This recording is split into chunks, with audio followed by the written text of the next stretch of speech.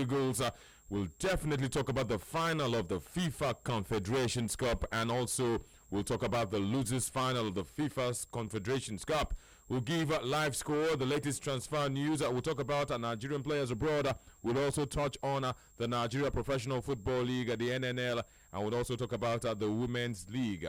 We'll give you, all the topical issues and all the talking points we can use. My name is Anthony Beke-Deremo, and I'm alongside Esiogene Edafe this afternoon. And of course, you're listening to Football Live and Sports Radio 88.9 Brilla FM. Join us via the World Wide Web on www.brilla.net and watch us live. Send us a message. Send us messages via Facebook and Twitter at 889 Brilla FM using the hashtag Footballliveng. We're back again. It is time for us to break things down very, very nicely. Dear Lekwete One, how you doing this afternoon? I did very, very fine. Good afternoon to you, and good afternoon to the listeners where they listen to us for Sports Radio. And those watching too. All over the world, not forgetting those where they watch.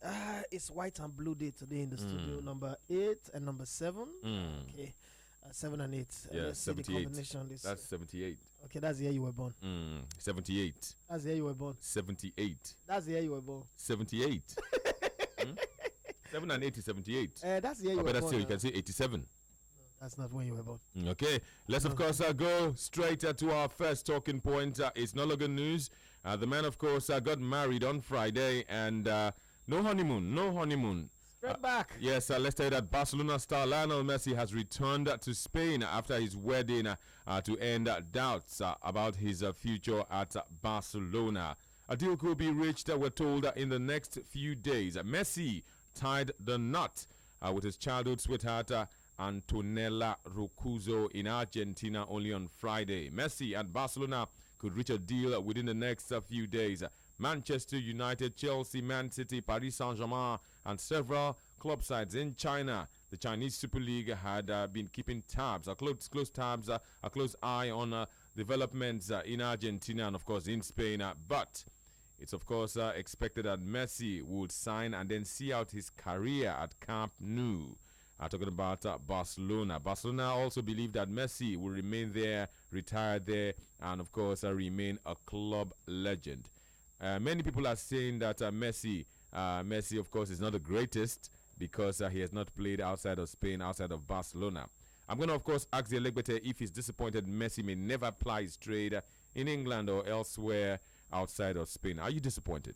Oh, well, no. Why would I be disappointed? The thing here is, if you start your career at clubs like Madrid and Barcelona, and then you keep hitting the high notes, it's impossible for anybody to prize you and take you somewhere else. This is not like you started in England and then a richer club shows up and you look at it like, okay, the prospect of the chances of what's the person they play football for? The concept of I want to experience every league is not the reason why people play football. You play football because you want to win titles and the big titles. Winning the La Liga is like the biggest at league level. Winning the Champions League is the biggest also at club level. And you look at it with Messi can virtually win the Champions League. His chances of winning Champions League with Barcelona is higher than his chances of winning it with any other team in Europe apart from Real Madrid. So you look at that and tell yourself, why should I bother? And then beyond that, we again there for the world we go pay to sign Messi. Since Messi started, there are two teams that have come close to signing him. In 2006, Inter Milan actually agreed a deal for 156 million. But last minute, Barcelona club president prevailed on the father and begged the father. That time Messi agreed. Messi agreed that he wanted to go, but Barcelona did not see the reason why they should let such a player go. 2006 was just like it was just starting, but they were willing to pay that amount of money. Again, Inter Milan came in 2012. They were also willing to pay, but this time around they were willing to give Barcelona 4 players and pay almost 178 million to collect Messi. Messi also was willing to go, like, okay, let me go try football in Italy, but then they didn't pull through because eventually they not dot the I's and not cross the T, and all those deals fall apart. So you look back and say, okay, it's not the fact that he didn't want to move at some point. At some point, he actually wanted to move. But now Messi is 30. Why should he be moving? Moving to where? That argument cannot be rested. Messi go outside of Spain. You know, that argument always comes. I don't know why it comes up, but it always comes up. I don't know the reason why people they bring the argument up, but when it comes to opinion, I must respect everybody's opinion. I do not expect that because I like okra soup, everybody should eat okra soup. Even my liking okra soup, some other put it for me now. So basically, I like Messi because he's a good football player, and I think that if I was playing football and I was playing for a club like Barcelona, I honestly would not need any other club to come by me, especially in an era where Barcelona are predominantly one of the best teams among the top 3 best teams in the world in a space of 10-15 years. Top 3. Who is the third one? You call Bayern Munich now. Real Madrid, Barcelona, Bayern Munich right now. In the last 10 years, they are the predominant team. You could throw Chelsea in if you want to make it 4. Throw Chelsea in that mix if you want to make it 4. But if you're picking only 3. What about Juventus? 2 times they got to the finals, they didn't win, because if you put Juventus, then you automatically put Atletico Madrid, because it's also gone to the finals twice and they didn't win it. So I want to mellow down with Juventus in that regard. The reason why I threw Chelsea into that mix is because they won the Champions League, deservedly so too. So you give them, and then after that they also went to win the Europa. So in this period, they've been the most successful club in England in the last 10-15 years. So you must give them that credit too. And then English League is a big league, but not bigger than the La Liga, in my own opinion. So as much as I respect other people's opinion of calling him to go out, and the reason why they are saying that is just because Cristiano Ronaldo has played for different leagues. But Ronaldo played in those leagues before he came to Real Madrid.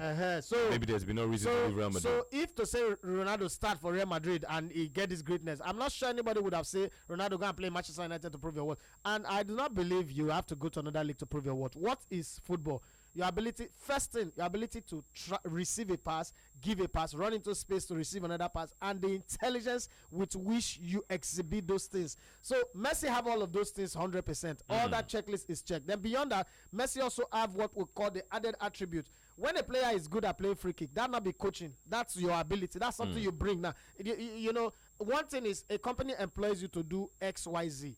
If you start doing after the Z, you start adding some extra. That is you now coming to the party to do extra. If they employ you to be a presenter and then you are bringing this check as a marketer, you're going to market and you're bringing a check, that's the extra. So the company should be grateful to you that you're doing that, because that's not part of your job. So Messi is employed to play football, and then he scores free kick, as short as he is. He could also put his head. He creates assists more, as much as he can bring to the party, and then he's breaking record for the club every day. I'm not sure when they sign Messi as a semi-dwarf, they say you come and break all our goal scoring record in the next 10 years. But say all the records is breaking, that why would you think he wants to move away from there? Okay, before we go to social media, let's quickly take you to Russia, because we have the lineups. The lineups have been released ahead of the match for 3rd place. It is Portugal. Without Cristiano Ronaldo, they are taking on Mexico. Let's say that for Portugal, they have Rui Patricio. He will man the post. They have Pep. They call him Pepe. In Nigeria, but it's actually Pep. Let's say that Luis Neto is listed for this one. How Moutinho missed a penalty against Chile. Andre Silva is wearing number 9, missed plenty of chances in that game against Chile. Nelson Semedo is a target for the likes of Barcelona. Even Manchester United want him. What about Danilo? Pizzi is also listed. Nani, another one of those people that missed penalties during the week. Nani is wearing jersey number 17. And of course, Gelson Martins, he was a substitute that came on in that game. And Elisao, those are the players that will do it for Portugal this afternoon against Mexico. For Mexico, they have, of course, Guillermo Ochoa. He's a free agent. His contract with Malaga has, of course, expired on the 30th of June. He's a free agent. Nestor Araujo is also listed. Rafael Marquez is the captain, formerly with Barcelona. This man is 38 years old, the oldest player at the ongoing Confederations Cup. Miguel Layun is wearing jersey number 7. Carlos Vela wearing jersey number 11. Of course, Javier Hernandez Balsazar. Of course, Chicharito. That's what they call him in Guadalajara in Mexico. Yeah. Hector Moreno is also there. Hector Herrera also listed. Andres Guardado was suspended for the semi-final. Is back. Oribe Peralta is also there. Luis Reyes is also there, starting for Mexico. Kickoff is 1 p.m. local time in Nigeria. The losers final: Portugal versus Mexico. Today. In case you're wondering, Cristiano Ronaldo is doing Omugo. After they lost to Chile, he took permission to leave. He left Russia, went to, of course, take care of the twins. He's not here, and he would, of course, not be part of this game. So we wish them well. The big game, of course, is Chile versus Germany. That is the final. It will go down in St. Petersburg. One team would be crowned champions of all the Confederation, in fact, all world football. They would, of course, emerge later today, the 2nd day of July 2017. Let's quickly go to your tweets and, of course, to your messages at 889 Brilla FM. Please use the hashtag Footballliveng. Are you disappointed that Messi, some of you have called him out. Messi, go to England. Messi, go to Italy. Don't, of course, don't become a local champion. Go elsewhere. It looks like Messi will retire as a player of Barcelona. For a player to leave the honeymoon, no honeymoon, straight after saying I do, Messi, of course, left Rosario in Argentina. He's back in Barcelona, and sometime during the week, it will be official. He would, of course, sign his future to Barcelona. Chimobi Victor says that Messi does not have to leave Barcelona to show that he's a great player. He's not just great. They say he's the greatest. He has won everything in club football. Henry the Great says that Tony, Messi leaving FC Barcelona to another club is a step down. YTD Concept says, good afternoon, guys. I am not disappointed. Messi will finish his career at Barcelona and he will become a Barcelona legend. In fact, he's a legend already. Jimobi Victor says, I support Enyimba. I support Enyimba for Bendel Insurance. They're just a disgrace to their supporters, Jared. They don't have what it takes. Welcome. This is coming from Good News Chigbo. Welcome, Anthony and Elekmete. Nice to hear your voices. Let the show begin. Online Tom Balo says, how he treats you, okay, is how he feels about you. Still football live. I am Ebuka says Mexico all the way. I expect them to beat Portugal by 3-1. Oluwasegun Damilare says if I was Messi, I would have proved it. And so I would become the world best. Okay, I have Chimobi Victor says that Messi does not. Okay, I've taken that one before. Let's take more. I have Oladimeji Yusuf says please. Okay, it says, okay, thank you very much for that one. Would, of course, make it happen. Thank you very much, Oladimeji Yusuf. In the meantime, Oladimeji, you can, of course, hit us on the World Wide Web on www.brilla.net. Says he's reaching us all the way from Bauchi. You can, of course, hit us from the web, www.brilla.net, if you're having, problems with the app. I have Omololu JJS says telling Messi to play in another league to prove himself is like telling a professor of economics to go study medicine before recognition. How does that relate? I think I like the analysis. You are a professor of economics. Economics is easy. It's the study of man and his environment. Go and study science. Once you are good at doing medicine, once you're good at doing medicine, once you can prove that you can take care of the human anatomy and the human physiognomy, you can operate the heart and transfer it to where the kidney is and send the kidney back to where liver is, and maybe that's when we agree that you are truly a professor. But until then, you are not a professor. I think I don't believe in that. There are people who are professors in theology. There are people who are professors in agronomics. As if you don't understand, agronomics is the economics of agric. There are people who are professors in botany, professors in very, very small things we consider in some areas. For us, if you don't have names like doctor, lawyer, accountant, engineer, maybe you've not done anything.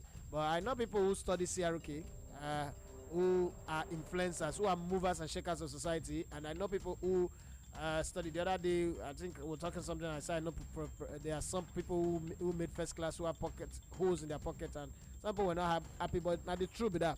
So I don't think Messi as a player needs to. Some people also played for Barcelona, moved from Barcelona to other places, moved to different clubs. They've not shown that they are great players. Let me give a very good example. David Villa. David Villa is a prolific goal scorer. He didn't need to move anywhere to prove that. But I think he moved from Valencia to Barcelona.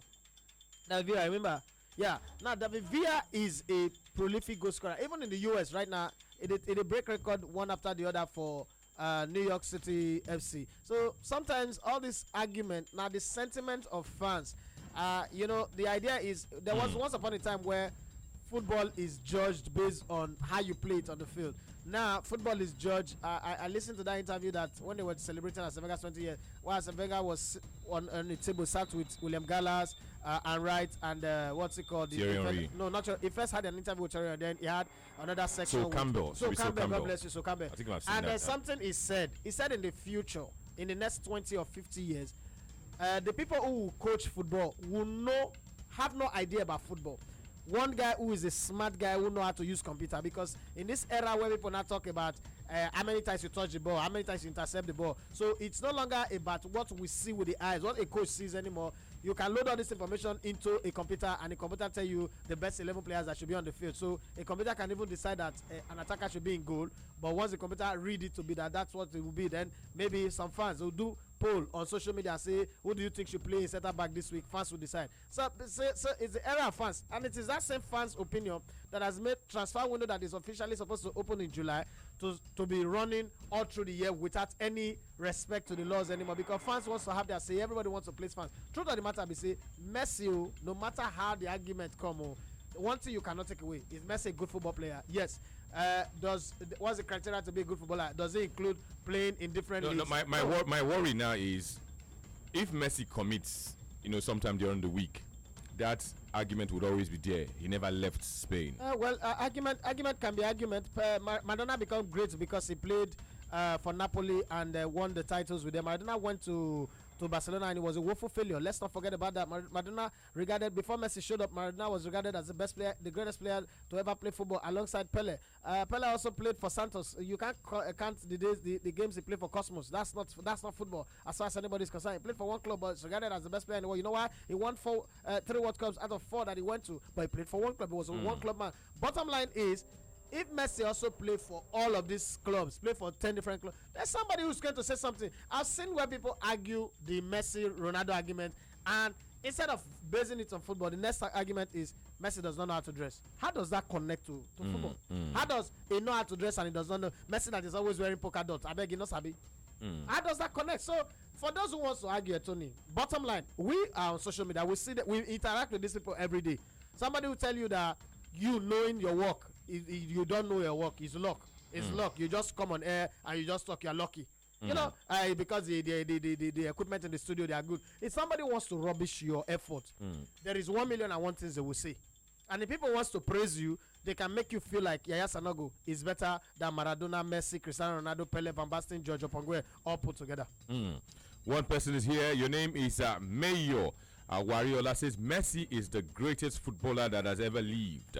These people complaining will tell you that he's inferior to Pele, not realizing he spent his entire career in Santos, a South American club. But Pele is better than Messi. All hail Leo Messi, the greatest ever, he says. I have Emmanuel Joseph says, why would he want to move to the EPL when he already destroyed all the EPL teams? All the top teams in the EPL, he has destroyed them. Messi is Barcelona, and Barcelona is Messi. Ferdinand Eze says, I am not disappointed at all. Messi doesn't have to leave Barcelona to prove his worth. For me, he has proved himself in the best league in the world. A happy married life to Daddy Leo. Of course, Ahmed Musa also got married yesterday. Before now, it was a church wedding. They've done, the full one they did it somewhere in Ogoja yesterday. I don't understand. What do you mean you don't understand? Let's move on. We're talking about Messi. Let's not mess it up. No. No, it's worthy of note. He's a key member of the Super Eagles of Nigeria. I have no comment. A key member, that's your opinion. A key member is subject to opinion. It's not a key member of the team. Which key? Elevator one yourself. The kitchen key. You have come on. Which key now? Key of the spare room or the toilet or the kitchen. Let me continue with the social media comments then. I know the keys that are important in my house. My car key, my sitting room key, my bedroom key. The kitchen key is not important. Important to my wife. You are very, very controversial. Today you've known me for almost 10 years. You just discovered. You were controversial, but now I put very. I work for you. Before sure. Hey. You doesn't know me. So you just discover. I said very, very controversial. I put two. Today you know say I be dada. Okay, Jacob Tessia is here. Says actually I don't see anything wrong if Messi wants to retire as a player of Barcelona. He will still have enough chance of winning trophies at Barcelona than any other club. Messi is fit. Is a perfect fit for Barcelona. Okay, Abu Fawzia, I hope I got your name correctly. Abdul Alim bin Hussein says some people are angry because he's only one woman. They would surely be frustrated. He played for only one club. That's loyalty. That's loyalty for you. Was anybody frustrated with Totti playing for only Roma? Okay. Or Steven Gerrard playing for only Liverpool? He didn't play for only Liverpool. Steven Gerrard. Which one? Steven Gerrard did not play for only Liverpool. Did not go to the MLS. No, that one not count, man. That's not career. That's holiday. He went on holiday. Ian Austin says his career ended when he left Liverpool. Okay. He went on holiday. Happy married life to Lionel Messi. May the good Lord bless his family. Mayas Okoriwu some prayers no they needed. Okay, greatest without a single trophy. Greatest without a single trophy for his country. It's a shame. Let him win the UEFA Champions League back to back. Then I can have a rethink. That's coming from Mayas. I'll tell you. People will. I'll tell you. They forget saying win under 21 for a country. If somebody win under 21 for Nigeria now, they call like greatest. Olympics. He won Olympic gold medal for a country, but he don't win any trophy for a country. Nani Michael. Now the new argument is let him win Champions League back to back. I'll tell you. Okay. Nani Michael says if you win a back to back, they say no. For him to be superior, let him win it to the street. Okay, this one's coming from. You see, people. The argument. That's my worry. The argument will always be there. Look at Nani Michael. Nani Michael says only the greatest. And the greatest is Ronaldo. Only the greatest can play for different club sides and succeed. That's coming from Nani Michael. Okay. Nani Michael says better for him to finish his career for there, make go England or Italy. If he go there in career, don't finish. Yeah, that's coming from Nani Michael. Victor Musa says he's already at the best club in the world. All those clubs I just mentioned they're not rich. I'll take this one from Ibrahim Shola Salami. Says stop. Okay, thank you very much. He says, count Manchester United out of the clubs.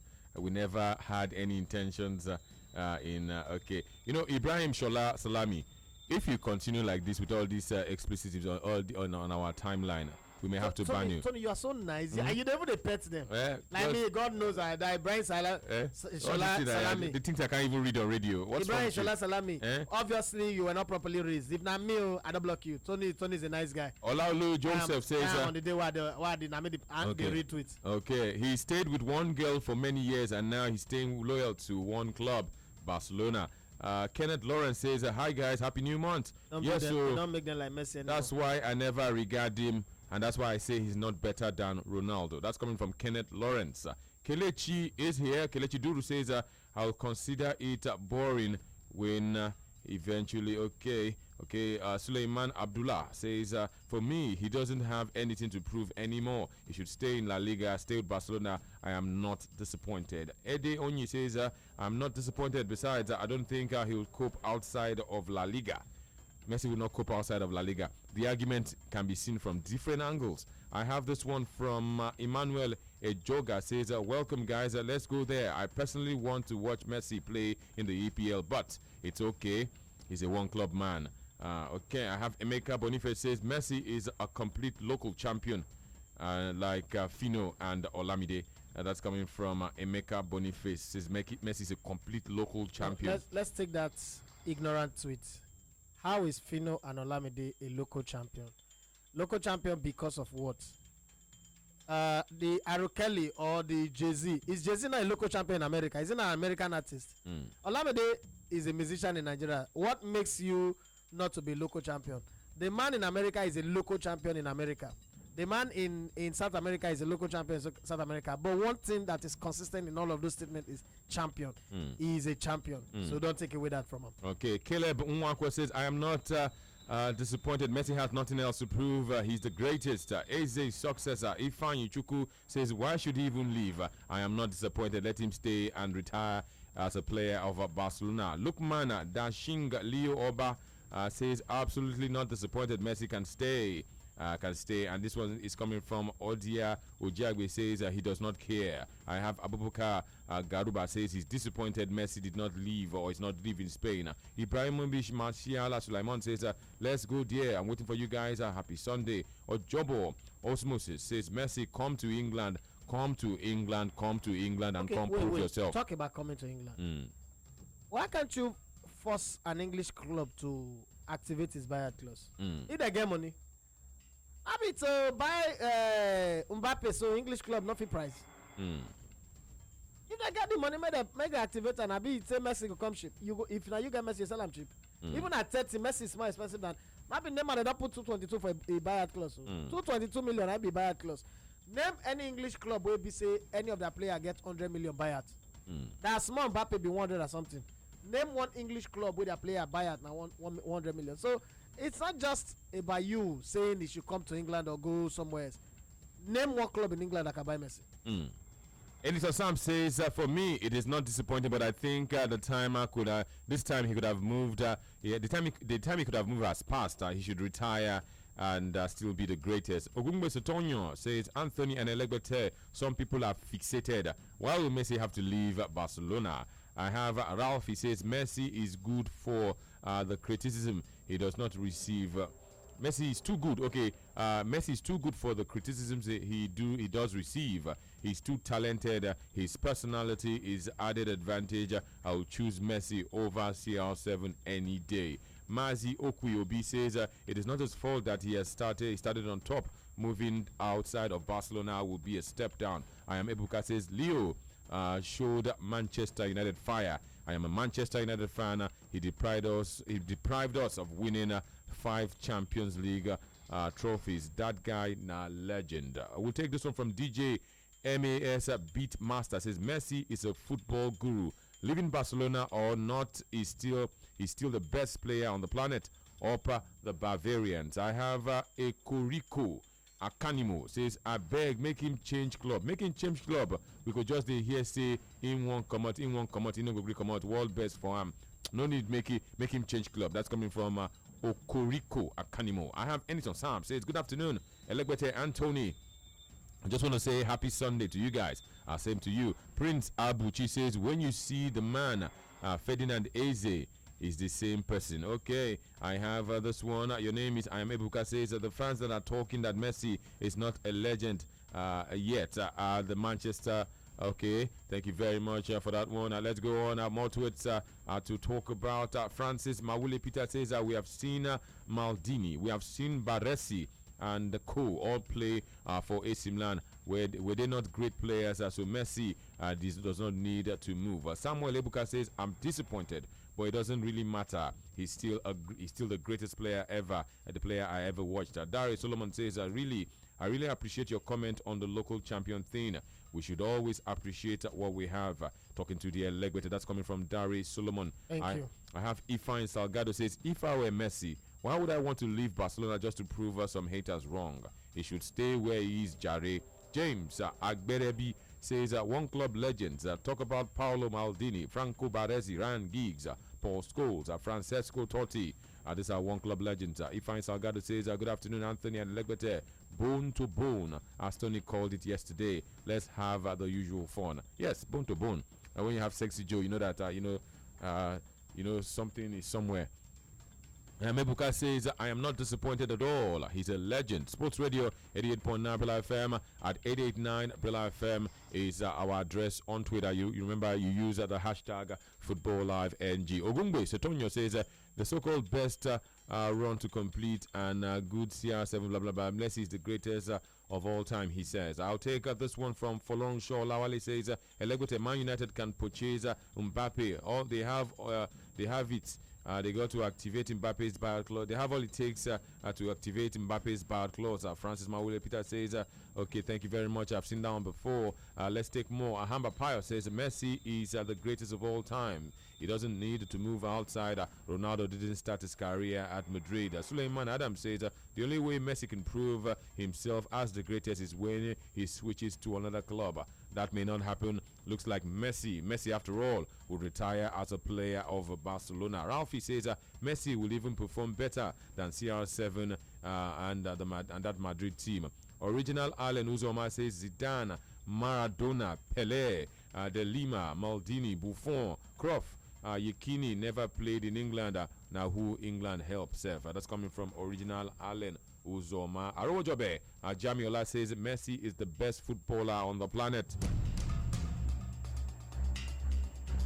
It's still football life. Khalid Tohib says, Edafe, you are on point. Sport analysis cannot satisfy the fans. Sometimes when I talk sports to people, they always look for faults. Henry the Great says, Messi is great. He's not like CR7, or he says CR 14.7 that jumps from one woman to another, having 3 kids from unknown mothers. That's coming from Henry the Great. James Agberebi says, what is it all about? Why is it all about the EPL? After all, Zidane, Ronaldo, De Lima, Figo, Romario, Rivaldo, they all never played in England. James, he says, okay, thank you very much, James Agberebi. Thank you very much, James. Chi Divine says, good day, Anthony and Elegbete. Those who criticize Messi should tell CR7 to win the Ballon d'Or 3 times in a row. Says Messi is the best in the world. Badong Joshua says, good day, Anthony and Elegbete. I just joined you guys. I hope I have not missed much. You've not missed much. I only missed 32 minutes of the show. We're asking you, it looks like Messi has left his wife. They got married on Friday. Messi's back in Barcelona, and he's almost set to sign a new contract. This new contract will take Messi, we're told, to the end of his career. Looks like Messi would retire as a player of Barcelona. So all of you calling Messi to come out of Spain, are you disappointed? Are you disappointed Messi would not be leaving La Liga, leaving Barcelona after all? That is the talking point for this hour as I take more of your tweets and your posts. Anytime Sam says the clubs are Man U, Man City, Chelsea. Only these clubs can trigger the release clause of Lionel Messi. Aro Jobe Ibrahim says Messi is just too much. Make people leave story for Tortoise. I have Hussein Aiden says I can't and will never be disappointed. Messi is good. Anytime Sam says no doubt Messi is the best. If Messi is to come to England, only 3 clubs are qualified, are good enough to get him. He says that the club sides are Man City, Chelsea, and Manchester United. Arojobe Ibrahim says Messi is just too much. I make people leave story. Made them leave story. Ogungbe Setonyo says it is almost. Is it a must to play in England? This EPL people are clouded with EPL. Okay, he says anything they say is EPL Haba. Original Allen Uzoma says Elegbete is the greatest analyst I have heard in the last decade. Who be that man when they say na luck? That man needs a slap, he says. Original Allen Uzoma, don't slap anybody. Of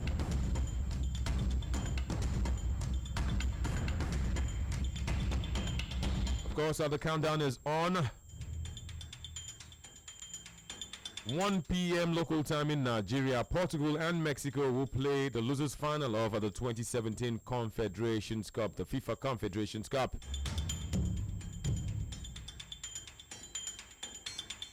Let's quickly remind you of the lineups. You have Rui Patricio, goalkeeper for Portugal.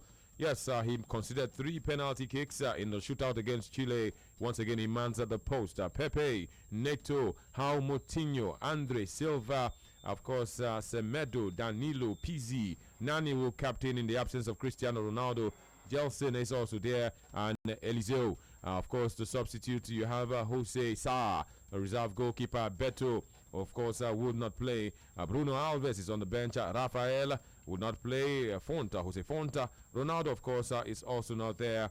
He's, of course, left the camp. Bernardo Silva is not available because of suspension. William, Andre Gomez, Quaresma, Cedric, and Adrian are the players on the bench. You know that Fernando Santos is the coach of the Portuguese national team. Mexico, they call them the El Tri. They have Guillermo Ochoa as their goalkeeper. They have Araujo, and not forgetting Rafael Marquez. He's their captain. He's captained them for so many years. Layun, Carlos Vela, Javier Hernandez, of course, Moreno is also there. Hector Moreno, full name. Hector Herrera also on the bench. Andres Guardado is also on the bench. Of course, starting. Herrera starting. Moreno starting. Oribe Peralta is wearing jersey number 19. And of course, Reyes also starting for Mexico. Kickoff is 1 p.m. On the bench, they have Costa, reserve goalkeeper. Talavera, their second reserve goalkeeper. Salcido and Reyes are not available for this game. Dos Santos, Fabian, Jimenez, of course, Giovanni Dos Santos and his brother, of course, on the bench. You have Dam, Aquino, Lozano, and Alanis. Those are the players, Giovanni and Jonathan Dos Santos. Two brothers for the Mexican team. Back to your tweets and your messages. I have Arojobe. Ibrahim says, all hail the best in the world. His name is Lionel Messi. Sulaiman Adam says, Messi is a good footballer, but sometimes CR7 of Madrid is better than him, because when you check CR7's record from Man U to Santiago Bernabeu, you know the difference. Arojobe. Ibrahim says, all hail Messi is the best. John Kuti says, good afternoon to you, Anthony, and Elegbeto and Abega. Make them leave Messi alone. Ibrahim Moshud, we see you. I have Eguje. eBay Wisdom says Messi is one of the greatest players football has ever seen. So I don't think he has to prove himself to anybody outside of Spain and outside of Barcelona. Oguns Muyua says any club he goes to now is a step down for him. Messi is bigger than all the teams in the EPL. Arojobe Ibrahim says all hail Messi. Gabriel Mobolaji, we see you. I have Atobatele Peter says, okay.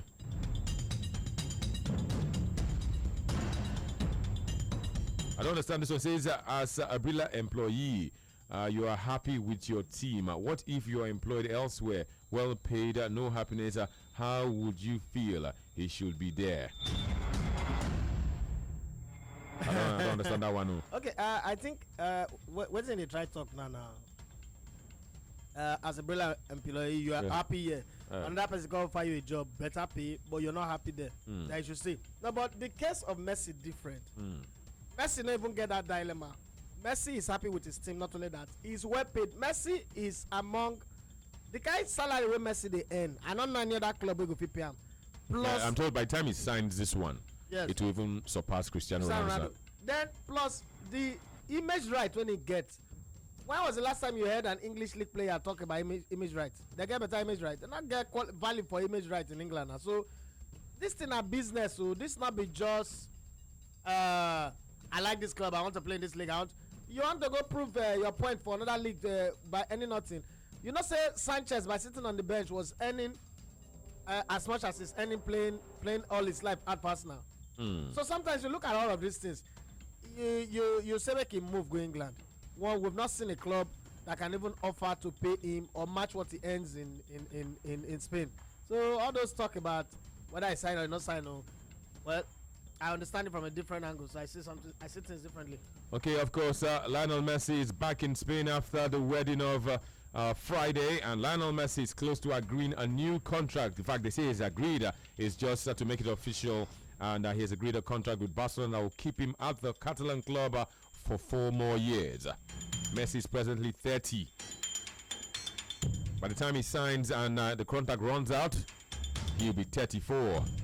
Messi, of course, turned 30 last Saturday, just over a week ago. Is currently, of course, set to renew, and the agreement is in place with Barcelona to extend his current contract, which will expire in 2018. So he will sign an extension to that one, and the final details we understand have been finalized. It should be signed and sealed and delivered in the new week. He spent 13 seasons in Barcelona. He's currently 30 years old. He's made 583 appearances, scored 507 times, assisted 193 times, and he's 30. He has 30 trophies for Barcelona. 1 trophy per year. Nobody's won more trophies at 30 than Messi.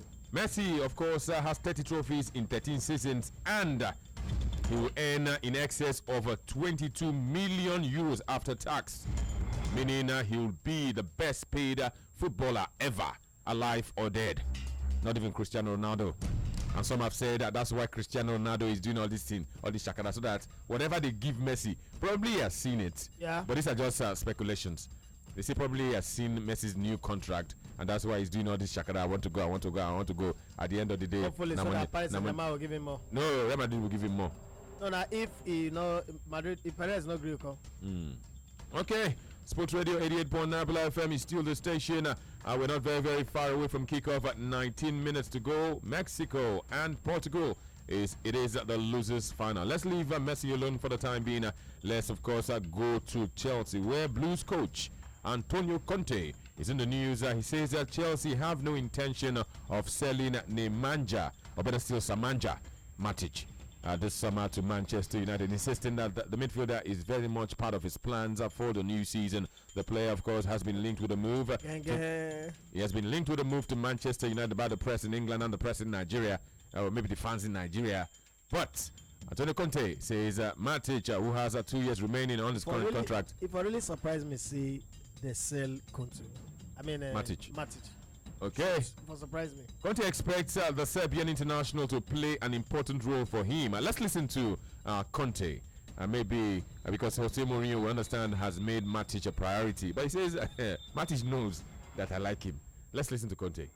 Football Live.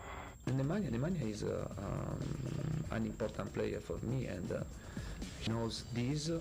There isn't a problem with him, and Nemanja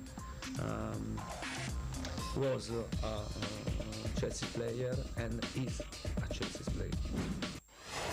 Football Live are proof that Sports Radio 88.9 Grillo FM has gone beyond one league.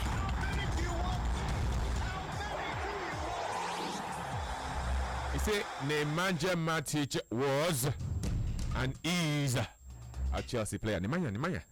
Remind me of that your dance. Okay. Had to be like the lyrics to the dance, so you dance.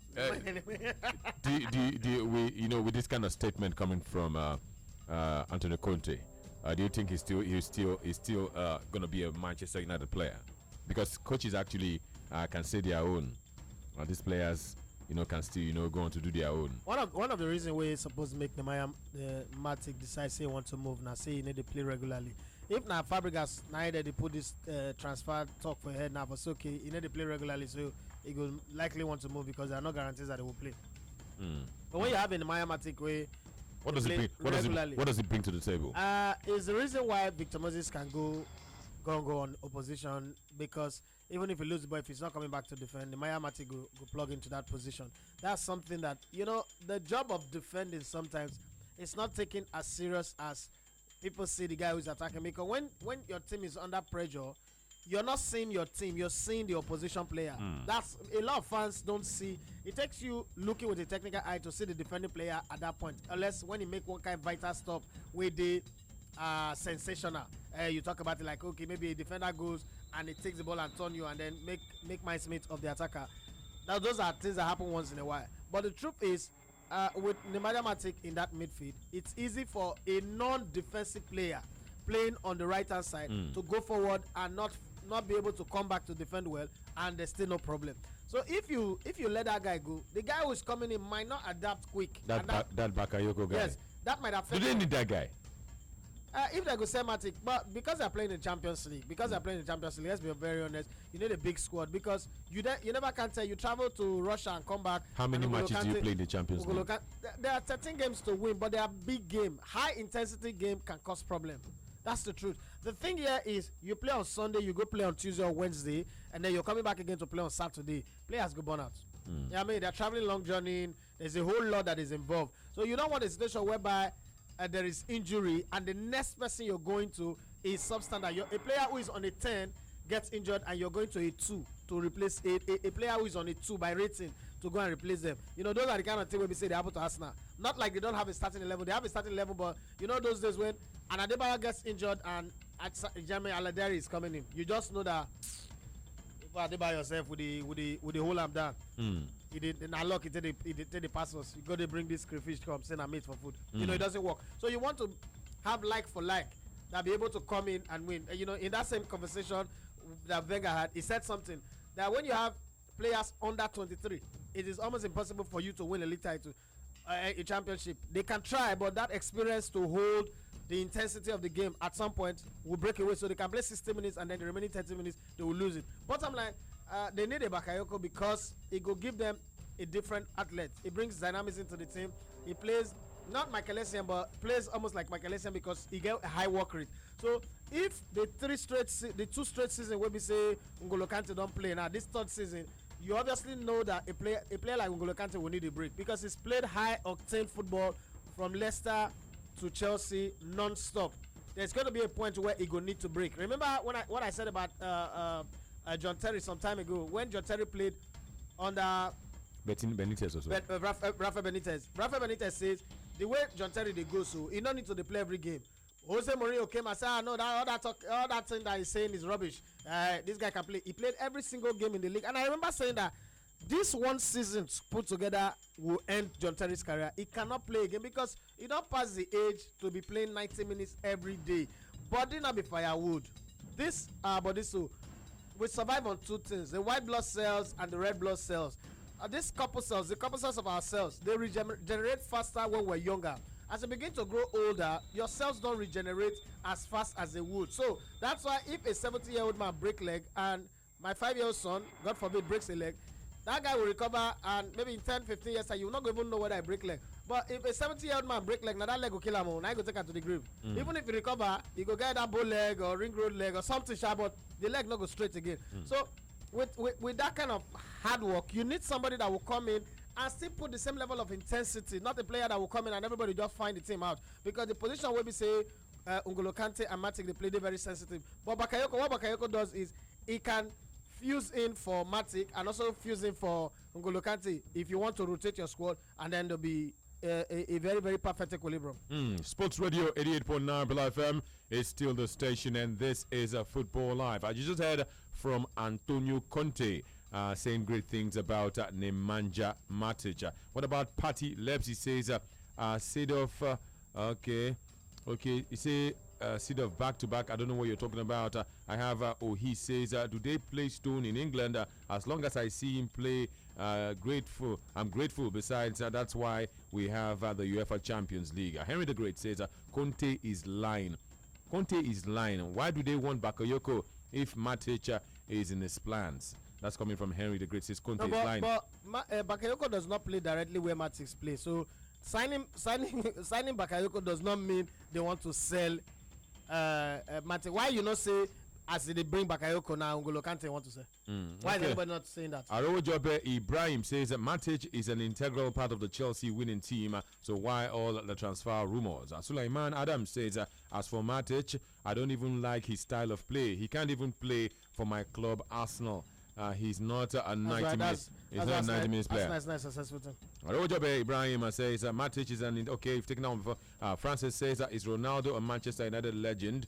Okay, is he a legend of Man U? No. Okay, Joshua, what does it take to be a legend? Just a former player of Manchester United. No, a Man U legend, but he's a Real Madrid legend. Real Madrid will have to decide that. I don't know. Okay, Messi is a Barcelona legend. Yes. Okay, I have Joshua says happy. That's not the thing is about life is they say Rolling Stone gathers no more. You understand? And that's a statement of fact. At some point, you can say he's a Real Madrid legend because he's come up to win 2 Champions League, win league title. I don't know how many league titles is one for them now. You can put him as a Real Madrid. Like I would make him a Real Madrid legend, but I don't think he's a Man United legend. Where Man United still struggle to call Wironi a Man United legend.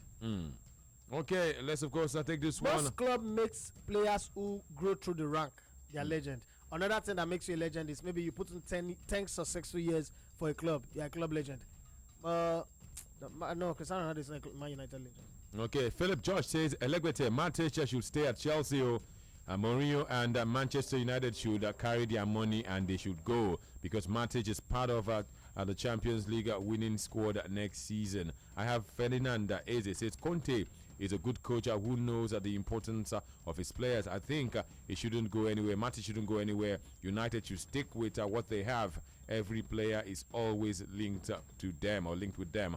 I have Badong Joshua says, well, the coach has said his own version, but I'm afraid Matic might leave because he hasn't been used regularly. I might want to avoid such an occurrence next season. What about Peter Andy says, we must get Matic. If Jose say he wants Matic, I support him. Mourinho loves players that can play through with instructions, which Matic is fantastic. I have Tinto Kamoski says, good afternoon, Elegbete Anna Radio's anchor. I don't see Matic leaving Chelsea for Manchester United. Sainted KG is also here, says Anthony and Elegbete. Matic has been criticized severally. Even when he's at his prime, Chelsea still get to criticize him. Chelsea will get the best players for his world, for this world, and makes them look like. Chelsea will get the best players of this world and make them look like Legbere. Tottenham style of play their management is the best. Hopefully, Chelsea can learn from that. Ogemdi Kelvin Amechi says Conte should keep Matic because he's not the problem, and he should stay. Agbajiola is also here. Agbajiola Feromi says, I think they should leave Conte and allow him make his decisions. Rigo Carosa says Matic is a good player, but too many Chelsea fans are criticizing him. He's a good backup planner. Ifeanyi Prince says, I'm just tired of all these rumors. And the other time, them said he had a great personal times with Manchester United. Now he's no longer coming. I beg, we don't even need himself. I have Henry is here. Henry Connelly says, so the transfer rumor has been carpeted now, Abi. Sorry to all Manchester United fans. Even if selling him should be across England. Younger Vika says he must go. He must go. I have been celebrating ever since I heard the news of him being linked. Nemanja Matic played 35 league games for Chelsea out of last 38. season. Out of 38. The previous season, he played 33. The season before, where they won the title, he played 36. The worst was when he played in 2013-2014, 17 games. That was when he was still a small boy. Yes. Now, if you played 35 league games out of 38, and Chelsea won with how many games to spare? they won with 3 games to spare. It tells me that you are a key member of that team. Now, I don't know how people say they judge this thing called football, but I know in the league he scored 1 goal. In the what do they call her? The cup, that's a league cup. He scored 1. I mean, a FA Cup safe. They not play Europe competition. So if you look at that, that's a player that have let's say scored 2 goals in all competition, made 7 assists. Doesn't that tell you that is of value to the team? Because if you look at the competitions, everything together in all competition, he made 40 appearances last season. Out of a possible 52 games. No, he never reached 52 because he didn't play in all finals. Out of a possible 48, he made 40 appearances. That's 8 short of the total appearance of matches. And he's not a goalkeeper. And you understand? And then somebody think he's not good enough. I don't know what Chelsea players want. Chelsea fans want, but the fans can have their say. The coach will always have his way. If they sell him, that would be one mistake that Chelsea is making. Because what you do with Matic going to Manchester United is you finally give Pogba a chance to play football and forget about going to the Babi Salou and forget about dabbing. Because it will liberate him. That guy, the mark. He makes his mistake, which every player makes. Well, I mean, you have Matic and Herrera playing behind Paul Pogba. I don't know. Okay. That'd be good though. Okay, political therapist says I don't like Matic. I don't like the way he plays, but I have to admit that's the way a lot of people didn't like Garibalawa. Okay, he says I have to admit his usefulness big time. He says Mikel is Mikel a legend of Chelsea? That's coming from a political therapist. I don't think he's a Chelsea legend. What happened to Celestin Babayaro after 9 years? They wanted to give him the captain's armband, and then they shifted him and then gave the captain's armband to John Terry. It's just about the same thing that happened with Mikel Obi. Mikel Obi is a superstar from the Nigerian perspective. But if you jump out of Nigeria and you want to analyze Mikel from maybe you did England, you want to analyze Mikel, you know that Mikel is no better than Anderson of Manchester United. It's just a squad member. It's a squad member that make up the list. If Mikel is a legend in Chelsea, then Darren Fletcher will be a legend at Manchester United. Anderson will be a legend at Manchester United. What makes you a legend is your contribution, your hard contribution. Frank Lampard, Didier Drogba, John Terry, these are club legends. Gianfranco Zola, these are club legends. You could see their signature in all of the success of the team. Ronaldinho, club legend, will walk back to Barcelona and is an ambassador. I don't think what do I call him? John Obi Mikel will wake up one morning and will go back to Chelsea. They might not even open gate, make it pass. Sports Radio 88.9 Black FM is still the station, and this is a Football Live. Dr. John Fidel says Matic is a very important puzzle in the Chelsea team. I don't see him going anywhere. Signing of Bakayoko means they just simply want depth in the team. Yeah. Lazarus. That's the word, depth. Lazarus Ezekiel says no player is irreplaceable. We have seen players are greater than Okay, thank you very much. Talking about Sanchez. Rafael Ella says, Elegbete, does it mean that Mikel is not a Chelsea legend because he spent 10 years there? Okay. Daniel Anya who says, Tony and Elegbete agreed. Conte has said his own. Matic will do his own. Okay. Folorin Shaw Lawale still has 2 years left on his contract. So Chelsea. They didn't send him SMS. So Chelsea is in a strong position. They have 2 years left. Folorin Shaw Lawale says, if we can't get Matic, Jose Mourinho should go for William Carvalho or Nainggolan. Nainggolan is 29, knocking 30. Glory, Manchester United. Ibrahim Moshood. I like that Nainggolan. Raja Nainggolan. I like. It's not the most skillful player, so but there is this thing I like about shooting ability. Not just the human endeavor in general. I like people who give their all. You understand? I don't expect a 2K to outrun a Ferrari, but I also don't expect when the race is on the 2K to just stop at the beginning of the race. Put some effort, show that you are willing to run. So Nainggolan is 2K. No, that's not my point. I just use that as an illustration. Why will you use 2K? Nainggolan cannot be 2K. What I'm saying is, let me use Olivier Giroud. Let me continue from yesterday's discussion. Olivier Giroud. One of the reasons why I don't count on Olivier Giroud as a striker is, apart from when you give him the ball, Olivier Giroud is worthless to your team without the ball. A striker should be making runs. A striker should be troubling defender. But Olivier Giroud, if you play defense, even if you're not the form, you can mark Olivier Giroud. He is spontaneous, yes. He can score instinctive goal, but without the ball, he's just not the kind of guy that gives you trouble. You understand? He doesn't dribble. He doesn't dribble. Without the ball, they make those runs. There are some dirty runs you make. A defender go tired. They'll kind of find how to punch you. Olivier Giroud is not that kind of guy. Just throwing look bay. So Nainggolan is that kind of guy that plays 90 minutes. Gattuso, you not call Gattuso when you didn't list Ballon d'Or winner. You will never call Gattuso. But you can't raise a team and Gattuso do your team. You say you know the plan. Edgar Davids, you will never name him for Ballon d'Or because it doesn't come with the flair and the beauty. But you can't raise a team without picking them. Roy Keane, Patrick Vieira. So that's where Raja Nainggolan fall into for me. It works. It shows you that, look, I might not be the most skillful player. I don't do leg over. But this works. So where that man ski one kind of go, my hard work will take me region. Sports Radio. I like those kind of people. Yes, sir. We're just 1 minute away from kickoff. It's the third place game of Portugal and Mexico.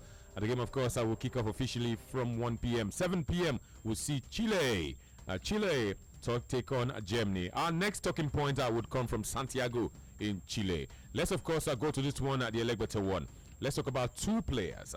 They've always been a certain amount of tension between the two of them. I'm talking about Alexis Sanchez. Full name is Alexis Alejandro Sanchez. But, of course, they call him Alexis Sanchez and Arturo Vidal. There's usually tension between the two of them. They are, of course, Chile's biggest stars. And these two were told they are the driving force behind Chile's golden generation. They came to Europe almost the same time, haven't played for the same club side. They call the club side Colo Colo in Chile. The pair are the main force, the main driving force. Forget it, Chile. If you go to Chile, you go to Santiago today and you mention the name of Arturo Vidal, they will allow you eat for free. Mention the name of Alexis Sanchez, you eat for free. They love the two of them. And the two of them, of course, are the driving forces behind Chile's dominance. If you look at this, their run, their signature is there. Arturo Vidal started the penalty shootout, scored. In fact, say no Ronaldo. Alexis too, of course, scored the third one. Showed the last time Germany and Chile met in this same tournament, he scored, of course, after a mistake from Mustafi, his teammate at club level. These two have continued to dominate football in South America. You would also mention Claudio Bravo. He's also important in the team, but they say Alexis and Arturo Vidal are the most important when it comes to the Chilean team. And both of them like to play each other. They like each other and they fight. They like their in Chile. They like their competitive nature. Arturo Vidal wants to win. Alexis Sanchez wants to win. Both players have energy. They play with passion. But who has a higher work rate? That is the debate. Who has a higher work rate? Who ginger pass? Oh, who works harder? Is it Arturo Vidal or Alexis? Tony, this one I do. Both of them the ginger. Saka closer.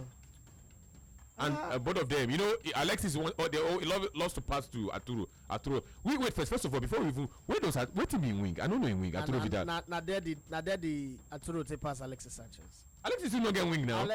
Arturo Vidal is a midfielder. The central midfielder, right? Yes. In the words of Alexis Sanchez, he said the last day of Pep Guardiola in Barcelona after they win that cup, the Copa del Rey, when he said to them that we've not won this title because I'm the most tactically gifted coach or because I am the best or because some individuals are exceptional, but because everybody agreed to play for the other. Before we go, let's tell you that the match has kicked off. Portugal and Mexico, no early goals. You can make it 2 minutes. That match has kicked off. First 10 minutes no goal. Now be this game. Okay. So one guy asked me whether I make it better. Now tell me play. Not go let them go score early goal. Use your mouth. Okay. So for me, Arturo Vidal is maybe shade them small and it not make a better pass Alexis Sanchez. So we want who has a higher work rate? Arturo Vidal work harder than Alexis Sanchez, just a tiny little bit. So they are almost there. It's a Bugatti and a Ferrari. I mean, they'll get to the finish line. It's a photo finish for the two of them because they work very hard. There's one very key word you use. The both of them are passionate. They come from a country or a continent where passion is the order of the day. Suffering make people passionate. That's something I've known. Adversaries make people passionate. Adversaries make people come together. These guys come from a generation, a country where they've always been the backbenchers. They've always been the nobody. They are the Portugal of South America. The same way Portugal is the Chile of Europe. Chile is the Portugal of South America. Every other person around them, Uruguay, Brazil, Argentina, just within that circle, have done very, very well. Even Paraguay at one time, have done very, very well on the peripheral of success. When they had that golden generation of Marcelo, is it Salah Sabi? Yes, Salas. And the other guy, Ivan Zamorano. Yes. And it seems like, okay, this is it. This set took over from that set. It seemed like this is it. These guys will make it happen for us. Nothing happened. And, they had very great players in that era. So when this set came in, it was a case of we've finished the race to this point. Don't start again from where we started from. Continue from where we stopped. So they raised the building to decking level. Arturo Vidal, and Bravo, and the rest of them, all of them just came in. Mendel, they all came in and they built on it. Won Copa America. They've been to the Centenario. As far God will have it for them, they went to the Centenario. They won it. Now they're playing in the Copa America for the Confederations Cup for the very first time. They are in the finals. Arturo Vidal on the own don't win Champions League. Play for Juventus. Play for Bayern Munich. This guy, Alexis Sanchez, Udinese, Barcelona, Arsenal, win titles as well. Win the cup in Spain. Win the cup in England. To me, the both of them, they work very, very hard. At the beginning, I'm not really a fan of Alexis Sanchez because most time when I analyze players, I analyze them like, okay, if I'm playing with this guy, he's hanging on to the ball for too long. But then with time, it's won me over. It's won me over with his goals. It's won me over with his work rate, his commitment to the cause, his zeal, his desire to see the team win. So I'll say that the two of them share them equally, but just maybe in the photo finish, Arturo Vidal work rate is small because he's a midfielder who goes forward to score goals. He can play on the wing. He can play box to box. Can play defensive midfield. Against Portugal, for instance, he played in 3 positions. He started up front as the first 9. Second half, he was in the midfield. In extra time, he was playing outside right. And in any time, that same energy way to start the game. 90 the end up. Alexis too can play in a number of positions. Yeah, Alexis can play on outside left, can play center forward, can also play as a number 8 behind the top striker. Okay, of course, who would you pick? Who works harder? Who has a higher work rate between Alexis Sanchez and Arturo Vidal? Both of them play for the national team of Chile. At club level, one plays for Bayern Munich, that's Arturo Vidal, and the other one plays for Arsenal, Alexis Sanchez. Who works harder? Elekwete picked Arturo Vidal. Do you think it is Alexis Sanchez full of running, full of energy, full of passion? Or do you think it is simply Arturo Vidal? In the meantime, let's tell you that there's still no goals to tell you about. 6 minutes, you can make that 7. Portugal and Mexico. It's the losers final, the third place game of the FIFA Confederations Cup. Elekwete, I agree with you. Omo Vidal, they run. They run for that midfield from start to finish. Alexis Norwich, that's coming from Daniel Anyau. Timothy Denbo says this question is very tough. It's a very tough question. Like asking me to prove that the square of what is the square root of 1. But I'll give you. It is Vidal. This question is hard, but I take Vidal. Thank you very much. I have Ikuria Rashid says, I think Vidal works harder. His passion is unrivaled. I'll take this one from John Fidel says, King Arturo Vidal works harder. Bros, Vidal, the ginger. Chai, that guy, the ginger. TJ Kopolos says, Vidal, now war machine. They call him the warrior. They call him the warrior. He says, na 33-10, he's everywhere. I give it to Vidal. He slightly works harder than Alexis. Imagine Alexis and Arturo Vidal in the same team. Just imagine. Ibrahim Moshood. That's like the beggar may come by now. Imagine the two of them in the same team. I disagree with Elegbete one. Alexis works harder than Arturo Vidal. I have Inibe Talk says, okay, when is the match? The match, of course, has started up. And the match is on, and the match is 7 minutes older. And it's Sam says, oh, more. Now, Arturo Vidal get work rate pass. So that guy, now, beast. He's like an armored tanker. And when you look at Bayern Munich and Chile's midfielder, I have Ojeke Ray. He's here. I will take Alexis.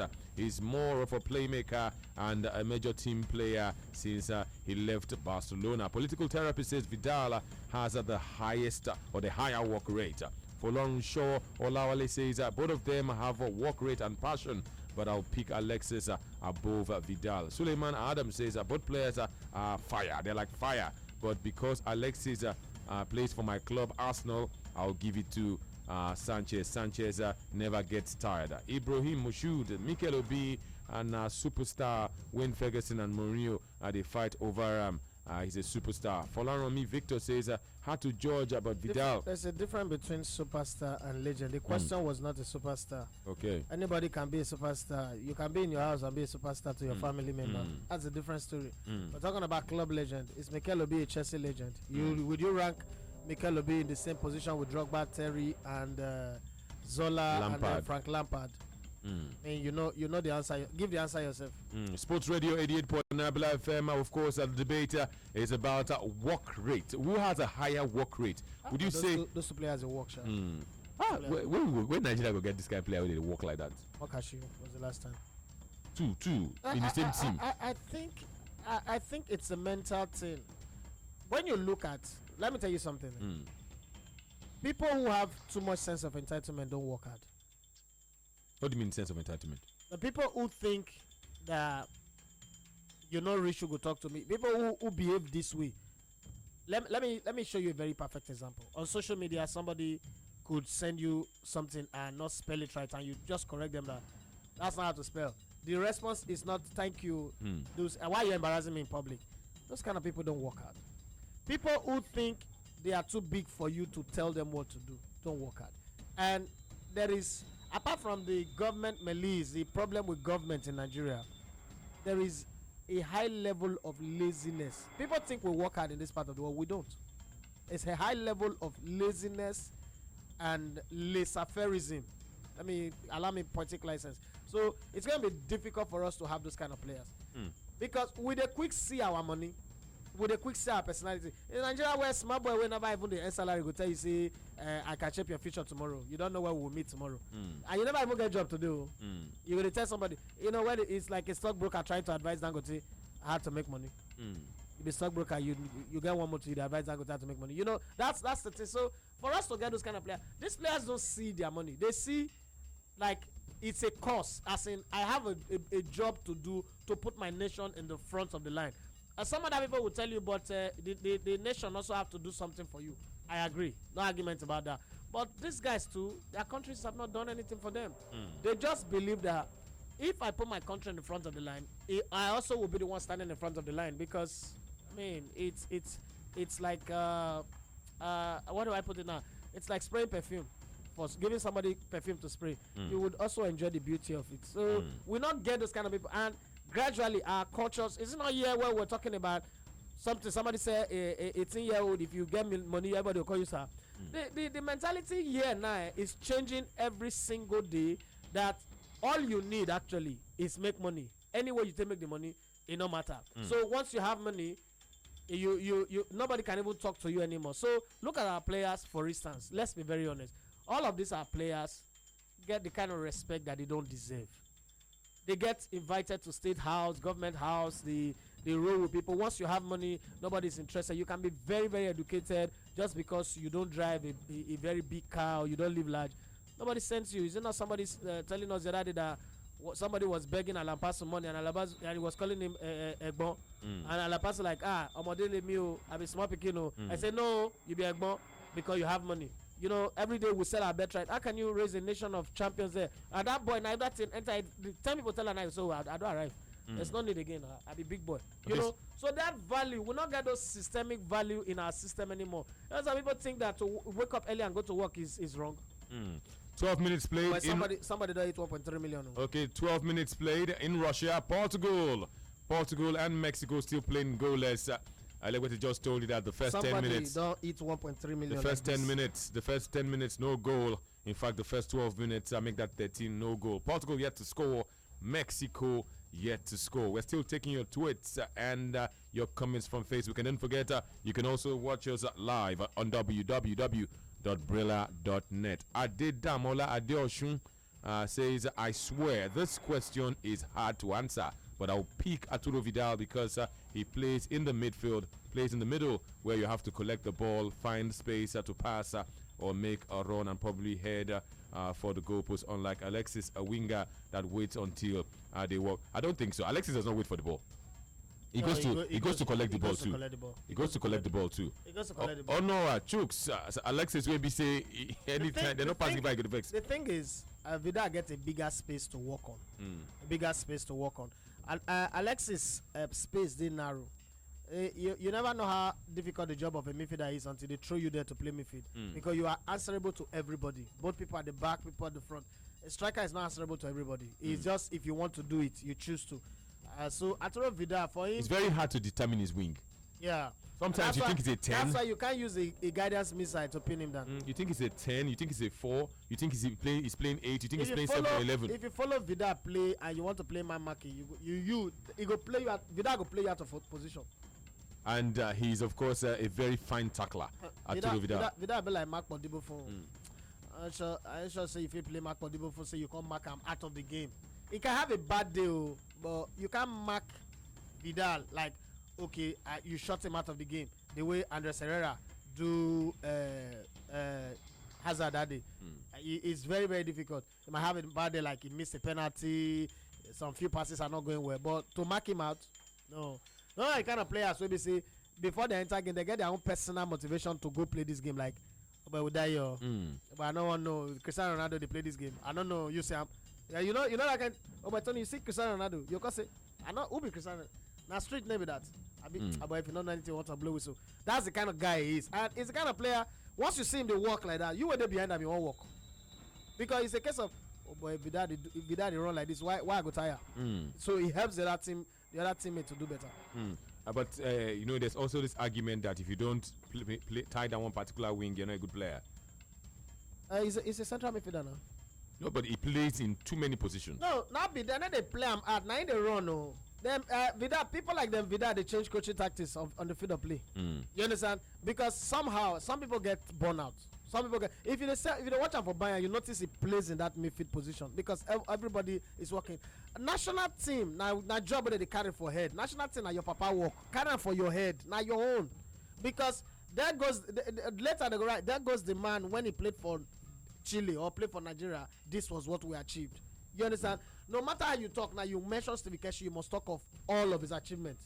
You get it? So when you play for national team, then they say, they play my wing, my Jacob Bajanim. No, you don't do that with the national team. The national team is we die here. If not die, we die. Today is the day that the Lord has made. If we need to die, we die here. Violence will take it by force here. No diplomacy, no sentiment. If you go for club, play your wing, I play my wing. That's what they're paying me for. If I do any extra, I just help you. Okay, let's tell that Alexis Sanchez has been described as a quick, a creative and hard-working player with an eye for goal. He's of course known for his energy, skill and work rate on the field of play. Naturally, Alexis Sanchez is right-footed, but due to his ability with his second leg, that's the left leg, he's capable of playing anywhere along the front line. He can play on the right flank, on the left flank. He can play through the center. You can use Alexis as a support striker, a winger, a false nine, a main striker, an attacking midfielder. You know that he's naturally a right-footed player. Yes. But because like Thierry Henry, because he comes from the left, you almost think that this guy is a left-footed player. Okay. You can, of course, use him as a main striker, a false nine, a winger, a support striker. You can use him as an attacking midfielder. That's, of course, Alexis Sanchez. He can play free kicks. He's accurate. He's accurate. He can strike the ball from. He can strike the dead ball. What about Arturo Vidal? Arturo Vidal, we're told, is a versatile, hard-working player who has played in several defensive and offensive midfield roles. Arturo Vidal can also play box to box. He can play on the wing. He can play behind the striker. He can play in defense. He can play in attacker. And throughout his career, he has been deployed as a central midfielder, even as a defensive midfielder, an attacking midfielder, and he can also play on the wing because he has immense crossing ability. He's also a fantastic penalty kick taker, we're told, and he can shoot from long range. He's nicknamed the Warrior. They call him the Warrior, and they call him King Arthur. And they also call him, of course, the Italian press call him King Arthur because of those days, because of his aggressive nature and tenacious style of play. Vidal is a complete midfielder. That's how they, of course, described him. They say he has a positional sense. He has great marking ability. He can tackle, and he can also anticipate, of course, a mistake. He can anticipate and intercept passes. These are many attributes belonging to Arturo Vidal. And of course, Arturo Vidal, and of course, talking about Alexis Sanchez. Let's tell you that Portugal, their penalty problems have continued. Portugal, open play, have missed a penalty against Chile. Portugal, something of course is wrong with this Portuguese team. Yes, the corner kick was taken, and it was a short pass by Gelson Martins. But before then, Andre Silva of Portugal had failed to beat the goalkeeper of Mexico, Guillermo Ochoa, from the penalty spot. He shot into the bottom left corner. Guillermo Ochoa anticipated his effort just like Claudio Bravo in the penalty shootout against Chile, and he saved perfectly. So, Portugal again and penalties. What is wrong with Portugal? They failed so many times on penalties. No, the thing with penalties, eventually you can't enter you can't get it. Now psychology now. If you miss 3 straight penalties, chances are that it go enter your head. Everybody will fear. You remember Kanwako and his fears for penalties. He would rather take off his boots. I mean, I'm not playing. No, you know, Kanwako played. You won't believe that Kanwako played for 5 Nations Cup. He didn't score a single goal, even penalties. No, he scored a penalty. I think when we played Zambia, Zambia 2010, we beat Zambia through a penalty shootout. He scored one of the penalties after they forced him to play it. Okay, that was the one they asked him to come wear boots, right? Yes. Okay, that was in 2010.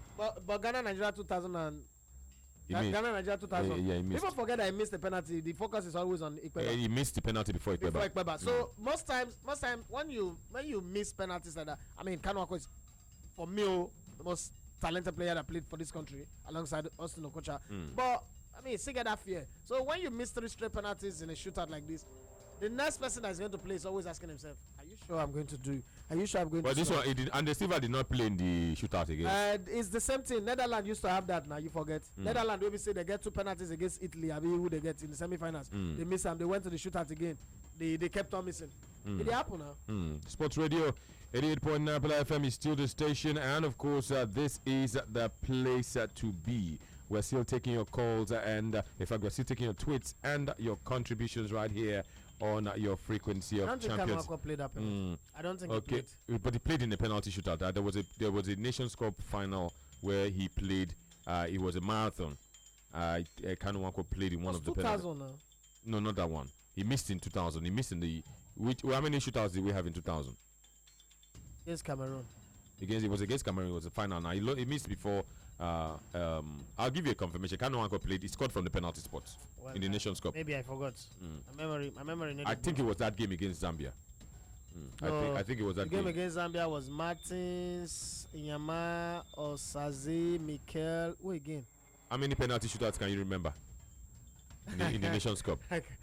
I am struggling. Yeah, I think it was that game. I know it was Mikel, Obinan Sofo, Osaze, Inyama, and one other person. We won that shootout. And Osaze Odewege scored Sports Radio 88.4 now. Sports Radio 88.9 FM. Let's of course give you team news. We'll come back after this timeout. Don't go nowhere. Still your frequency of champions.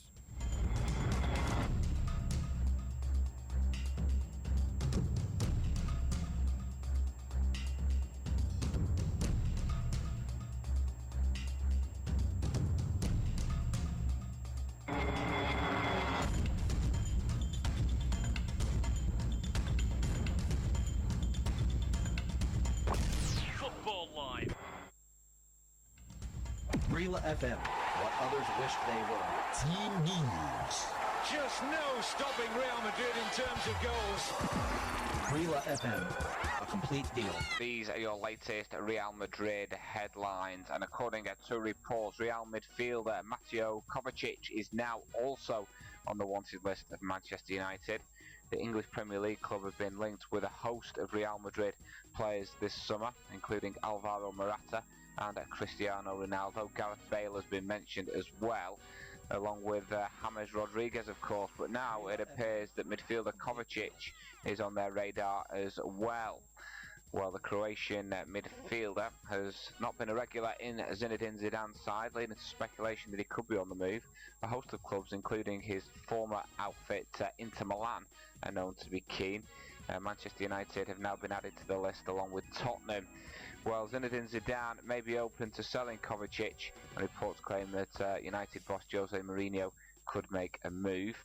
United continue to be linked with Alvaro Morata and closing in on a deal, but are said to be becoming frustrated with the length of time that it's taking to get the deal pushed through. Been suggested that they may switch their attentions elsewhere if the deal is not rubber stamped sooner rather than later.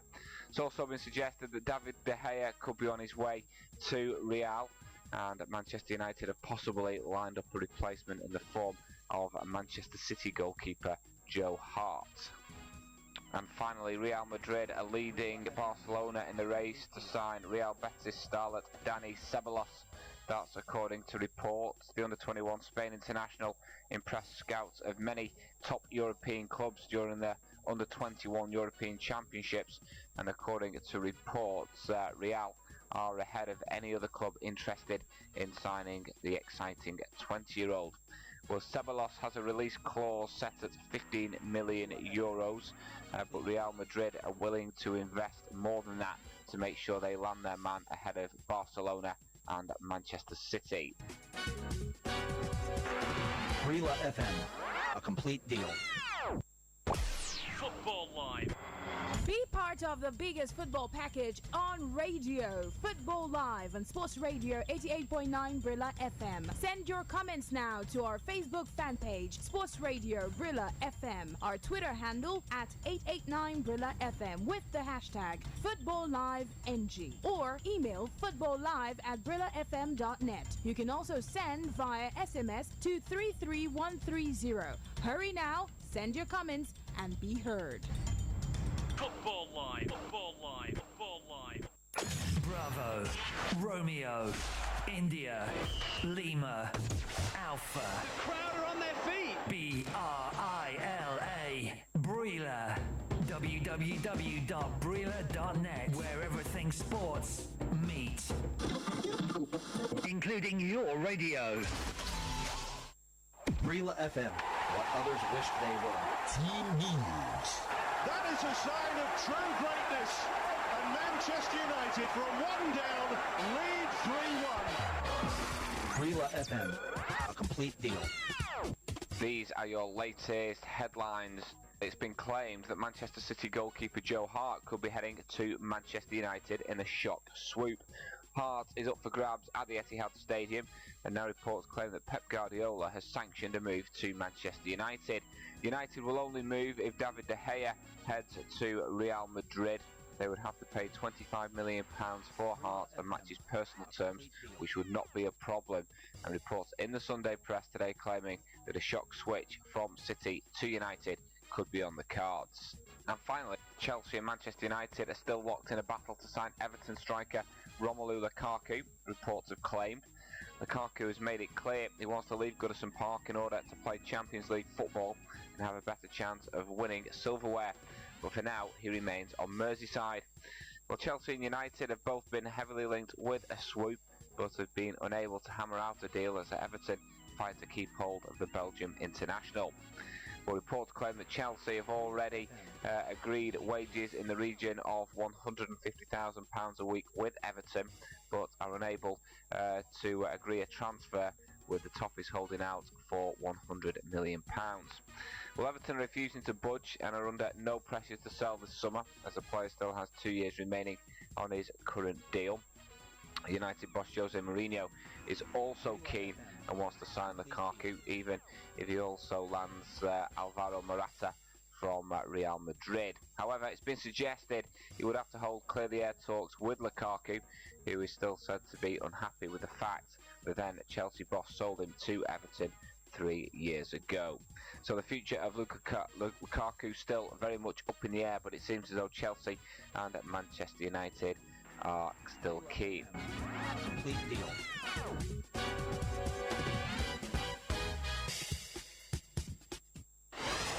Football Live are proof that Sports Radio 88.9 Brilla FM has gone beyond one league.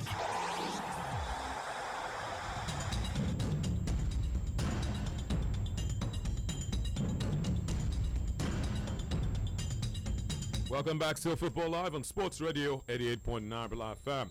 Let's update you. 28 minutes played. Portugal 0, Mexico 0. It is at the losers final of the FIFA Confederations Cup. The final will go down 7 p.m. local time in Nigeria. Chile and Germany will play in the final. Who are you tipping to win at the losers final, and who are you tipping to win the final? Send us a post at 889 Brilla FM. Use the hashtag FootballLiveNG. On Facebook, like our page, Sports Radio Brilla FM, and then go on to post your comments and your contributions. Let's go back to your tweets and your posts. Germany to win extra time. Germany to beat Chile. The name is Oyefolu Benga. Atanda Solomon says, Manisha, it's okay. Okoli Chimobi says Vidal is like the cottage beast. He's a worker, a doer, and an achiever. Says the Roman cottage beast. Ikuraya Rashid says the two teams they deserve to win, but I really want Chile to win just to show what South Americans are capable of. What about Popular? Your name is Popular. Yes, he never. Okay, thank you very much. Arojobe Ibrahim says Germany all the way. I love the team. I love them with a passion. Michael Lord Deso, he says both guys are strong on the field of play. But Arturo Vidal is still the guy for me. Arojobe Ibrahim, thank you very much. Germany all the way. He says he loves the team with passion. Oguche Edoka says I tip Chile to win in the final. Philip David says Germany all the way. What about half man, half amazing? He says the flexible Germany should win. Badong Joshua says, wow, it is too hard to predict, but I'll give it to Chile. Henry Chinedu Emeto says, come on, you two.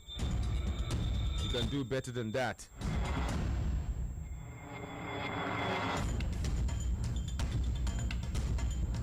Ade Okpeyemi says Chile to win. James Agbarebi says it was Tunisia in Egypt 2006. The Eagles won by 6-5. Kanu reluctantly took a penalty kick. You are very, very correct. It was at the Nations Cup in 2006. In the quarterfinals, Nigeria took on Tunisia after full and extra time. Ended 1-1. Obi Nansofa got a goal for Nigeria on 6 minutes. In the second half, Agui of Tunisia equalized on 49 minutes. And after 2 hours of football, penalty kicks. Yusuf Yobo missed the first penalty for Nigeria. Now Muchi scored for Tunisia. Taye Taiwo made it 1-1. Mendia made it 2-1. Yusuf Ahila missed. Chedley missed. And then Obina scored. Benachu missed. Obafemi Martin scored. Clayton, of course, scored. Clayton, of course, that year was a naturalized Brazilian, but he played for Tunisia.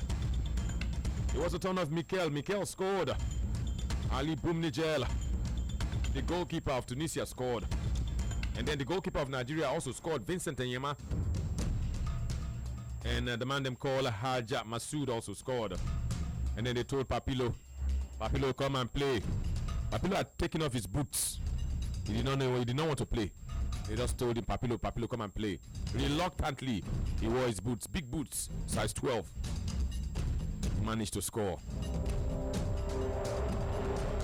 And Bouazizi missed. That was how Nigeria beat Tunisia in 2006. That game was played in Port Said. So Kanu Wankwo did not score from open play, but he scored from the penalty spot in a shootout in 2006. The Electric won Chile versus Germany. Who are you tipping to win? Portugal and Mexico are still doing push me, I push you. 32 minutes played, no goal for Portugal, no goal for Mexico. Who are you tipping to win the final of the FIFA Confederations Cup? Germany. And they say the team that wins Confederations Cup does not do well in the World Cup. Oh. And somehow it happens. Germany to win the FIFA Confederations Cup. Let's continue with your post. I never want to make Germany do well for the World Cup. Okay, Kudus Hussein Kenny says Chile will win. They will win by 3-1. I give it to Vidal. Vidal is stronger or works harder than Alexis. Ikura Rashid says, Anthony, see as you they pronounce my surname. How do I pronounce it? Ikuraya Rashid. If I did not get it well, I beg no vex. So I don't want your bet. Ibrahim says Alexis and Vidal both work very hard, but I will pick Vidal through. Though I am an Arsenal fan, one thing is very, very clear. Majority of those that have picked, the man with the more work rate has picked Arturo Vidal. I don't know whether it's because of the Mohican hairstyle. I don't know. That hairstyle you go first see. I know that will come to play. That thing you go first see. The ginger. Victor Malaolu says Germany will beat Chile today. Thought it will be. I think it will be an explosive game. Idris Idowu says Chile all the way. Romanos Neymar Jr. says I think Chile will take it by 2-1. Emeka Shegun says Elegote and Anthony. I says a person win the ginger for Nigeria. Na Musa, but him ginger no fit pepper, no the pepper at all. Now today, they run up and down, and that's coming from Emeka Shegun. I wish Nigeria had this kind of Alexis and Arturo Vidal. I wish. The closest is Victor Moses. The ginger. But that's the closest. Ginger, the kind of ginger when Alexis the ginger. I said the closest. If anybody there for the squad now, you want to mention, it has to be Victor Moses. I don't know if that's ginger. We don't have anybody. You say no, you're not like to the train. Atanda Solomon says Monisha. Okay, Sports Radio 88.9 FM. More of your tweets. Let's go to this one. Michael Lord Adetso says no doubt Germany are going to beat Chile 2-1. Razak Idris Adelaja says Germany will win the Confederations Cup. They will beat Chile by 4-1. They did the soft work of Mexico. But Mexico tried in that game, but somehow the Germans were just scoring. Mexico was doing the playing, they were scoring. They were doing the playing. That's the thing about Germans. A team that you can analyze their tactical side. But they're defending the suspect. Atuluku Samson say, I'm going to carry a table. Table get ginger. Ginger. Yeah, he get ginger. He get ginger. It's just like he not get the sense, the intelligence of Vidal or what's it called, Sanchez. He get ginger. Yeah, he run up and down. But not just that intelligence. Not okay. In those days when you look at Ginger, Amokachi, the bull, was very strong, very energetic. Okay, let's of course. John Kute says Chile will win. I have Captain Adetula Tosi says I beg to disagree. He says I'm not a United fan, but I think he's not greater than Man U. He's not greater than Man. What are you talking about? And Sam says I would like to support the underdog, Chile all the way. Who's the underdog? Is it Chile? The underdog now. But you're playing the world champions. The match between Germany and Chile. Chile is the underdog. Captain Adetula Tosin says Ronaldo has gone past club legend. He's a football legend. I take this one from Biodu says I am giving this match to Chile. They have a winning mentality. And he says your name is Okbola Ahmed and you're reaching us all the way from Ikorodu. Captain Adetula Tosin says I do not underestimate the power of City owners and Manchester United. Sani Gabriel says Mexico and Chile to win respectively. Mexico to win the losers final, Chile to win the final. Kudus Hussein Kenny says Chile will win by 3-1 and Arturo Vidal works harder than Alexis Sanchez. Adewojobe Ibrahim says Germany will win Chile and they will still do well at the World Cup. Johanna Dauda says, I am tipping Chile to carry the day. Fish Baba 1 says, hello Tony, I give it to Chile because of Sanchez and Vidal and Eduardo Vargas. How can watch him low bench all these big German players? He did not bench them, he didn't even bring them. Germany did not bring all their top players. This tournament does not have Mesut Ozil, no Thomas Muller, Manuel Neuer is not here. Matt Hummels is not here.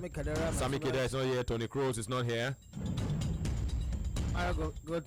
Mario, no, that one is the playboy. Don't recover. And Philip Lam has Gomez is not here. That one is not available. Huh? Gomez. Huh? Who's Gomez? Hey,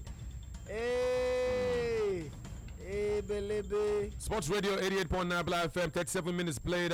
It is still goalless between Portugal and Mexico. Let's hear that Silva has missed a penalty. He missed a penalty, but still the penalty was saved, and that came after 16 minutes. Rafael Marquez has been shown a yellow card, and of course Semedo of Portugal has also been shown a yellow card. Of course Chicharito went for a spectacular like Hugo Sanchez, but he did not connect just some few moments ago, trying to do a Sangalo, but the ball no touching leg. He just jumped for nothing. Let's, of course, give you some news from the world of transfers. Let's start from the camp of Arsenal, where we're told that Arsenal are preparing. They are preparing a £125 million bid. And they want to bid for Monaco forward Kylian Mbappe, who's just 18.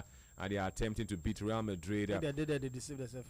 Attempting to beat Real Madrid for the signature of the youngster. Bayern Munich manager Carlo Ancelotti appears to have opened the door for the club to make a move for Arsenal forward Alexis Sanchez this summer. He has described Alexis Sanchez as a great player.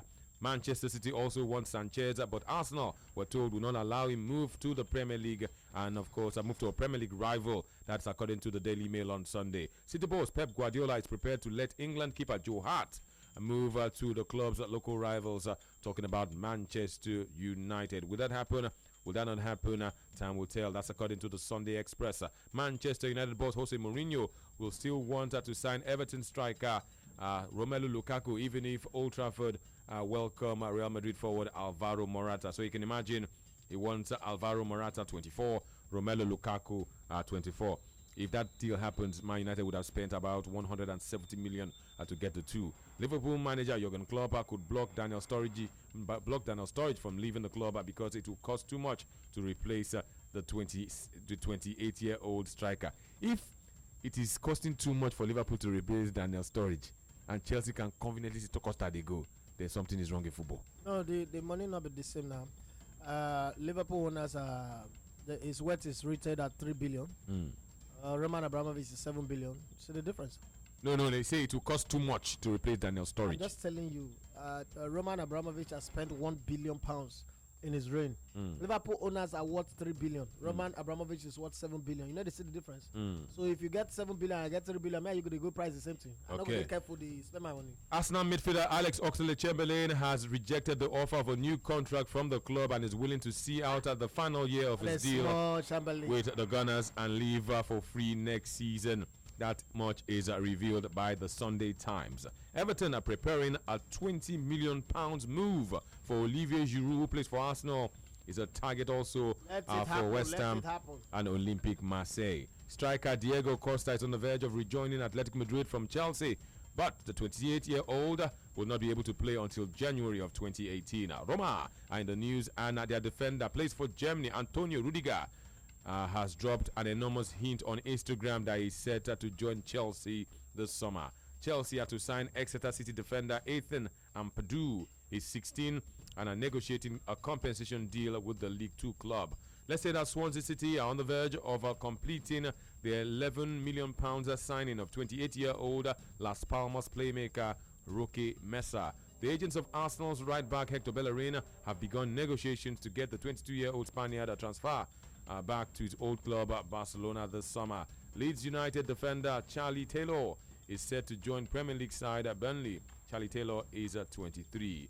Let's of course tell you that Barcelona forward Lionel Messi, of course no longer news, is now a married man, I may need a word with Diego Maradona, who of course is angry after his name was not on the guest list. So if I don't invite you for my party, you go vex. It depends. Why not go vex? Why not go invite me? What I do? What I do? Not in my party. What I do? So Diego said they asked him that why were you not at the wedding? He said maybe the invitation got lost, but Messi will explain. Messi, he tried. He did not invite so many people. Oh, Messi. Enrique, no, they didn't invite Enrique. He didn't invite him. As to tell you how far. Why? But Diego Maradona, he say that they always compare me to. No, don't come and take the shine in my wedding. Come and rub off my glory for my wedding. I beg. Now my wedding, not your wedding. Somebody was asking me yesterday that why did Messi not invite Cristiano Ronaldo? Who? That was the God party. No, Cristiano Ronaldo is busy doing a mugo. I don't understand. What do you want to do for? Wait. So if you tell them, imagine you tell them. Cristiano Ronaldo wait and say that to not be friends. No, not even that oneself. Imagine you telling the Portuguese FA that your children are crying at home. You want to go and see them. You confirm. Go South now America. What will people say? You go that kind of wedding. Sports Radio 88.9 FM is still the station. Let's of course take you back to Russia. 42 minutes played. Wedding. Anybody not get Barcelona connection was not invited. 42 minutes make that 43. Portugal and Mexico are still playing goalless in the losers final. More tweets to come from you. Let's take this one from Jolayemi Donald. Says Germany is winning Chile by 3-1. Those young German boys are blazing hot. No escape route for Chile. Arojobe Jamiola says I'll pick Vidal because he covers more space. When you look at the midfielder, and he covers more space than Sanchez. Jared Cunningham, we see you. What about Samuel says the only problem Chile may have will be with Claudio Bravo. Is Claudio Bravo a weak link in the Chile team? Well, for national team is doing better. You know there are some people who play better for club than country. Some who play better for country than club. Bravo not get. It's not Bravo, maybe Bravo. I say I come from Enugu. Bravo not get fought for national team side. So the person the judge so the judge are based on Man City, not be based on national team. For national team, is dotted all the I's and crossed all the T's. Okay, I want Chile to win because they've been impressive for the past 2 years, but Germany will win because they deserve it. That's coming from James Agberebi. What about okay, Halabi is here. Chile all the way. So you guys will know why Chile denied Messi and Argentina 2 times consecutively. South America all the way. I have Junior says good day to you guys. I give the final to Chile because of my man Arturo Vidal. Razak Idris Adelaide says that the Portugal fans will probably be cursing Ronaldo after that penalty miss for boycotting the third place match. I did not curse anymore. Arojobe Ibrahim says Germany will win Chile and they will do well at the World Cup. Still football live on your frequency of champions. Ogungwe Setonio says Tony is a clown. Just badding you. I just badding you. For me, John Ogunde Ginger Jaw. Yeah. How many times John Ogunde play? He doesn't play for the national team, but for club side, but the clips of John Ogunde I don't watch. So if you see the ginger of Alexis and the ginger of this thing, that is not ginger. Yeah, but no, that's gin. Defensive midfielders not fit do with it as in run that far now, but it does play well. That's not gin. That's not ginger. That's gin. Come on, ginger. I'll leave you to decide that one. Rafael Ella says 125 million for Mbappe. This one giant bobo. Haba Arsene Wenger. Okay. Arojobe Ibrahim says Arsenal preparing 180 what? Even my 2 years old boy no say na lie be that. Okay. Ugo Sam says Tony, please tell Arsene Wenger and Arsenal to stop playing at the gallery. Get serious and get a summer transfer. Which one be 120 something million from Mbappe? Hello, Jobe. Thank you very much. Ugo Sam, thank you very much. I have this one from Sonny Gabriel. Says, Elegbete, it is true. Is it true that Arsenal have signed Lacazette on a 5-year deal and Mahrez on a 4-year deal? Almost. But we've seen so many almost done deal for Arsenal. We not come true. Higuain was almost. Mata was almost. Eric Lamela was almost. There's so many almost what Arsenal do, and then they not get. Suarez was in short was a done deal, but he's playing for the senior Arsenal team called FC Barcelona. So until they present him, I don't know. If you are a fan of Arsenal, until that player is unveiled and registered, please forget it. Please don't Don't Where's your celebrate. hope? Don't celebrate. They can dash your hope. The only coach in world football that almost signed everybody is Arsene Wenger. Go and check. Maybe you know that Arsene Wenger almost signed Messi. Pele, almost signed Pele. Everybody. Please, just take care of your heart. Henry the Great says, Elegbete, Arsenal want to use all their money on one player. Will Mbappe play in the defense, in the midfield, and in the attack? I don't know. Okay. Hussein Aiden says Chile will win on penalties. Simple Me, we see you. Hilarious Gunnar, we also see you. Thank you very much for the tweets. Let's go on to the next one. It's still Football Live right here on Sports Radio 88.9 FM. Remember, we're talking about the FIFA Confederations Cup, and we definitely are taking your post and your comments from social media. Do you think that Chile can win? Do you think that Germany will win? Who is your winner in today's final? Remember the time for kickoff. It remains 7 p.m. As for the losers final, the third place game, we are into stoppage time. Portugal and Mexico. It is still goalless. So you know what happened to Portugal? In fact, the referee has sounded the whistle for the halftime break. So 45 minutes have been played. The players are headed for the dugout. 45 minutes, no goal for Portugal, no goals indeed for Mexico. The last time Portugal, of course, played a pen up in a shootout, you know what happened. Will they? Would you like another shootout for Portugal? No, I know I made the game straight. Let them redeem. You don't want them to redeem themselves. No, not third place match. Make them just win straight. The best way to redeem themselves now for them to win them. Okay, let's of course take many of your tweets and your posts. I have Adion Prosper. Ifan says Germany, the German machine all the way, youthful. They are vibrant, they are strong, they are fast, they are talented. And they have a world-class tactician in Joachim Löw. Germany all the way, they will beat Chile. Badong Joshua says with Chile, I think they have an edge over the emerging youngsters from Germany. Njoku Jeremiah says no need for exchanging predictions here because the German machine have been in this. They've been here before and they will win. If Germany lose, I will pay somebody 1K. That's coming from Njoku Jeremiah. Oladipupo Haji Olamileko says I think the Germans will carry the day. I think they will carry the day because the young they are not smiling. They are hungry and they will lift the cup up Germany. Listen, I would say, General want to do for Nigeria before. Want to use the new set of players, make the ginger, so that competition could do Eagles. I finally have finished. Okay, let's join this one. Your name is Jacob Tessia says I am tipping the Germans, the youths of Germany to win. Remember Germany also at under 21 level, the champions, they beat Spain. Alex Chuba says good day Elegbete and Anthony. Alex from Asaba. I tip Chile to win the Confederations Cup because of my two guys, Vidal and Eduardo Vargas. Michael Idowu is here, says okay, say no to back pass and drop game. Chile waiting for Sanchez or Vidal to act. Say yes to silk football. What do you mean by that? Are the Chileans boring? No, a very, very exciting side. Boring way. Godwin Ikechi Agbada says, I think Chile will nick this one, but I don't understand. I don't want to underestimate the young Germans. Ekero Kechuku says, good afternoon. For me, I tip Germany to win at the Confederations Cup. Victor Somto says, happy Sunday, guys. I'm tipping Germany to win Chile because they know how to score goals. Vitalis Stars is here. He says, for me, I go with Chile. I want them to win, and I see Vidal. I think he's stronger and he works harder than Sanchez. Vitalis Jaffet says, for me, Chile will win. They'll win this one and they will still do well at the World Cup next year. Ferdinand Eze says, I am tipping Chile to win. Or Debumi Olukunle Solomon says, may our loyalty never be put in test. I'm sitting on the fence today. Prince Patrick is also here, says, I'll definitely go with the young Germans. They have done enough to win the trophy. Adeboye Uluwa Toby says, what time are they going to start the match? I support Germany. 7 p.m. is the time for kickoff. Local time. 7 o'clock. Local time in Nigeria. Adedamola Adeoshun says, I go with Germany. German machines all the way. I have Israel.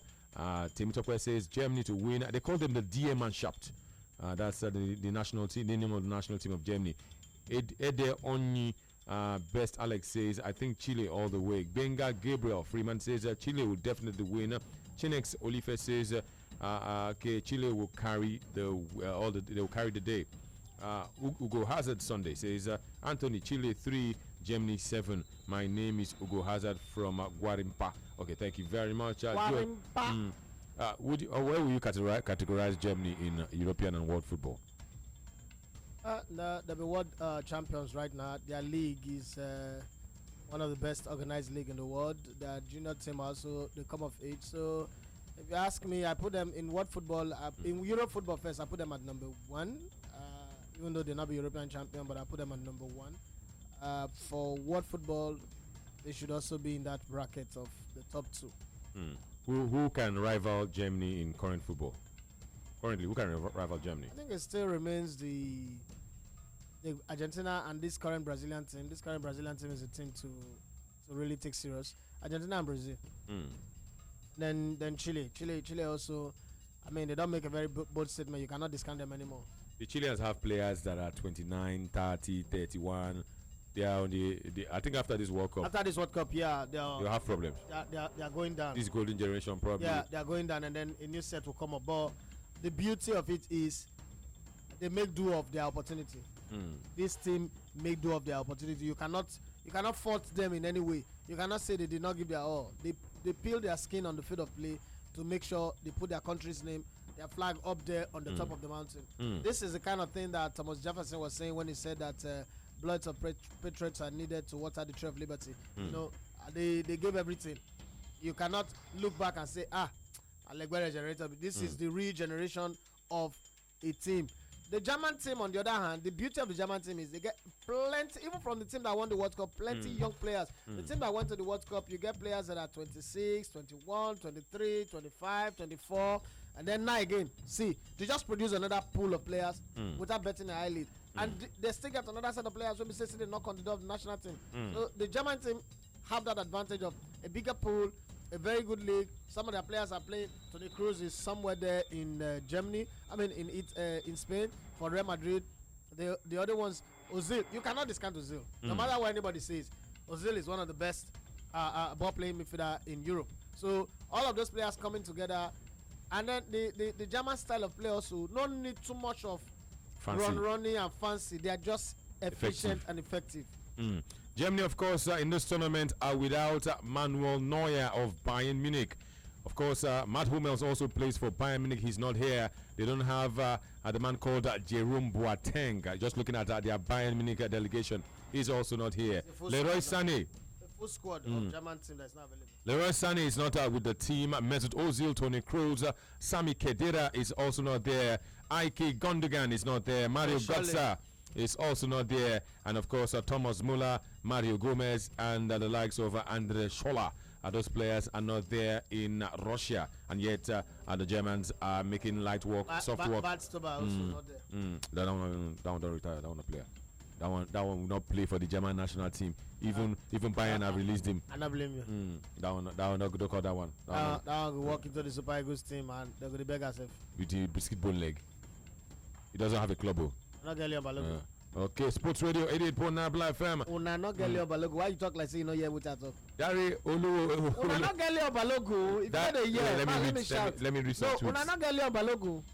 Oga Bastuba not be player again. Oga Bastuga not be player again. No go play for Wele Balogun day. You know, I was him. Wait, I want to ask you. A player that is not the leg. Nobody can name. He not get leg again. No. Even without one leg, he go play ahead of the enough fit. This one, I see. This one can even play for Brilla Bees. He's semi-retired, if not retired. Okay. Let's tell you. Sports Radio 88.9 Black FM. Bees overdose, static overdose play.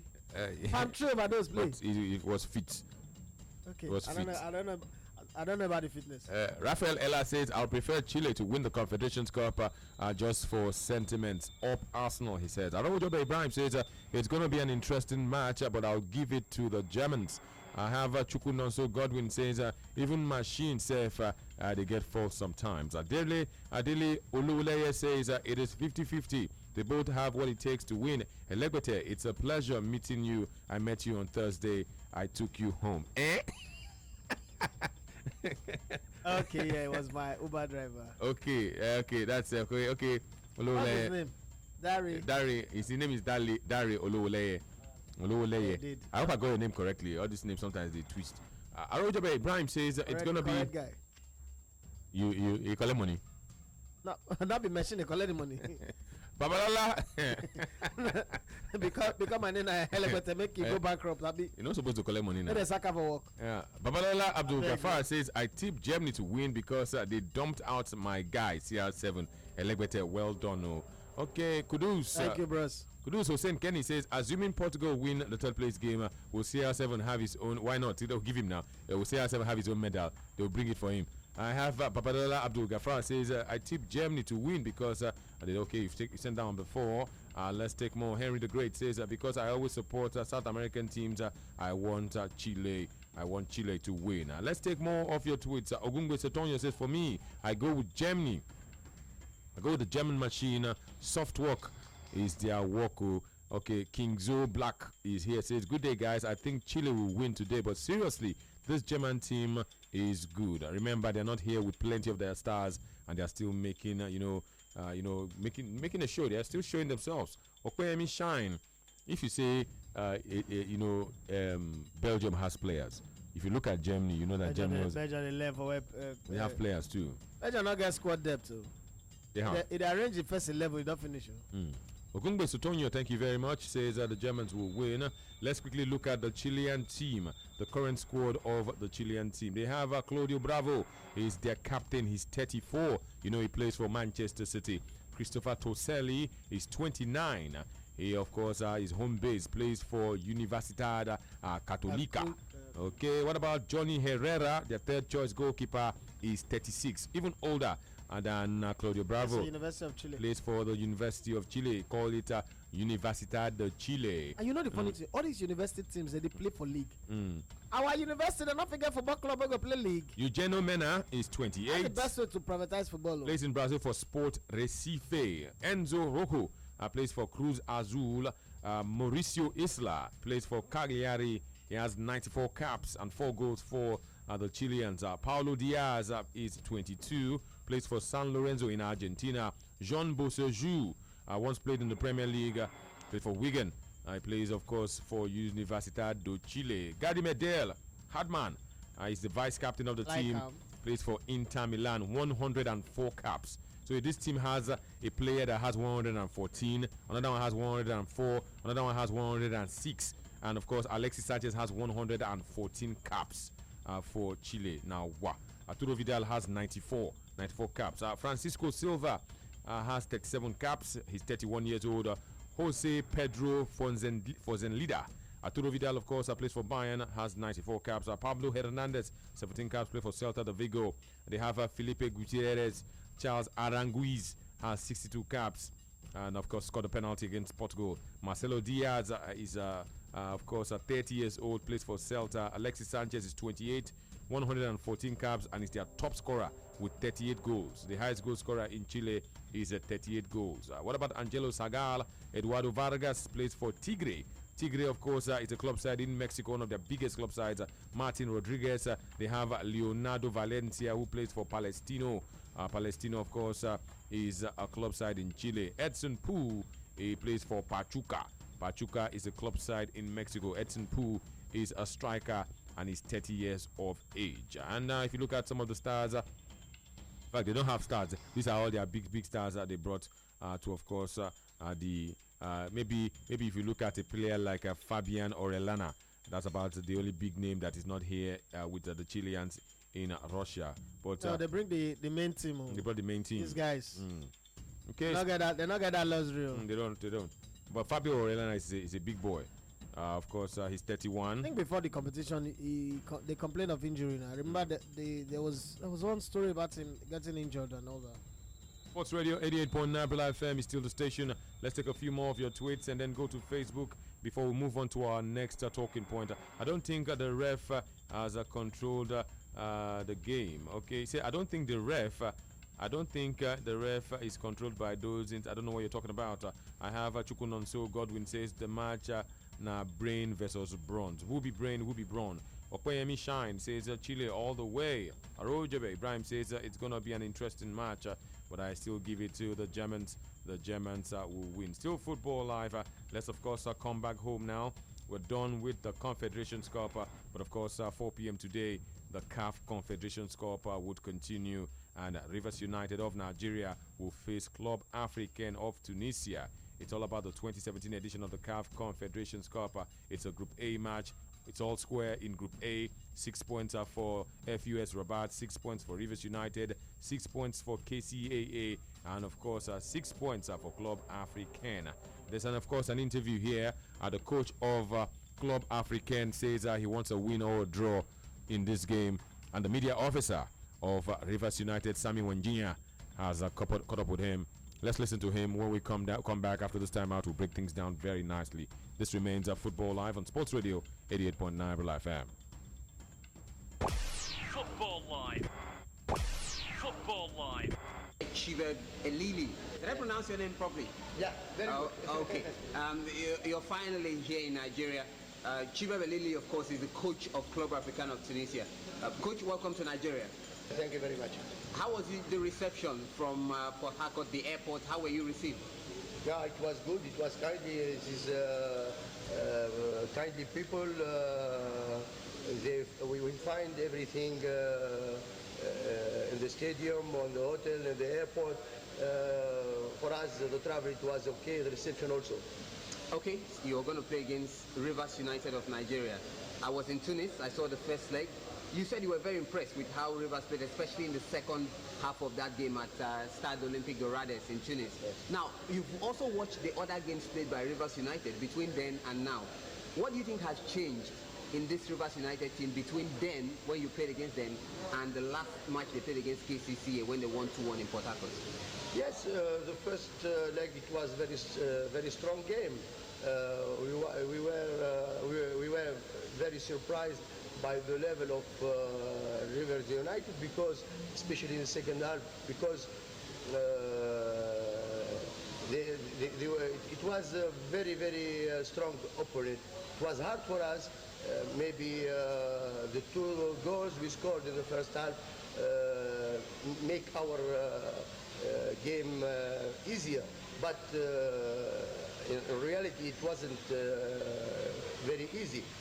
And from this game until now, I think that the hope or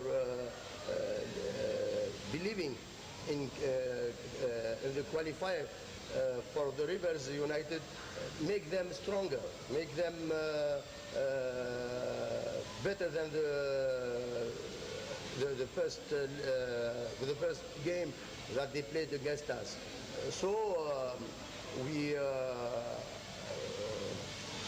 I know that our game, it will be more difficult than the first game. One, because we play in the stadium of Rivers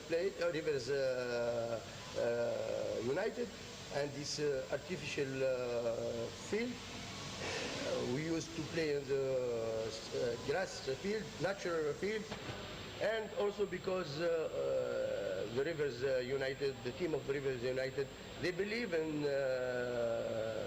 the future, the closer future. So it will be a strong game. But as I said, that Rivers United is very strong and very good team.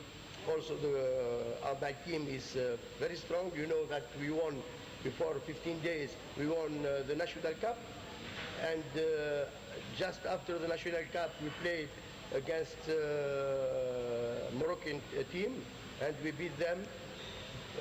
It was very hard, but we were in this game. We were stronger than the Moroccan team, so we believe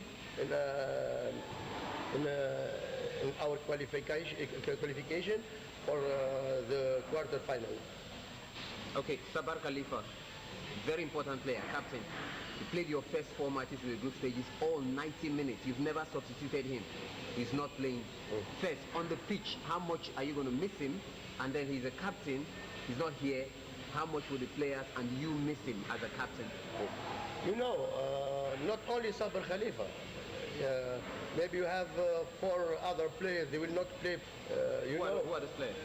You know, because you are the end of the season in Tunisia.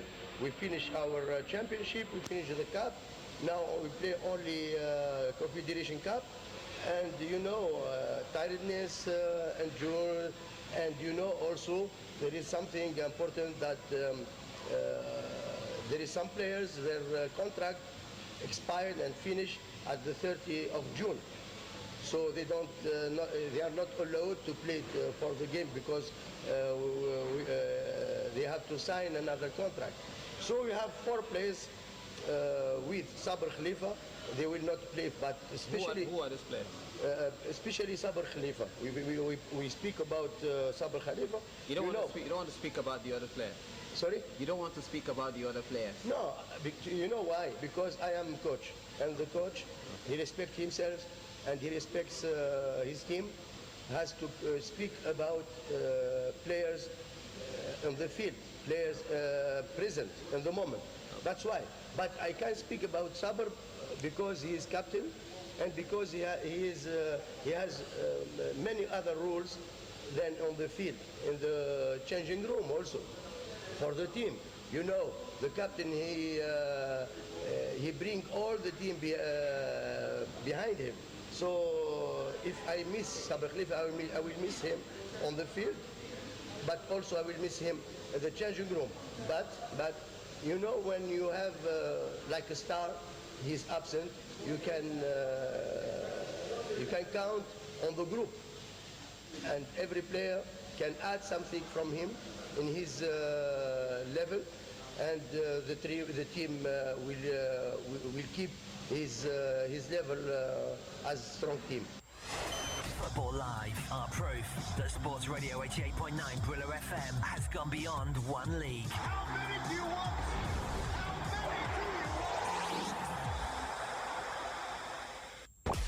Football Live. Be part of the biggest football package on radio. Football Live on Sports Radio 88.9 Brilla FM. Send your comments now to our Facebook fan page, Sports Radio Brilla FM, our Twitter handle at 889 Brilla FM with the hashtag FootballLiveNG, or email footballlive@brillafm.net. You can also send via SMS to 33130. Hurry now, send your comments and be heard. Football Live. Football Live. Football Live. Yes, we're about to talk about Rivers United in the CAF Confederations Cup. And talking about the Confederations Cup, action has started. Yes, there's, of course, we have 2 live games. One, of course, is going down in Swaziland and the other one in Uganda. Group A action in Uganda. Kampala City Council of Uganda are hosting FUS Rabat of Morocco. These are, of course, group opponents of Rivers United. Mbabane Swallows of Swaziland are taking on Sfaxien of Tunisia. And later on, it will be CF Munana of Gabon and TP Mazembe of DRC. Don't forget, at 4 p.m., we'll see Rivers United of Nigeria take on Club Africain of Tunisia. As it stands, it's all square in Group A. But then things will change by the time Kampala City and FUS Rabat finish their game. But our focus remains Rivers United. The coach has been talking tough. He says a win or a draw is what they are looking for in Nigeria. In the reverse fixture, it was 3-1 for FUS for Club Africain. And they are right here in Nigeria, in fact in Port Harcourt. And 4 p.m. Rivers United will take to the field against their opponents from the Maghreb region. Elegbete, do you see a win for Rivers United? A win will take them maybe to the top of the group. Well, to put them away from having to battle with Rivers United in terms of head-to-head, they need a draw. To put them established on top of the group, they need a win. Well, I not say Rivers United may do well, but I not think this team will beat Rivers United. They also not get good away record, so it looks like at the end of the day, plus or minus, Rivers United might win this one. It looks like at the end of the day, we might have a situation whereby all the teams will finish with 9 points. It's likely for now, but at least after this one, them no say that they go home to go win, even if they lose. So their destiny in their hand. Whatever the result is today, they not say if they go back home, if they win, they'll qualify. So Club African is on the safe side. But to make assurance double sure, if they win today, they know that going home what the worst that can happen is a draw. They'd already qualified. If FUS Rabat pull a draw in Kampala, they will most likely win this group. Yeah. Because they have a home game against Rivers United. and winning that game will give them 10 points on top of the group. So if Rivers United should win this one, they will be on 9, and Club Africain will play their final home game against Kampala City. So what does Rivers United have to do? Rivers United needs to win here, and then think of maybe going away to go draw.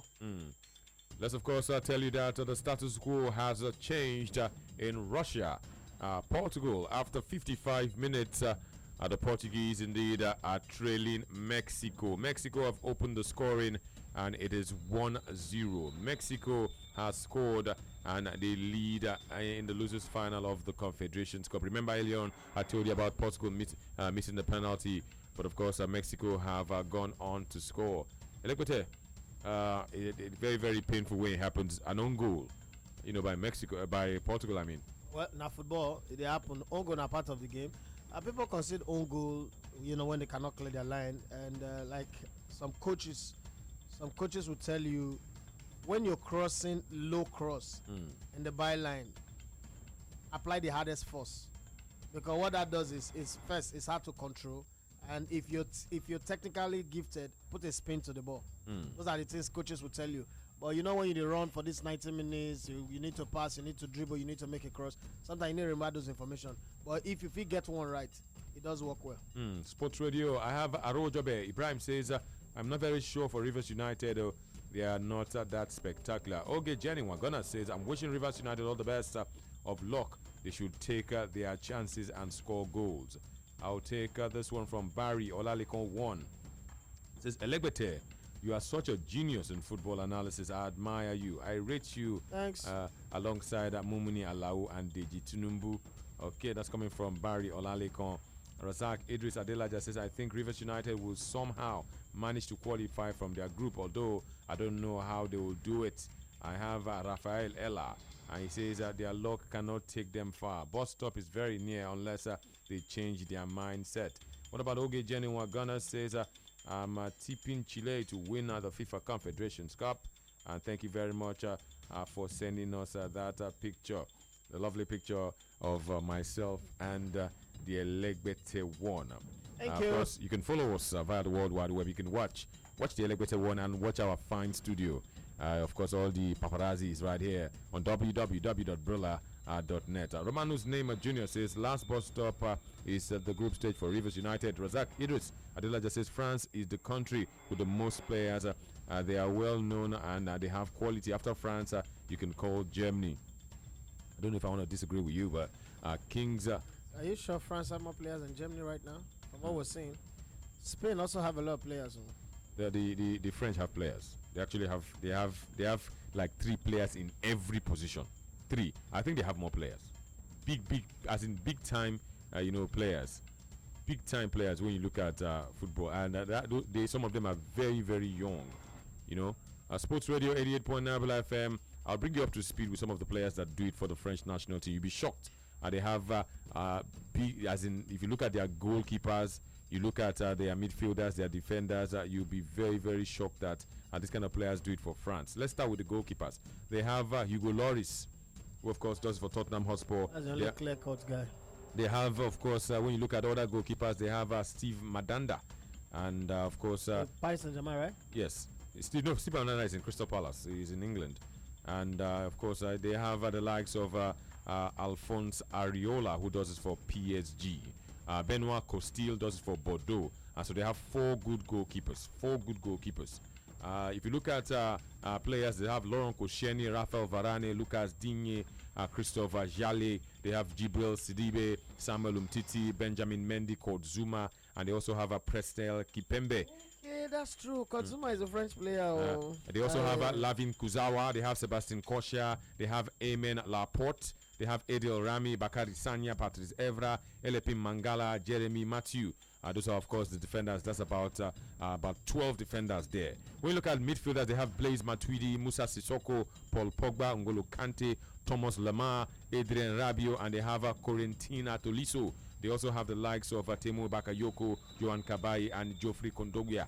Attackers, they have, of course, Olivier Giroud, Antoine Griezmann, Dimitri Payet, Alexander Lacazette, Ousmane Dembele, Kylian Mbappe, Florian Thauvin, and not forgetting Kevin Gamero, Nabil Fekir, Kingsley Coman, Andre Pierre Gignac, and Anthony Martial. But this Peggy Giniac, he's been playing since like forever. Old man, he's 31. Shorty. You know, I still did not call some other players. Those ones maybe say some are not coming back to the national team. Karim Benzema, Sami Nasri, Mathieu Valbuena. That one is out of it. I did not call those ones. In fact, you look at. Did I even call Pogba? Yes. I called him, right? You call him okay. Sports Radio 88.9 FM is still the station. They have players. Nigeria. When will we reach out this kind of level? Sports Radio. Let's go to this one. I have Oladipo David. We have players. We don't have team. Vidal, surely Vidal works more than Alexis. Tomorrow, Joseph says, I believe in Rivers United. They are good to go.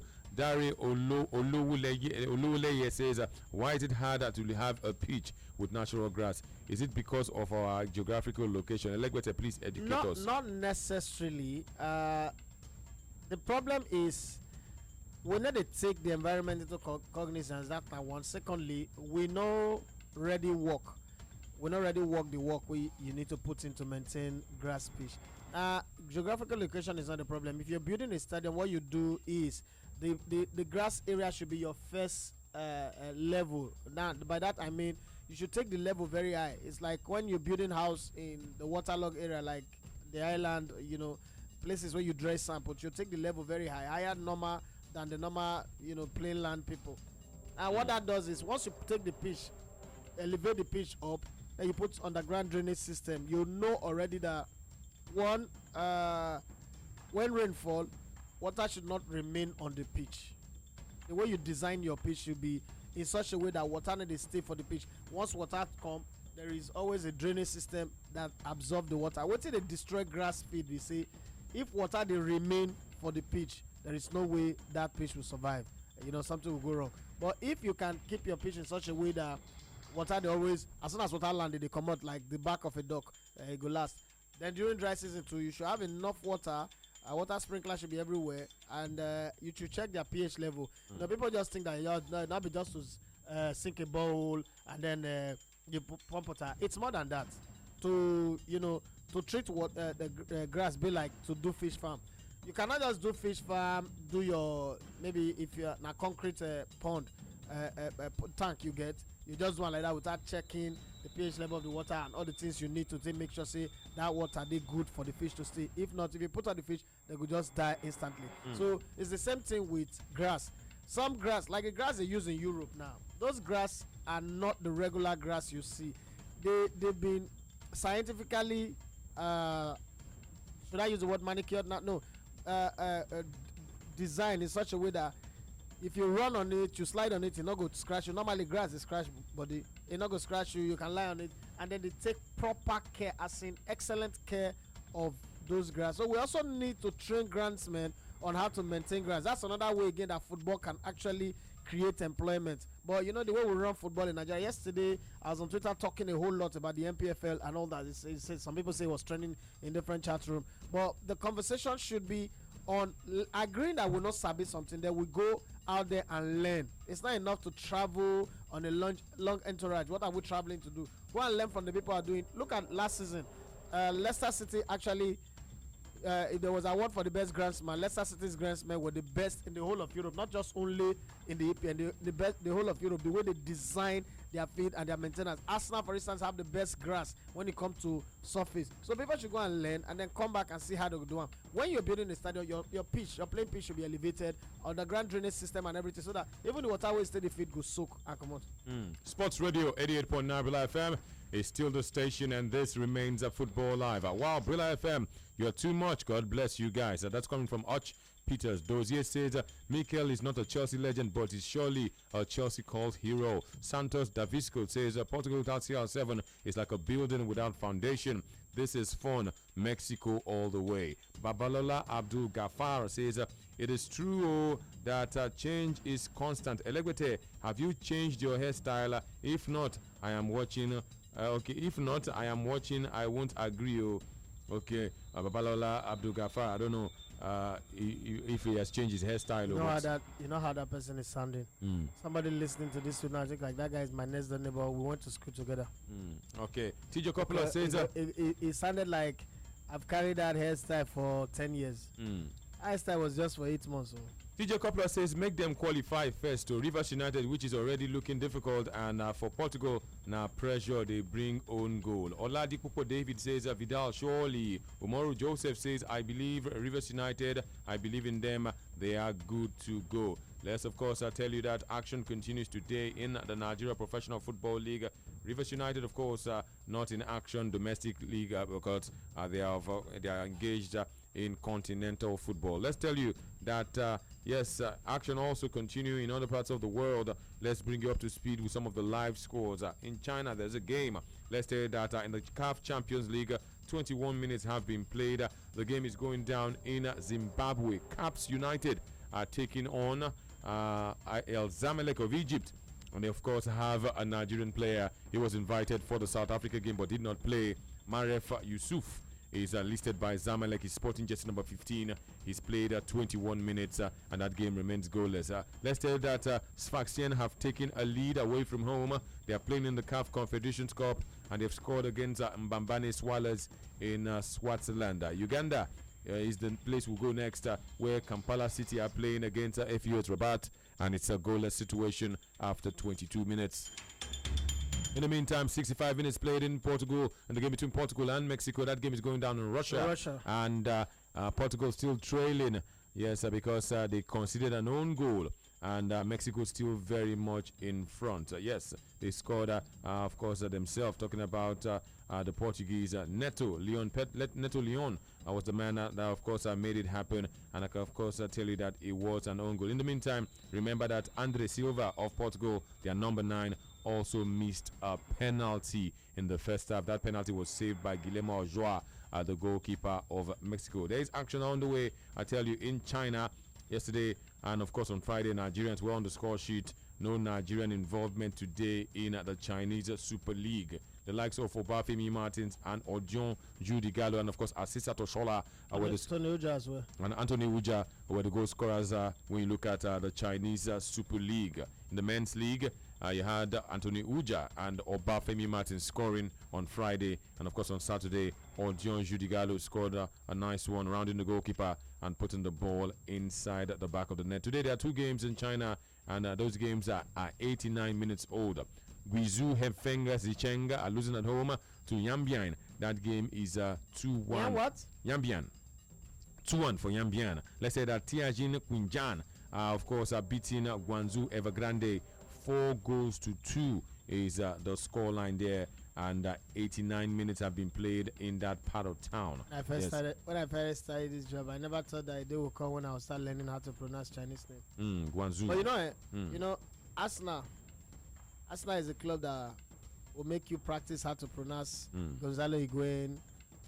It's actually called Higuain. Yes, they will make you during the preseason plan how to pronounce Gonzalo Higuain, and then you end up pronouncing Yaya Sanogo.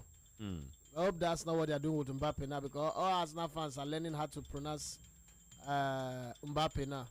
At the end of the day, they will give them what's that guy, Asensio from Japan.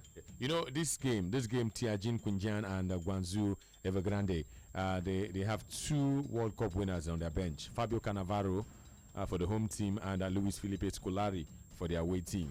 Big time coaches are in China. They won the World Cup after each other. 2002, 2006. Sports Radio 88.9 Bula FM is still the station. Of course, action going down everywhere. In Kenya, action, of course, is going down the Kenyan League. In the Nigerian League, there is action later today. There are 9 matches, and of course, 9 centers will be involved. Let's take you elsewhere in the world of football, where, of course, action went down. Let's tell you that international friendlies would also be going down in the MLS. Matches were played. Let's say that early this morning, the Chicago Fire defeated the Vancouver Whitecaps by 4-0. FC Dallas and Toronto FC 3-1 for FC Dallas. In fact, in the MLS, all but one did not win. Talking about their home matches. Let's say that Montreal Impact beats DC United 2-0. Sporting Kansas and Portland Timbers played out a 1-1 draw. What about Columbus Crew and Atlanta United 2-0 for the visitors? Atlanta United, Colorado Rapids beat Houston Dynamos by 3-1. The San Jose Earthquakes beat Los Angeles Galaxy by 2-1. and that's how it finished. Later today, in fact, 10 p.m., there will be a game in Philadelphia where the Philadelphia Union, will take on the New England Revolution. That's how it is in the MLS. World International Club friendlies. Let's tell you that Bayern Munich, their second team, would take on Liefering of Austria. We can tell you that, in fact, it's all the Otakara teams that are playing now. You have Wedenbrook taking on VF Ball, Osnabrück, Otakara teams, I tell you. But this new week, teams will be coming from. The big boys will be starting. They'll resume and then start, of course, their pre-season. Sports Radio. I'm going to sweet for bet lovers. Let's quickly go back to your tweets. I have Razak Idris who says Tony and Elegbete, is Arturo Vidal more energetic than Marek Hamsik of Napoli? I don't even see Hamsik, which Hamsik. Santos Davisco says, I hail you guys. I'm sick to try. I'm sick to try. I hail all the Brilla staff and the fans. They tell about being a good player sometimes. They say if you know to play for a big team, you almost get lost in transit. I'm sick to try. Okay, let's also inform you that at the Confederations Cup, the captain for Portugal on the night, or better still on the day, talking about Luis Nani has run his race. Luis Nani, always trying to be like Ronaldo, has been replaced by another man who also tried to be like Ronaldo at some point, Ricardo Quaresma, as Portugal continue to chase Mexico. I mean, Quaresma defined himself. Nani, that one is lost at sea. Okay. Sports Radio, it's still 1-0 in favor of Mexico, and the game is 70 minutes old. Can Portugal come back here? Can they come back from this one? That is the big question, begging likely for answer. Let's go on to this one. It's our next talking point, where, of course, for the time being, we can still take your post and your messages on Rivers United. You can wish them well. They play later today, 4 p.m., and they take on Club African. Rivers United, can they win? Can they draw? Let's go to this one. Your name is Edward Rocky Oko. He says Nigerian clubs are very disappointing when it comes to the big stage like this, and they want to play for the Super Eagles. Let me mind my business, Sha. They have a lot of work to do. Christian Okolie says it is the same story, not putting enough effort when it comes to continental matches. Please, I have this problem. I have been following Brilla online in Ghana, but until recently, I'm not able to connect anymore. The radio will be playing, but I cannot hear any voice.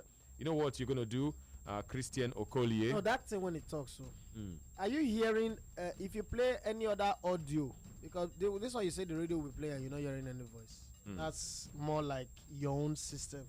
If you play any other audio in that your same system, do you hear voices? If you don't, then go to www.brilla.net. Maybe if you do hear voices from other platforms. Okay, Christian Okolie, what you simply need to do is to go to the web, go to the World Wide Web on your phone, on your system, your PC, your laptop, your smartphone, and follow us. You can watch us and listen to us live on www.brilla.net. Oladipo Haji Olamilekon says, as far as they can bring the trophy home, Oluwa keep Rivers United moving. Okay, thank you very much. Ede Onyi says, which trophy Rivers United won't bring home? Have Confederations Cup. They will win today and commence the next stage. Move on to the next stage of the tournament. Ajayi really Oluwaduro Timi Samuel says they might head into the finals. Imagine they got their first goal. Let me sign my song. Really? Okay, I have a Prince. Patrick says Rivers United can only try, but they won't go anywhere simply because they do not do well when they play away matches. Samuel Onwuma says even if Rivers United win today, they will be knocked out on head-to-head basis. Uche Peter Nwakocha says they will win, but I don't know if it will be handsome, if it will be handsomely done. Charles Daniel says they will wumble and fumble, forget the final, and win it. I have Ojikutu Ibrahim Babatunde says it will be a nice game or 2-1 for Rivers United. I have Adio Ramon says I believe Rivers United can win by 3-0. Ronald Onyinye says Rivers United will go far. They'll get as far as the final. Monday Mba says they have no chance, that they're going nowhere. John Eno says they will win today's match. I have Wahid Ahmed says Rivers United all the way, they will win. What about Honorable Adesomoju? Adesomoju Olusegun says lineup please. Which lineup? Lineup of course is not out. I have Simon Moscow says semi-final perhaps, but they need to learn how to score goals. Ojakovo Isaac says Rivers United will win. Isaac Ojakovo. Okay, it says Rivers United will win because they are a strong team. I have a Pankies Bawuru says Rivers United will win and they will win by 2-1. This is still Football Live on Sports Radio 88.9 Brilla FM. Let's give you some news from the world. Let's give some news from the world of transfers. Let's say that Joe Simeone, he may have enjoyed a breakthrough season last season at Genoa, but now Fiorentina want the striker to move to Florence. 15 million euros has been rejected, and Genoa say bring more money. Joe Simeone is the son of Diego Simeone, the coach of Atletico Madrid. He's making waves. He scored plenty of goals last season for Genoa, and now Fiorentina are pursuing his services as they come to Atletico Madrid. But then Atletico Madrid cannot sign players. They want to sign Diego Costa. No Schneider. The ambitions, of course, the ambitious plan to bring Wesley Benjamin Schneider to Sampdoria is cooling off after all. The coach, his name is Marco Giampaolo. He never used to retire. Marco Giampaolo says no, we don't want Schneider. He says they are targeting another player. That one's name is Josip Ilicic. Not Schneider. Don't want Schneider. Let's say that Milan forward Luca Vido, 20, has completed his move to high-flying Bergamo. That's also in Italy. Let's say that Leicester City, the Daily Mirror is reporting that Leicester City would get Kelechi Iheanacho for 25 million euros. They will sign him for. Like this, they do work a bit. They will sign him for Manchester City. So Kelechi Iheanacho is almost a player of Leicester City. Valencia, we're told, have broken into the market with a free transfer signing of Nemanja Makasimovic. It's a done deal. He's agreed from Astana. Let's also give you about this one. Manchester United are looking at the possibility of signing the man called Romelu Lukaku, and they are looking at 115 million euros. 150 million euros. So Manchester United and Chelsea are going head to head for Romelu Lukaku. Who do you think will get him? Well, the two clubs get something in common. It not fitting with Jose Mourinho when he did for Chelsea. I don't think Romelu Lukaku will want to work with Jose Mourinho, but that's just my thinking. Chelsea look like the club that will give him a bigger run of game, because right now Diego Costa they not get striker. So if he goes there, he'll be their number one striker, and that has always been his dream, to be the number one striker. If he goes to Man United, there is a little case of Marcus Rashford, and then there is also Martial business. So it will be a rotation. I think he wants to play in a team where one is the number one man in the league and in the Champions League. So Chelsea look like the biggest of the two. But anything can happen. No? Money where they offer, salary, all those ones also count too. Let's of course tell you that the Daily Mirror is reporting that Arsenal have dropped 142 million euros for Kylian Mbappe. Now what? This report. Let me calm down. Funny thing. They can't come out and say there was no official bid. So they make this report. Okay. Let's say that of course. Total Sport has revealed that Barcelona have started talks to sign Leonardo Bonucci. Total Sport. Italian. Yes, they are in Italy. They are very authoritative in Italy. Barcelona have began talks and they want to sign Leonardo Bonucci from Juventus. And La Masia need to work again. You what? Yeah, La Masia. They work now. La Masia has sold 3 players this season. Now they sell, produce for the senior team. La Masia is not to sell. They are production outfit. He's working, but they want finished product. So, of course, Leonardo Bonucci, after shutting Messi over 100 and how many minutes? 180 minutes. Looks like Barcelona want him as a defender. Chelsea also interested in the Italy international, but Barcelona have open talks. Let's say that if Juventus can't bring in Real Madrid's Danilo to replace Dani Alves, they would attempt to sign Paris Saint-Germain man Serge Aurier. He plays for Cote d'Ivoire. That's according to Italian journalist Gianluca Di Marzio. Also, the two clubs are set to discuss a deal for Blaise Matuidi, talking about Juventus. Let's go elsewhere. Let's go, of course, to Joe Hart. Joe Hart is still looking for clubs at Manchester United are interested. Newcastle United are also interested. So Manchester United and Newcastle are the ones looking for Joe Hart. Joe Hart is surplus to requirements at the Etihad. Let's go to AC Milan, where Italy legend Dino Zoff has told a fellow shortstopper Gianluigi Donnarumma that he has a lifetime to play for Real Madrid or Barcelona and should stay put with AC Milan for now. The words of Dino Zoff to Gianluigi Donnarumma. You have a lifetime ahead of you. Just calm down. Real Madrid will still come. Barcelona will still come. But for now, play for AC Milan. So that's what's the last time an Italian goalkeeper came for Madrid? Barcelona? It doesn't matter. Now when you get a chance, make it go. Okay. Let's tell that. Let's go to this one. After selling Leandro Paredes, Roma are strengthening their defense with Estudiantes teenager. His name is Juan Voigt. And they also, of course, I believe the sporting director of the club, Monchi, he joined from Sevilla. He's looking at Nacho Fernandez and Mauricio Lemos as further reinforcements in addition to Alberto Moreno and Johnny Castro.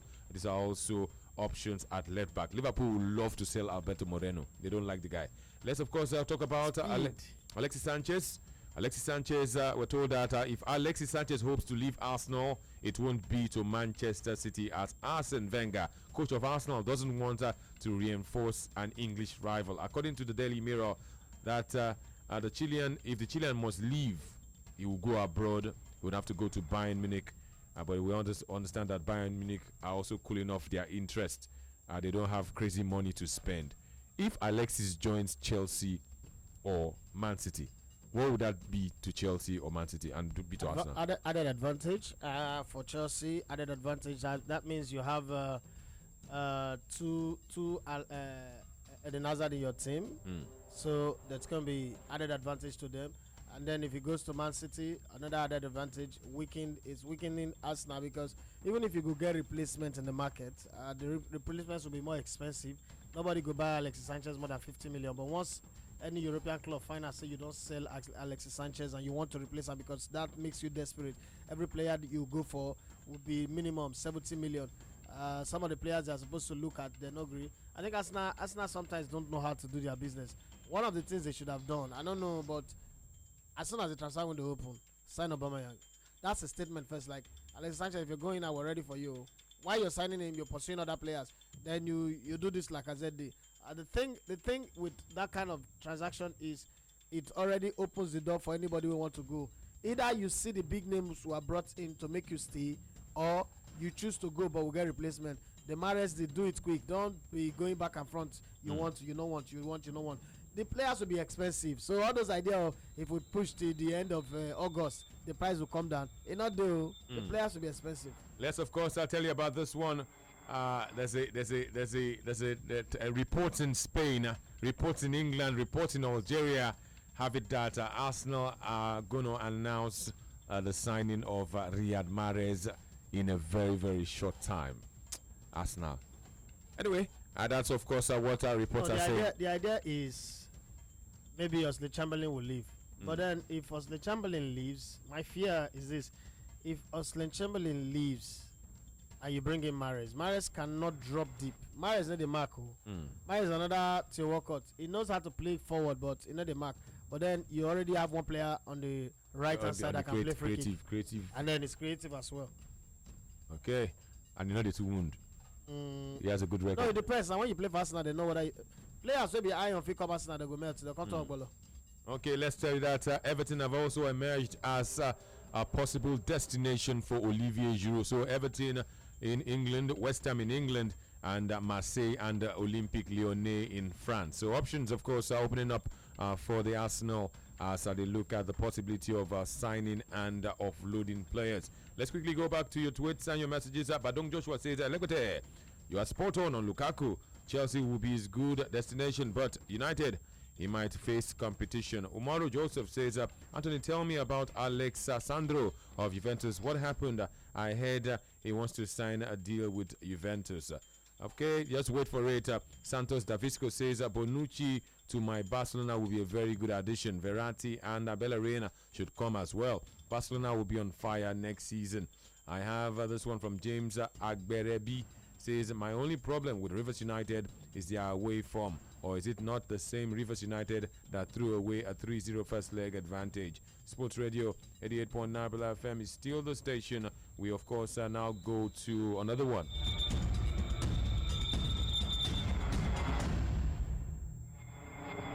Research has shown that Chelsea have been earning a fortune from selling substitutes and reserves, and they've been using the money to bankroll their spending all this while. On Friday, Chelsea flogged Nathan Ake to Bournemouth for an eye-watering £20 million after he failed to crack the first-team squad. Owner of the club, Roman Abramovich, was told is top.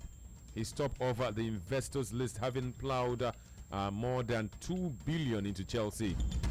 The Chelsea owner has also made a fortune from selling flops. And all these sales mean Chelsea have raked in a staggering 411.8 million in the last 3 years, million pounds in the last 3 years from selling unwanted players, fringe players, and reserve players. The last 3 years, Chelsea has continued to sell players. Remember, they sold Kevin De Bruyne, £16.5 million. That time it was sold to Wolfsburg. Juan Mata Garcia was sold to Manchester United for £37.1 million. Georgia Saville was sold for £1 million to Wolves. Romelu Lukaku went to Everton for £28 million. They might buy him back for £100 million. Patrick Van Aanholt was sold for £1.5 million. That year he was sold to Sunderland. Demba Ba 4.7 to Besiktas. David Luiz, they bought him back, but they sold him for £50 million to Paris Saint-Germain. Ryan Bertrand was sold for £10 million. Andre Scholler, not with Germany in the Confederations Cup. Chelsea sold him to Wolfsburg for £22 million. Oriol Romeo went for £5 million to Southampton. Felipe Luis, £17 million to Athletic Madrid. Josh McEachran was sold for only £750,000. He was sold to Brentford after he did not, of course, make the cut. Petr Cech went for £10 million to Arsenal.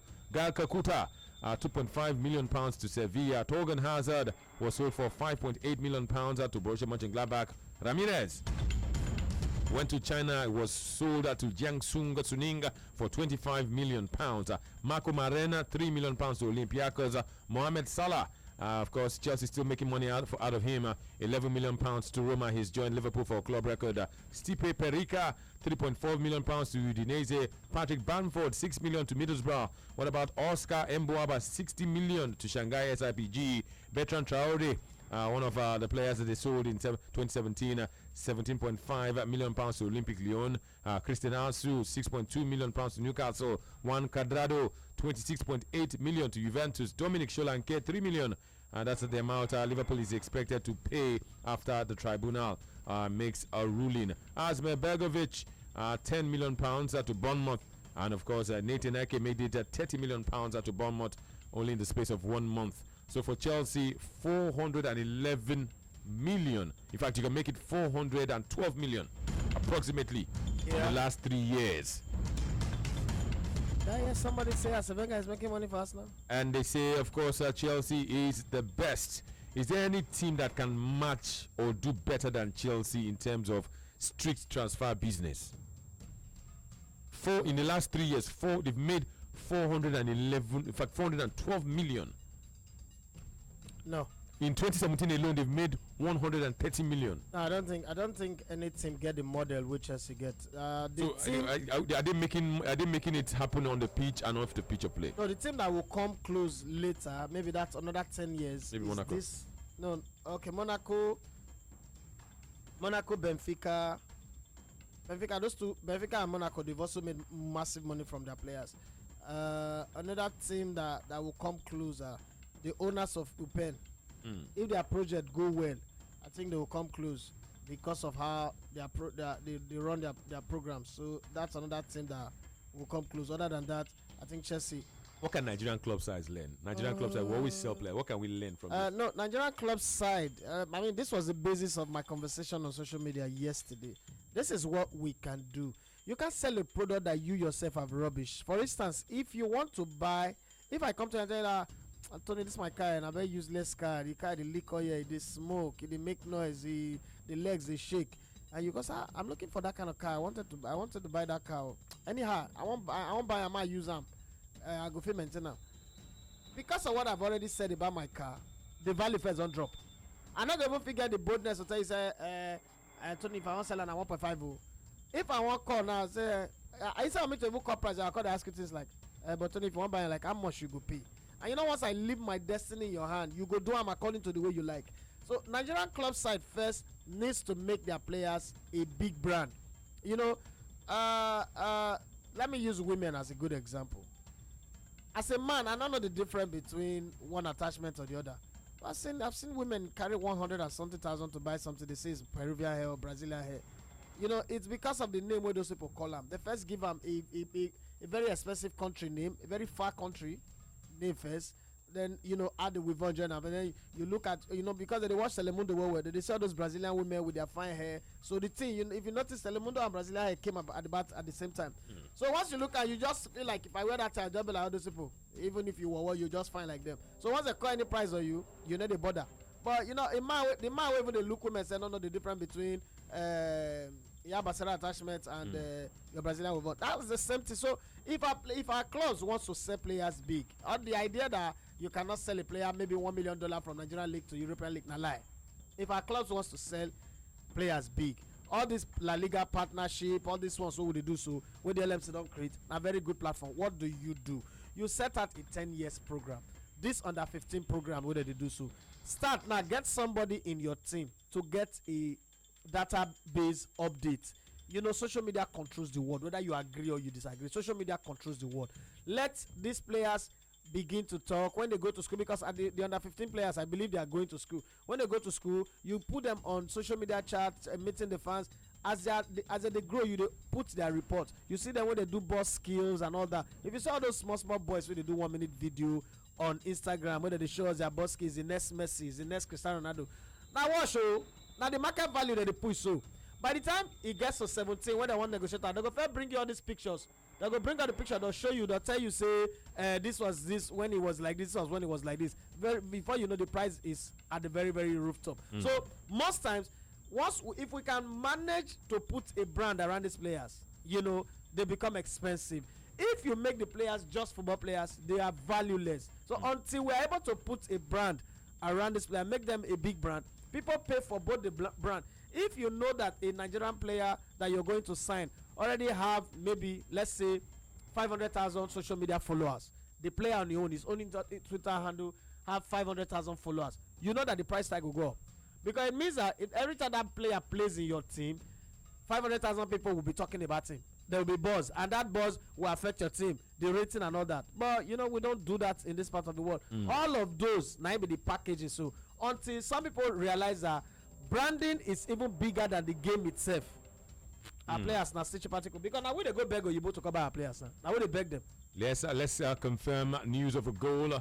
Shortly after the fourth official showed that there will be 4 minutes of additional time, Pepe struck. Another person yes, both teams to score. It is now 1-1. Yes, into stoppage time, and that goal, of course, coming in the first minute of stoppage time. So if it remains like this, we may be in for another penalty shootout. Yes, Pepe has found the back of the net. It is 1-1. He converted a killer cross with a calling shot inside the left post. It was a perfect finish, beating Guillermo Ochoa in goal for the El Tri of Mexico. So after 92 minutes, and of course after plenty of misses here and there, Portugal have finally found the back of the net. 1-1 is the scoreline. The Edafe, Mexico thought they were there. They also know, say, when they scored that own goal, there was going to be a fight, a response from Portugal. Portugal gave that response. I think Portugal should have won this game, but defending for Mexico, fantastic. As well as sometimes the Portuguese team, they did too elaborate. You know, saying Avaski, they say the key monkey. They try to be too elaborate sometimes and make too much touch needlessly. That's another problem with them. But beyond that, Mexico will stand up and look at themselves in this game, say we give a good account of ourselves. The game going to extra time, they still win them there. If you go into penalty, they'll fancy their chances because confidence will be advantage to them as against Portugal. But Portugal can redeem themselves from penalty. You know how football know how to play these cards a whole lot. Let them redeem themselves from penalty. Let's take you to Zimbabwe, where it is halftime. The scoreline is 1-1. Caps United of Zimbabwe versus Zamalek of Egypt. It's the CAF Champions League. Let's say that, of course, there's been a goal, in fact, 2 goals. The man called Pumbizai got the first goal in 31 minutes for the home team, Caps United. But, of course, a Nigerian equalized. I'm talking about Stanley Ohanchi. He's a league winner with Bayelsa United. I remember a long time ago. Was this in 2008, Legote? Yeah. 2008. Yeah. In 2009, he was, of course, with the under-20s. He was there with the under-20s in Egypt, the FIFA Under-20 World Cup, and the likes of Stanley Ohanchi and Ojon Judigalo led the line. Fatai Kende was in that team. Stanley Ohanchi has scored. He's made it 1-1. Of course, the referee has signaled for the halftime interval. There's also another Nigerian in that team. I told you he got an invitation for the South Africa game but did not play. Marek Yusuf is also in the team. So Stanley Ohanchi has scored. Both players, of course, are starting for El Zamalek, and the scoreline is 1-1 going to the interval. Let's say that Kampala City of Uganda going to the break lead FUS Rabat, and one thing is for sure. Said it. All the teams in Group A of the CAF Confederations Cup look like they will be winning their home matches. Games. As it stands, they top the group with 9 points. FUS Rabat, if they don't score, would remain on 6 points. If Rivers United should beat Club Africain, Rivers United would now join Kampala City on 9 points on top of the group. Elsewhere in Africa, Mbabane Swallows and Sfaxien are also playing, and the scoreline is 2-1. The Tunisians are in front and they're leading away from home. Let's go to China, where, of course, matches have been won and lost. Let's tell you that Dalian, in fact, Guizhou, Hemfeng, Zicheng have lost at home to Yambien 2-1. And Tianjin Kunjan, coached by Fabio of course, Cannavaro, have defeated Guangzhou Evergrande, who are coached by Luis Felipe Scolari. 4-3. That one finished in China. Sports Radio 88.9 Bella FM. More of your tweets and your posts right here.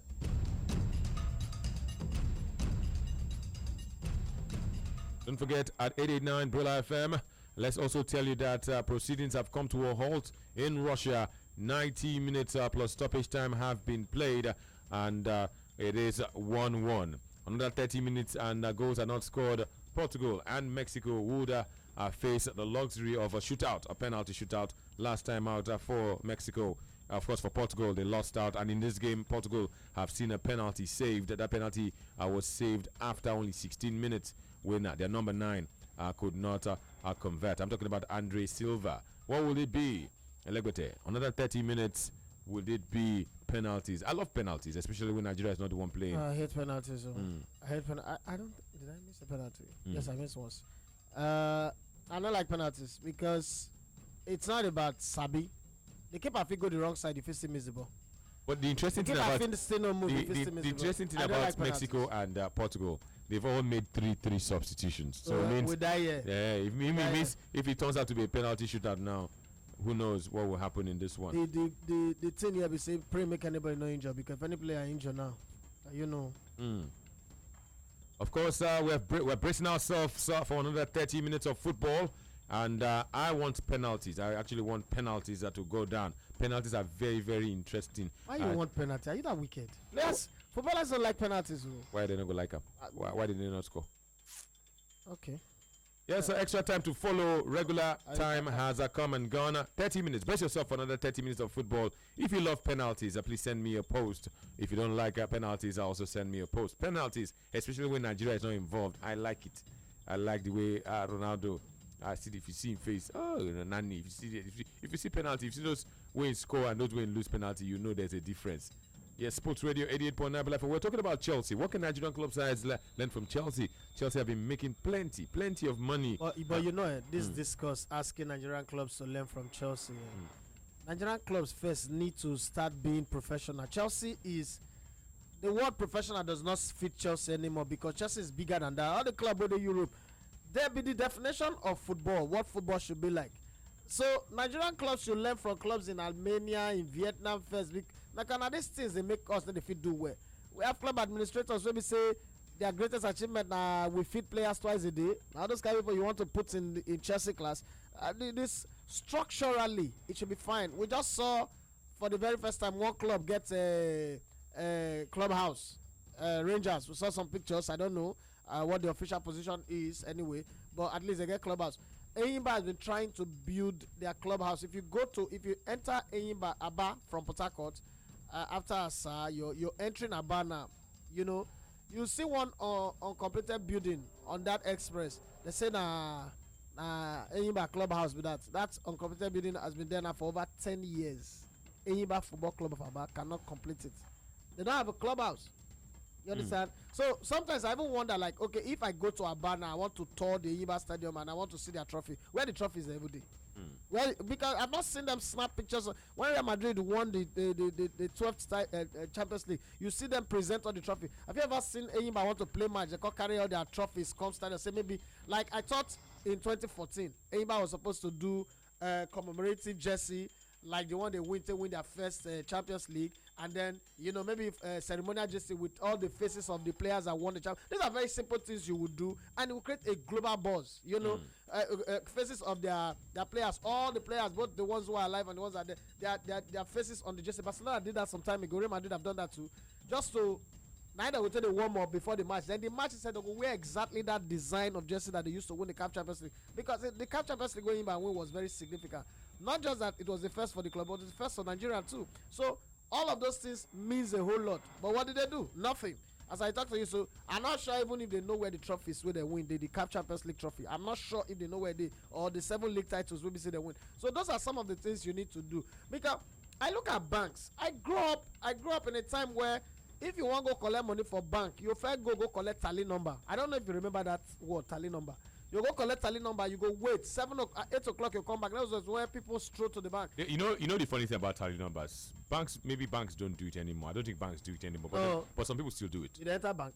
Some people still when do it. Was the last time you enter bank or do transaction? What people still do, they still use tally numbers. You know the funny thing, I'm here in Nigeria, I can buy a Madrid product directly from Madrid shop. I've not gone to Spain like over 10 years. You can do the same thing, just an application. Name one Nigerian club with application. Club song, their own club song. It be like they hold them. Their fans never know their club song. Some na church song when they sing for church, that be their club song. Okay, I don't have a problem with that. But how have they defined it? In every club you go to in Europe, even lower league, fans sing their. One of the first problem Nigerian football had was that thing called Nigeria Football Supporters Club. And I know this will touch on some people's ego, focus will be going right now. But that was the beginning of our problem. In the idea, what they have in Europe is called the ultras. The ultras are people who are registered members. But the Football Supporters Club was so divorced from the team that they are a branch of the Nigerian national team Football Supporters Club. So when you get to Port Harcourt, you see the NFL, the Nigerian Football Supporters Club, being the fans of Chelsea, of Rivers United, for instance. When you go to Aba, those members, so they are not directly connected. They are just there to play active role and get some kind of funding when they want to go continental, to have their own passport and visa, not because they really want to support football. It became a business. But normally, when you look at Experience, is it Experience Club African? Now I just signed that multi-million-dollar deal for one soft drink manufacturing company to give them jerseys. You see, they come out with data that they have over 10 million supporters registered. 10 million. How does a club come out and tell you I have 10 million? You're not going to do business with them. What it means is you can send newsletters to 10 million people. You can, anything you do with us, you touch 10 million people. So if you don't have a good database in 2017, all the corporate business people out there, they are listening. If somebody want to do business with you on common Twitter, tell you I want you to tweet my brand, the first thing they tell you, give me an impression of your daily hit. Give me an impression of your monthly hit. Give me an impression of your quarterly hit. Because you have to show to them. All of these are clubs. What do they do? What's the impression they can give? They never even sit down and say, okay, let's even teach our players on how to brand themselves on social media. Why we help them to grow. What is the problem of having supporters club? Supporters club, we say they did. The supporters club, you can't have a supporters club that is divorced from the club. A supporters club should be connected to the club, not branches of a national team supporters club. No. That's you're using a club football to do liaison for national team. It doesn't work like that. If you want to support a football club, there should be a medium, a channel where you register. Now, all of those outside the country support, diaspora support is not important. That you are in Nigeria, you're a Chelsea fan, and you're not contributing to their fund, it's not important. What is important is those registered members. You know why? What registration does is, at the end of the year, you will renew your registration. That money go to the club. That is when you cannot decide should they sign this player or not. You know, the still Real Madrid fans, if they don't want a coach, they'll raise what? The white handkerchief. Who be the fans? In Nigeria here, and I just say Jagoda boys will go beat coach go run overnight for Port Harcourt or some other place. If not, the real fans. So but once you get all those things structured, and me where I put my money, let me say MFM for instance now, we are 200,000 people who are registered. If we go that stadium, we go allow one miscreant to no register where we don't know. Go enter field, go beat referee. When we not say they go banish us from here now, go like Abuja. We know come go watch our match. Our weekend when we say we take the jolly, we take the jollificate ourselves. When we go out, they feel important. We not go figure time. We not gonna allow that to happen. And now we go even talk of how they go put security checks and balance to make sure the place is safe. And then we go also control the kind of players we want on our team. If one player there they play for them here, we go raise our voice. They go yeah, but this one you just go stand down. You are not connected to the club. You just did that they misbehave. All those things must change. If all those things change, we go fit sell players $5 million, $3 million, and that money comes into this economy. It go change the economy. You know what $5 million is in the exchange rate right now?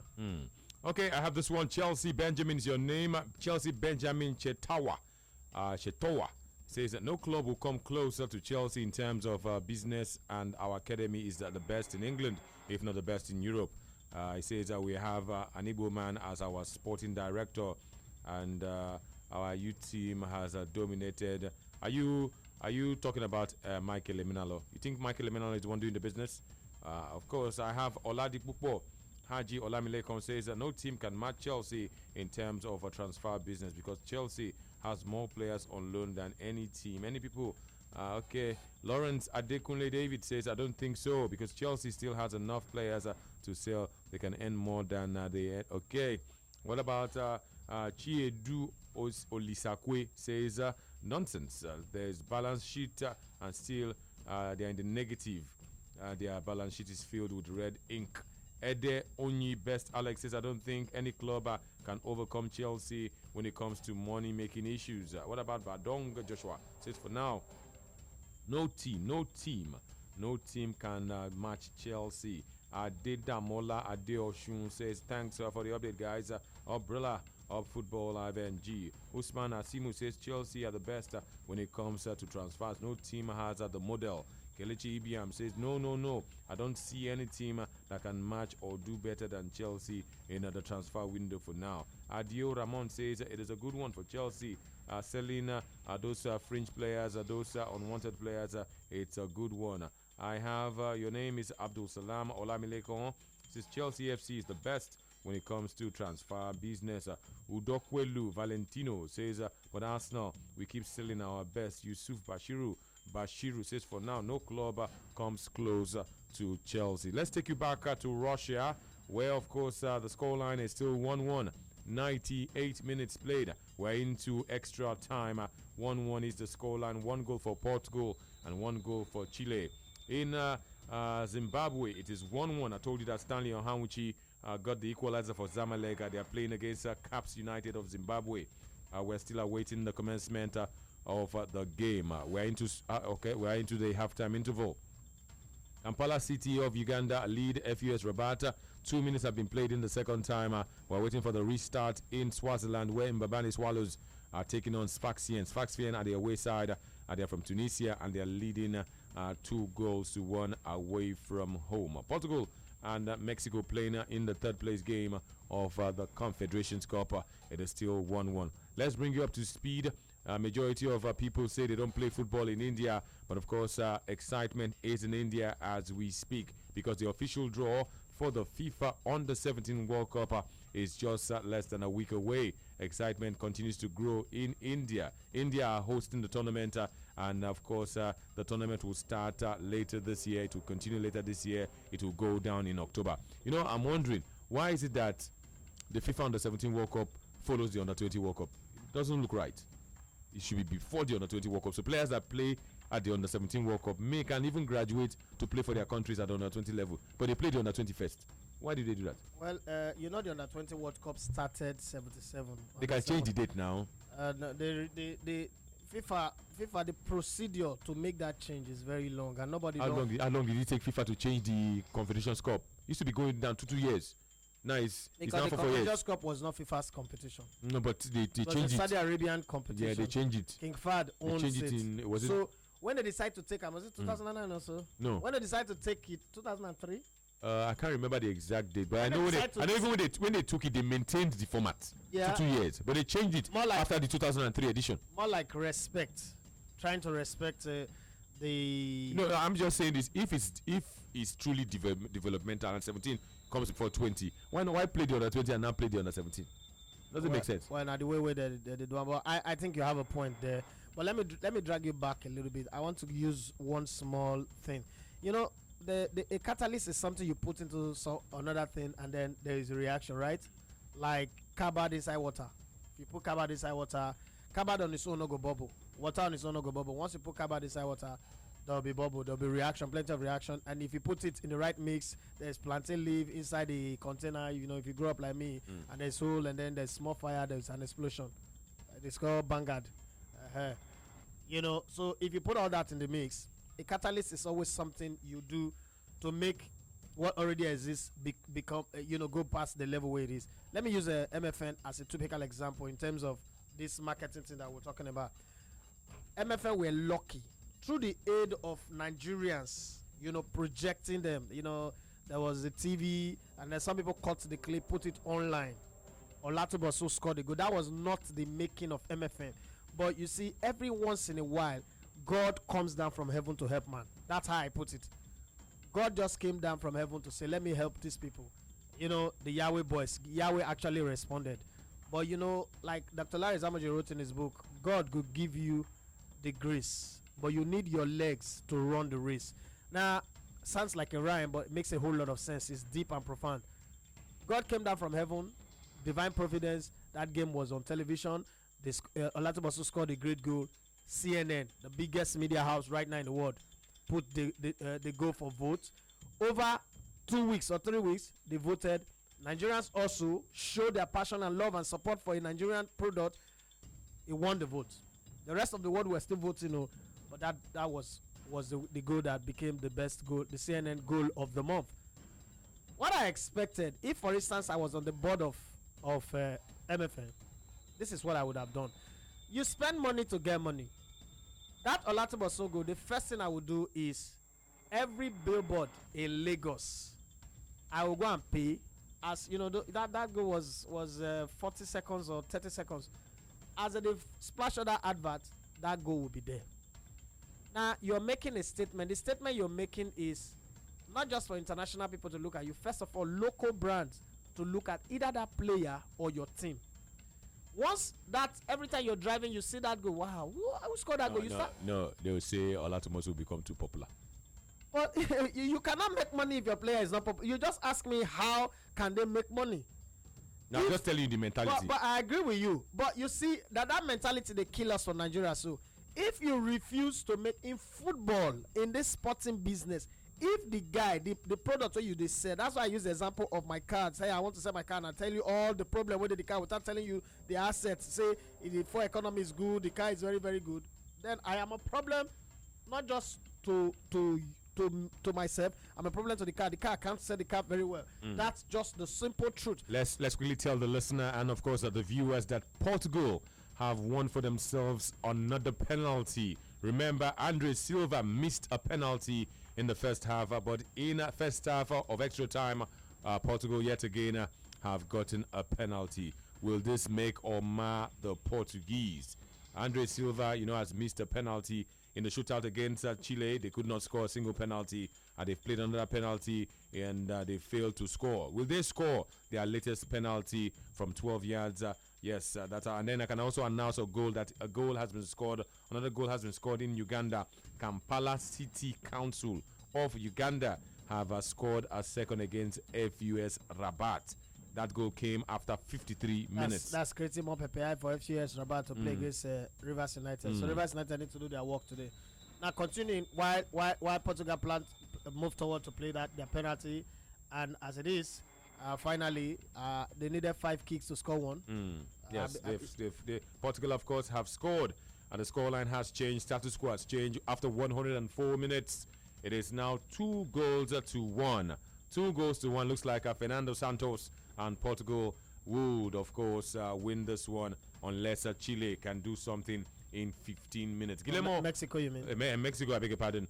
Guillermo Ochoa was sent the wrong way, and Portugal have scored 2 goals to 1. They lead. I can also tell you that FUS Rabat are trailing 2-0. 1-1 is still the scoreline in Zimbabwe Caps and Zamalek. 2 Nigerians involved, Stanley Hanwuchi and Maref Yusuf in that one. So that's the story so far from Russia. Elekwete, you can continue. So like I was saying, MFL happened to be a club with an already made fan base. They don't need to create anyone. An already made fan base. You just play on the emotion of GOC. It's as simple as that. That's the truth of the matter. So once that happens, the player name is very big, and every time they mention the name of that player, they actually mention the club, because everything that goes to the player, they'll say, where is it from? Is from MFM. So the player name is ascending that way. The club is ascending. To even make them more, you cut a few goals by the other players in the team, and every time you want to renew the payment for those billboard, you put some of that goals and throw it in the mix. You understand? Before you know it, before you say Jack Robinson, believe you me, that club becomes very, very popular, and people talk about. Once people talk about your club, attention will come to you. It's that simple. But no, we're not thinking like that. Hey, if we do it now, it go too big, it go they bigger than us. You know how they say it. Their shoulder go come rise. If you're not successful, your shoulder not go rise before. Now create a platform that can manage that rising shoulder. What I think is, in Nigerian football business or business in Nigeria generally, we do not plan for our subordinates to become superstars, because the leaders did not train themselves on how to manage superstars. That's just the truth. They train themselves with that slave mindset of, I can manage you for as long as you are subject, but I cannot manage you if you grow big, because I'm afraid of what will happen. Don't be afraid. I mean, be happy to make people big. It's a thing of pride for me to tell you that, that superstar there is my boy. You're always going to be my boy. It's as simple as that. But no, we're not going to do that one. Sports Radio 88.9 FM. I was telling you about India. India, the next host of the FIFA Under-17 World Cup. The draw procedure will see 24 teams, 24 qualified teams. Sadly, Nigeria will not be there. Those teams will be played in 4 different ports. The teams will be sorted based on their record in the past Under-17 World Cups. Yes, Nigeria will not be there, but there will be a Nigerian at the draw. Yes, Kanu Wankwo is said to be the main guest of the draw. He made his name as a player of the Under-17 team of Nigeria. Go back to Japan in 1993. Go back to the first game of Nigeria's quest in that tournament. Nigeria took on Canada in the very first game, and Nigeria smashed the Canadians by 8-0. Kanu Wankwo, of course, was the signature headliner in that encounter. Apart from India, Uruma, who was the highest goal scorer, captain of that team, is always neglected. Still remains a mystery. What do you mean neglected? You ever heard that? Didn't you remember that in 2009, our own Nigerian Football Federation said that Kanu Wankwo was the captain of Japan 93? Made a mistake. You see, sometimes when you are not available, you're not available. You're not available now. No, see, I'm not blaming anybody. I'm blaming Oruma. I'm blaming Oruma and the people around him. We are not available. It's obviously gotten worse right now, but before it got this bad, I don't know. Was he available? There was a time he was available, but I don't know. There is available and then there is available. There is visibility and then there is available. You have to be available and then you have to be visible. Of course, this Confederations Cup now, Okocha was part of it. Why would he not be part of it? I saw him when he went to Russia. We're together somewhere and we're just talking about it. And that's what you do. That's what you can say. Everybody dies in isolation. Everybody dies in isolation. I won't mention one of our leader name now, but I'm not saying that the Apple will put some people out for Garden of Eden. And that Apple not killer for isolation. So, long story short, Kanu Wankwo is, of course, said to be the main guest of honor at the draw. He will be joined by Esteban Cambiaso. is one thing I said to be available. Fantastic player. So Kanu Wanko, of course, Nigeria will not be there. Every Nigerian club side should have a branding department, and not be people will be say they get not disrespect, but not be people get civil service mentality. Civil service mentality, I mean, in this context, mean not be my own, not be my work, or not my papa work, not be that kind of people. Young people who are bubbling with ideas, who want to make a difference. If you don't notice of attitude of just collect my salary, not my work, not my after my papa work, just drive there far. I don't use their bad energy to spoil the work. People where you go tell say, come make this club and these players a brand. If we sell them, we'll give you commission like this. People, those kind of people, you need those kind of people to work. Another opportunity, another time again that God came down, but this time for Imba, not before MFL. God came down to help Enyimba. Ufanudo scored in all competition 28 goals, 23 goals in the Nigerian League, and that was a record. Enyimba, look at Ayansi, another chance for them to make a very big mark. You know, what would have Enyimba done? One telecoms company was the one sponsoring the Nigerian League. That was the time too where that telecoms company was busy picking everybody, the who is who in movies and in comedy and in music to become brand ambassador. IRC simple. IRC go to government house. These are conversation you can have backstage that people will not hear. Go to government house, tell governor, say governor, this is the plan. This guy scored 23 goals. The first time it is happening in the history of this country. Nigeria is, I think we're pursuing our 50th anniversary that time. This is what you will do, Mr. Governor. Bring 5 million naira from government coffers, the money that is meant for Imba. Take it and give it to this telecoms company. But before then, let's go and discuss with them. Tell them, say, una go give this guy this 5 million as endorsement fee. Now, we they pay the money, but he no go no. Give him the 5 million as endorsement fee. All una recharge card. When I just put a picture, all this banner will be say when they put for there with musicians, comedians, and actors they do so, making just day. Then we on our own part we go do big banner for Abia State. Put him, he's the elephant of Aba. He could just do the front, you know, do some memes like that everywhere. Believe in me, like 10 Enyimba players go score 23 goals in this season. But what did they do? They did not do anything. Instead, they started victimizing the boy.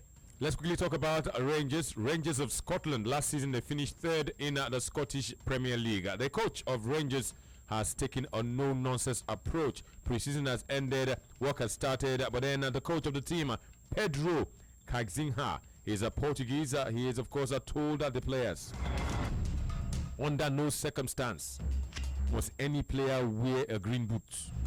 He has banned players of the team from wearing green boots because those colors, the color green is the color of their fierce rivals, Celtic. I'm told that if you go to Scotland, you dare not wear green anyhow. When, of course, Scotland. Depends on the side you stand. When Scotland hosted the Commonwealth Games 2 years ago. Was it 3 years ago now? Yeah. You know the color of Nigeria is green. You know they warn them, don't be wearing this thing. Those ultras not gonna go wound you for nothing. See the word you just used, ultras. So the coach has, of course, told the players that he's going to take a no-nonsense approach, and no player in his team would wear, you know, a green boot. They want to improve on their third place finish from last season, and they will be playing in the Europa League. And I'm just wondering, wearing of boots, green boots, white boots, red boots, doesn't matter. Now, what the coach is actually playing at is, he wants to put up fire. That's another thing that we lack in this part, and I go always link on here. This is the part where oh God save us. This is the part where one team is tweeting about the other team, where fans of Enugu Rangers, for instance, will be wishing that Enyimba do well on the continent. It doesn't happen. Arsenal fans are happy that Tottenham is failing on the continent. That is good for football. Rivalry is good for football. That rivalry should be pronounced. Don't be wearing green boots and making it look like you wish you were playing for Celtic. So let's draw the line, and they come out in the open to say it. It's good rivalry. Now make a competition the tough. You know, say one of the strongest thing people look forward to once the Spanish La Liga fixtures come out. Now the first thing you want to see is, where is their classical match? The El Clasico game is the next thing you want to look forward to. But meanwhile, there's a go somewhere. Let's say that Kampala City Council have scored a third goal. They now lead FUS Rabat by 3-0. We can tell that Portugal still lead Mexico. Time not a friend of Mexico. Portugal lead by 2-1, but the Portuguese have been reduced to 10 men.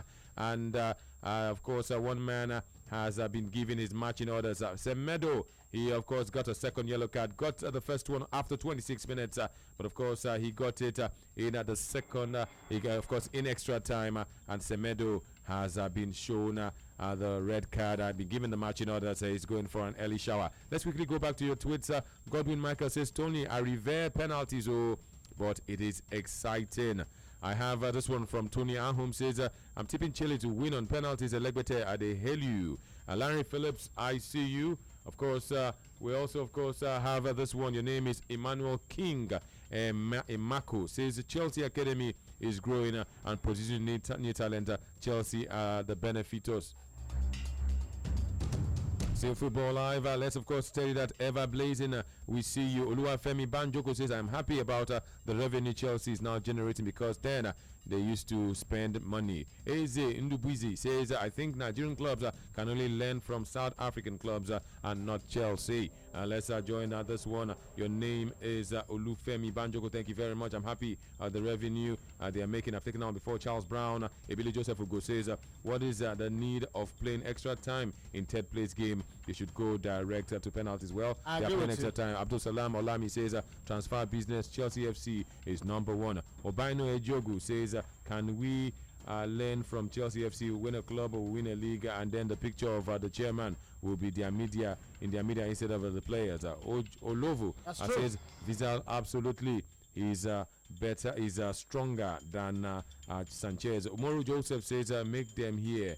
Lord Mayor says it's a nice one. Nathan Iwejunwa says we know Chelsea buys players expensively too. What were they buying? What were their buying costs? Just reveal to you the profit they make. If you make that much profit, it means you didn't buy them with much money. Sports Radio 88.9 FM is still the station. Let's of course go on to the next one. Let's go to this one. Concerns Chelsea, concerns Athletic Madrid. Of course, Athletic Madrid are close. We're told to re-signing Diego Costa from Chelsea. And this follows the express wishes of the coach of the team, Diego Simeone. And he'll be signed and hopefully they say they would unveil him in 2018. Let's, of course, continue to tell you about the story. Although Chelsea, the centre forward, won't be able to play until January of 2018, Atletico Madrid cannot register new players until the 2nd of January in 2018 because of a FIFA ban, but they are not deterred. They want to sign Diego Costa, and they are hoping that they can agree a fee with Chelsea. One other problem is that when they sign him, they will not send him out on loan. They will have him train until the 2nd day of January when he will be eligible to play. Of course, I want to ask the Elegbete one. This one, Diego Costa, going to Atletico Madrid. First of all, it looks like Chelsea are willing to sell. They've just not agreed on a fee. They will sign him. They can't use the player. They'll keep the player. Will this not hamper his chances of playing in the World Cup? Can Chelsea not seriously have a rethink? If you affect him, because if you look at this Spanish team, the way some of these younger players are playing, if you affect him, he's not had a good World Cup. The last World Cup he went to was a big flop, and I think he needs to make a statement because. So you not play football for like 4 or 5 months. I think Atletico Madrid, they need to make a loan and give club we not on the continent, so that he will get match fitness. That's very, very important. You get match fitness. If you carry him to January, and then once they go on that January, once they resume from the break in Madrid, then he can do business. But it depends. Maybe they're afraid he might get injured. Something might happen. They'll be on the losing side. I don't know their reason, but I think, for me, my opinion, I think he should get playing time. Sports Radio 88.9 FM. We're not very, very far away from kickoff. Let's quickly tell you that for Club Africain, their team list to face Rivers United. They would, of course, have Atefa Dikil. They have Bilal Ifa Mufaza Zemzemi would wear jersey number 8. Atefa Zikimi will wear jersey number 16. He will be, of course, the goalkeeper. Bilal Ifa is in jersey number 2. What about Wissem Ben Yaya? He is wearing jersey number 13. Isama Dekili, jersey number 14. Osama Darugi, of course, Tunisian international, is in jersey number 15. Ali Abdi, jersey number 20. Mukhtar Bekita is in jersey number 21. Ibrahim Chenihi is in jersey number 25. Ghazi Ayadi, 26. Jaziri Fakhreddin is in jersey number 27. The substitutes, they have Hamza Agurebi, and he's wearing jersey number 4. Sami Hamami is in jersey number 24. And they also have Sliman Cook is in jersey number 23. What about Gaihata Yefeni is in jersey number 22. And Seif Tuka is in jersey number 28. You heard the voice of the coach earlier on. Yeah. His name is Chibebe Elili. Those are the players that would, of course, do it. What about Rivers United? Rivers United, of course, are the home team. Let's bring you up to speed with how Rivers United will start later this evening. Remember, the kickoff remains at 4 p.m. 4 p.m. is the time. Rivers United by now would have been following what is happening in faraway Uganda. Let's say that Femi Thomas will start. Femi Thomas will be in goal, jersey number 1. They also have, of course, starting Ifanyi Nweke is starting. They also have in their starting 11 Joseph Yauvi Duhaji. He's also starting the game. They have Ayobami Asekunowo starting. Ovoke Bernard is starting for Rivers United. Guy Venance Kuman starting for, of course, Rivers United. Ayo Sakai is starting. Bolaji Shaki is starting for Rivers United. They have also in their starting 11 Zumbia Zumana is also starting for Rivers United as we look at kickoff. Lukman Mohammed is also a starter, not forgetting God bless Asamoah, all starting for Rivers United. Kickoff, remember, is 4 p.m. We wish them well.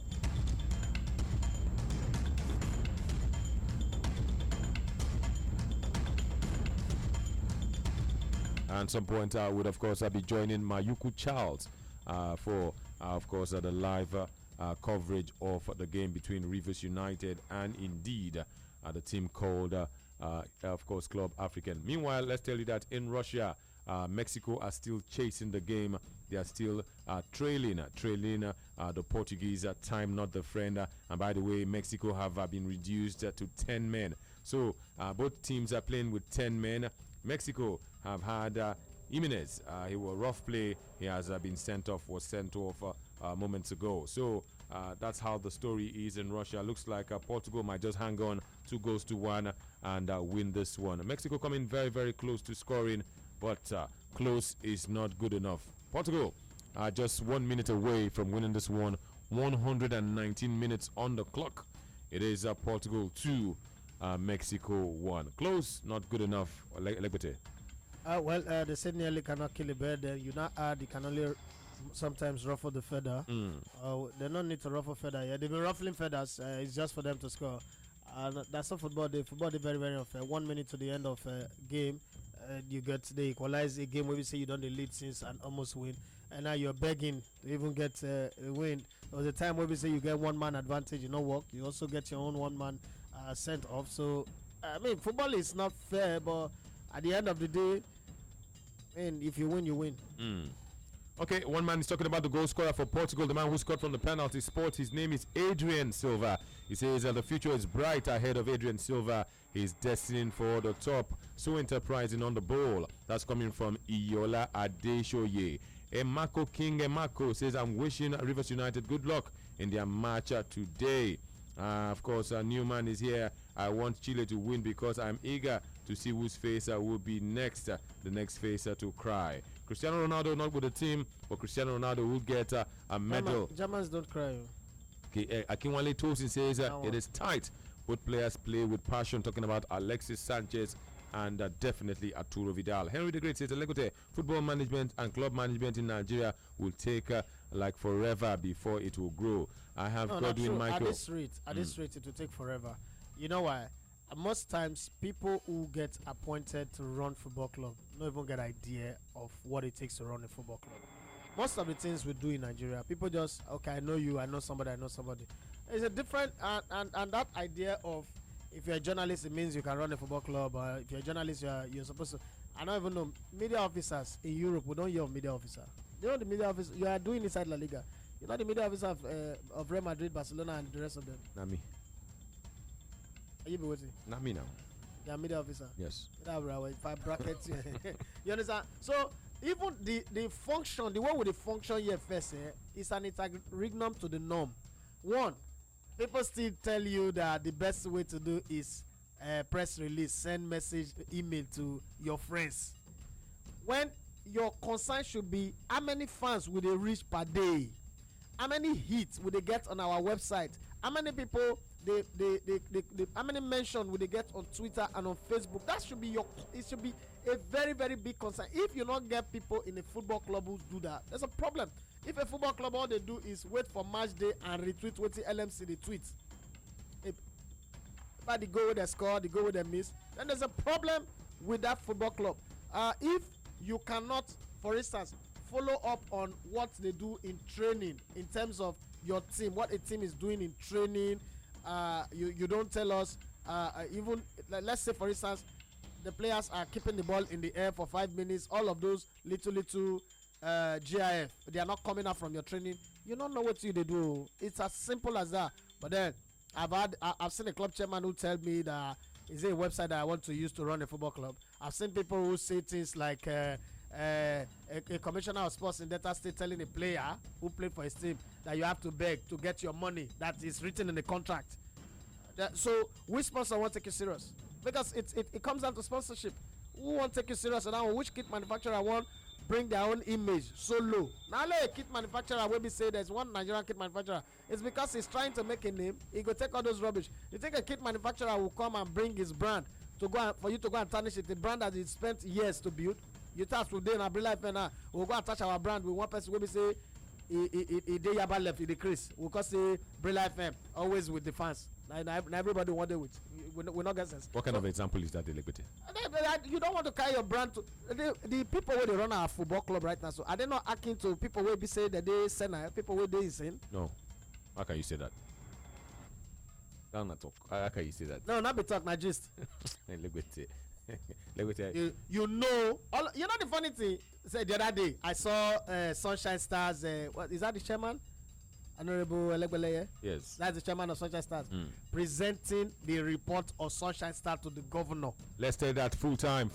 After full and extra time, Portugal have been crowned winners over the losers final. They have defeated Mexico by 2-1. There were red cards for Portugal and Mexico. Portugal, of course, reduced to 10 men. Mexico reduced also to 10 men, but the Portuguese can smile home. Fernando Santos, he would have loved to play in the final, but they did not make it to the final. Talking about Sunshine Stars, and you talked about Gunners. Sunshine Stars are also called Gunners. Leave that talk. Don't go there now. don't go there. So because they call them Akure Gunners, the chairman of the club, they present the club report. That's grounds for impeachment and sack. Gunners, they're called Gunners. Arsenal, what's that called? Sweatshirt. We wear Arsenal sweatshirt, pullover, presenting Sunshine Stars report to the governor. That alone first, I don't fire you first. You are sacked. That is Go and fire him. What's his name? Honorable Elegbele. What's your name? Edafe. No. The other one, Elegbele. You people are the same. No. Elegbele. Elegbe. Leave that guy. Elegbete are very high. No. Elegbe. Just come on the tete and the year. No, they're not the same thing. It's the same thing. But that is the truth. Those are some little. No. Let's not even go there first. Let's not go there. Not just reason them. The thing is not right. And you know the funny thing, these are the people who write the laws that defines how football should be governed in Nigeria. Have you ever heard since when you follow boss so say a national chairman went for club all this G37 what they do for UEFA so and then is carrying a Manchester United pin or a Manchester United biro. Brands are strategic. As in, it's the most strategic thing in this world. You can't make mistake with it. It's deliberate. You can't make mistake with anything. You can even spell your name wrongly. But brand, you can't make mistake with it. I was in Brazil. If you see people how they position their brand, you're like, shoot, now ball will go play having a brand battle. Okay, let's quickly tell you that we're not very, very far away from kickoff in Nigeria. Today, of course, would mark match day 27 in the Nigeria Professional Football League. MFMFC will play at home in Agege against ABS FC. Shooting Stars of Ibadan will take on Wiki Tourists. What about Lobby Stars and Enugu Rangers? That's a fixture. Of course, I have FC Fanyuba taking on Casino United. Niger Tornadoes would face Remo Stars. Aqua United gunning for the title. That's what they say. They welcome Enyimba. And you have El Kanemi Warriors facing Plateau United. Nasarawa take on Gombe United. Sunshine Stars, the team we just talked about, will face Abia Warriors. Sunshine Stars will play in Ijebu Ode. We have the team list, and indeed we have the names of the officials. Let's tell you that on the top, on the goal scorers chart, Stephen Ode still leads the way. He plays for MFM. He has 16 goals to his name this season. Samuel Matthias is close with 11. Same story for Sunday Adetunji on 11 goals. Al Hassan Ibrahim, last time out, he was invited by the Super Eagles, or for the Super Eagles game against South Africa, did not make the cut. He has 11 goals. So we have 3 players on 11 goals. Samuel Matthias, Sunday Adetunji, and Al Hassan Ibrahim, all on 11 goals.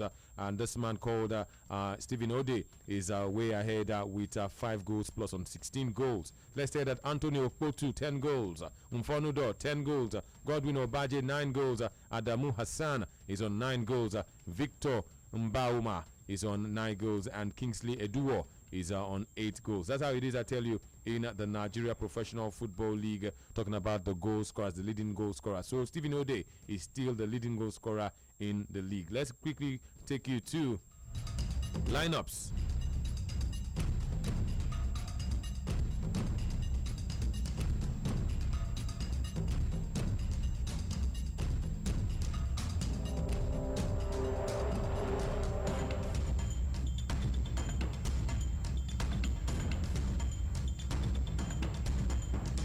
Still Football Live on Sports Radio 88.9 FM. Before I go to the lineups, let's take more of your tweets. Michael Uchena says, I am going for Chile to win. Kingzo Black says, Elegbete, don't let them catch you. What about Godwin Michael says, Elegbete's proposal is at best idealistic. It cannot work. However, I think it will improve Which with of time. the proposal? I don't know the one you talk. Godwin Michael, please explain. Okay. Which are the proposals that cannot work? Okay, we have too many people in Nigeria who believe anything cannot work. That's how they told chairman some years ago that an all sports radio will never work.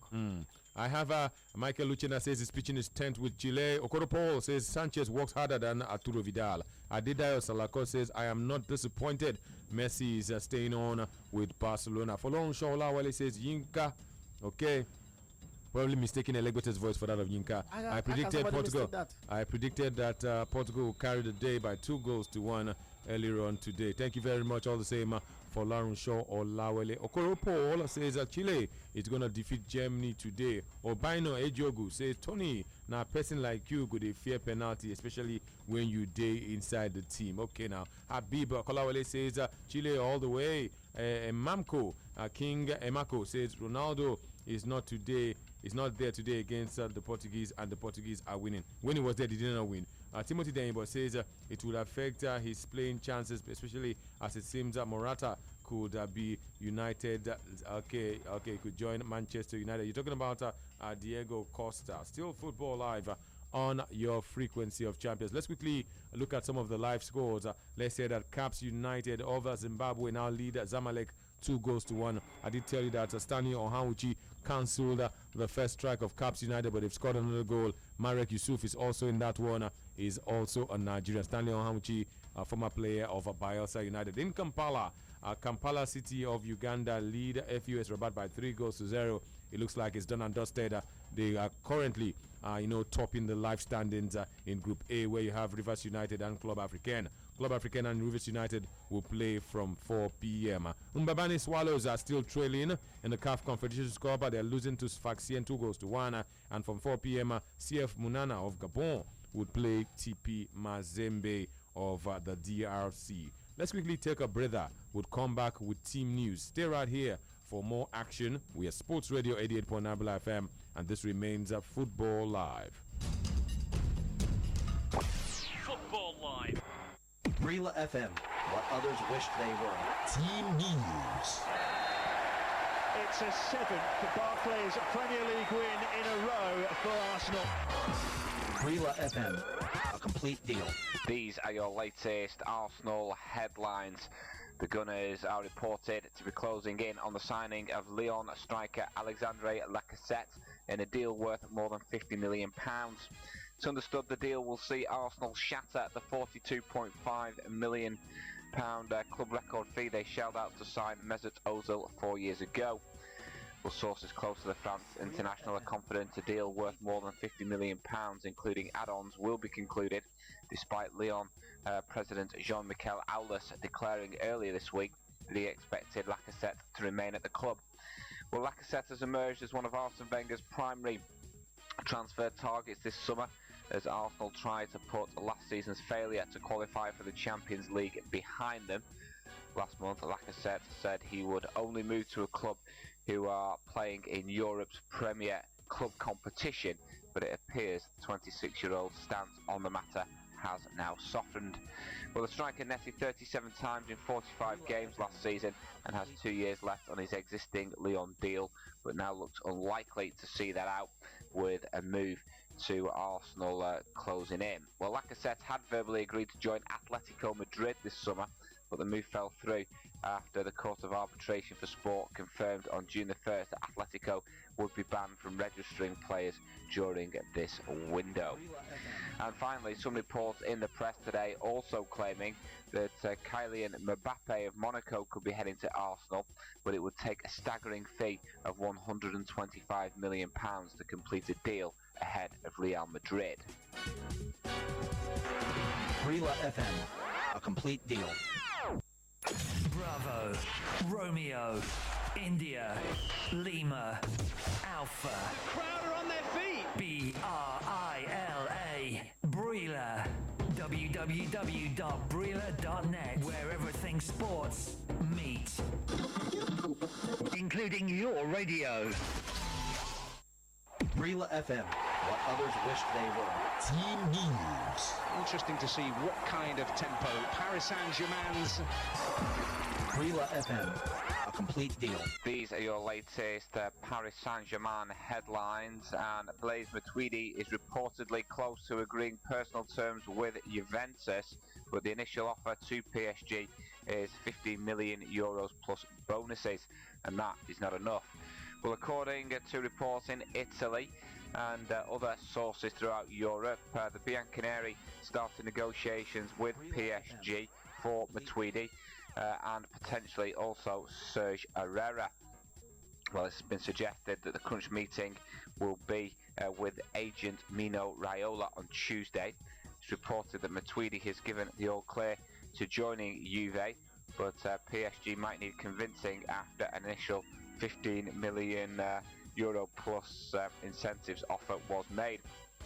The 30-year-old does bring experience, would do, to the Bianconeri midfield, so it's clear to see why they are keen to wrap up a deal.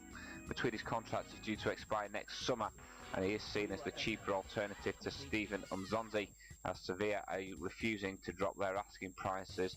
Juventus try to wrap up a deal. Meanwhile, PSG looks set to miss out on the signing of Liverpool striker Daniel Sturridge. The England international is a player that PSG have been tracking for some time now, and actually failed with a bid to sign him in January. Reports now claim that Liverpool boss Jurgen Klopp sees him in his plans for the future and has ruled out a move away from Anfield. Brila FM, a complete deal. Football Live. Be part of the biggest football package on radio. Football Live on Sports Radio 88.9 Brilla FM. Send your comments now to our Facebook fan page, Sports Radio Brilla FM, our Twitter handle at 889 Brilla FM with the hashtag FootballLiveNG, or email footballlive@brillafm.net. You can also send via SMS to 33130. Hurry now, send your comments and be heard. Football Live. Football Live. Football Live. Brila FM, what others wished they were. Team news. A 2-goal cushion against Bayern Munich. Brila FM, a complete deal. These are your latest Bayern Munich headlines. And Xabi Alonso has rejected the chance to become Bayern Munich's assistant manager. The ex-Liverpool and Spain midfielder hung up his boots at the end of the season after 3 years with Bayern.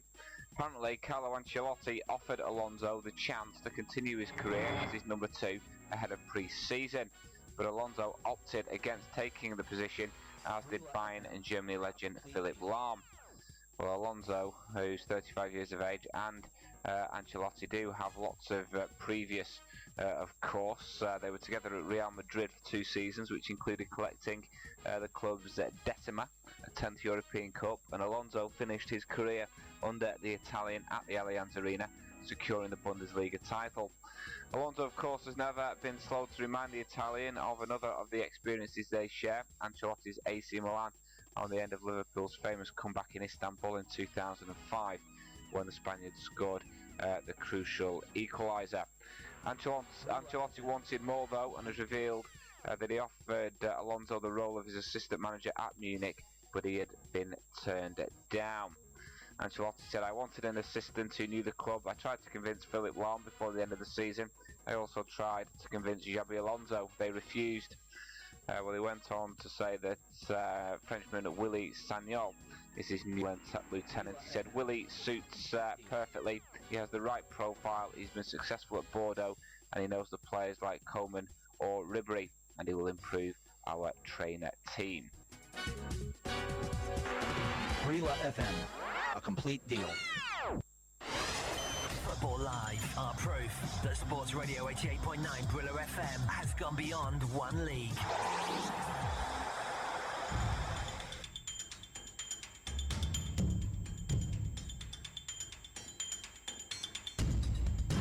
Yes, that's still Football Live on Sports Radio 88.9 Brilla FM. We're not very, very far away from kickoff. 15 minutes away from kickoff, talking about the Nigeria Professional Football League. Let's give you team news from the various camps. MFM, of course, are taking on ABS FC. For ABS FC, the visitors, they have Nuruddin Mudashiro in jersey number 21. Samuel Oyedeji is wearing jersey number 14. Abdul Hamid Lukman will wear jersey number 32. Number 24 is Arinze Oyota. Omolayo Ibrahim is in jersey number 25. Ajana Chinedu in jersey number 35. Gata Adeshino is sporting jersey number 13. Jersey number 4 is Ugbo Emmanuel. Mohamed is wearing jersey number 30. Abubakar Chindo is in jersey number 18 and 16. Would, of course, be Karatu Lukman. On the bench for ABS, we have, of course, Yinka Adewale, Anthony Ebuka, Governor Ernest Ahmed Ibrahim, Akimbo Oluwasegun, and of course Alalade Wasiu, not forgetting Anyinde Kenyinde. Still Football Live, let's of course give you the lineup of the home team, MFMFC. They are facing ABS in Agege this evening. For Lanrin, Bayomi is their number 1, is the shortstopper, he's sporting jersey number 1. And of course, Okorom Stanley is wearing jersey number 8. Monsuru Bashiru, jersey number 18. Zikie Jonathan is wearing jersey number 34. Jersey number 30 is Okpara Austin. Chateau Giskard is in jersey number 6. Brosa Shola 4 is wearing jersey number 4. Akoni Elijah is in jersey number 18. And the man Elegbete talked about not too long ago, Olatubo Sunsikiru, is in jersey number 12. Ogunye Austin is in jersey number 12. Jersey number 31 has to be the hotshot of the Nigeria Professional Football League with 16 goals. He leads the goal scorers chart. Ode Steven is his name. The subs. Nasamu Emmanuel is on the subs bench. Uwagu Chuka is also a substitute. Atu Iruemeka Paul is on the bench. Onuwa Chukwuemeka is a friend of Overdose. He's their number 10, very small. Reminds me of Sodiq Popola. Yeah, of course, Shinshima. At some point. Yes, Shinshima Monday is of course on the bench. 24 is his jersey number. Adegboiga Adekunle is also on the bench. 22 is his jersey number. And of course, Agbane Kandi, sounds like a girl's name, is wearing jersey number 21. Elsewhere in the league, FC Ifeanyuba will take on Katsina United. Katsina United, of course, have Okoli is sporting jersey number 34. Kakwe Franca is in jersey number 6. Sanina Siru is in jersey number 6. Of course, you have number 4 is Usman Barau. 32 is Ikechuku Nwachuku. 5 is Danladi Timothy. 7 is Tasiu Lawal. 16 is Yashao Garba. And 25 is Obina Eleje. Number 10 is Destiny Ashadi. And 19 is Usule Martins. On the bench, you have Yinka David. He is, of course, the reserve goalkeeper. Ado Ali is also there. Isa Abdullah Rahman. Number 9 is Ibrahim Sulaimana. Stephen Ada. Ahmed Abdul Karim. And Sanusi Ibrahim, all on the bench.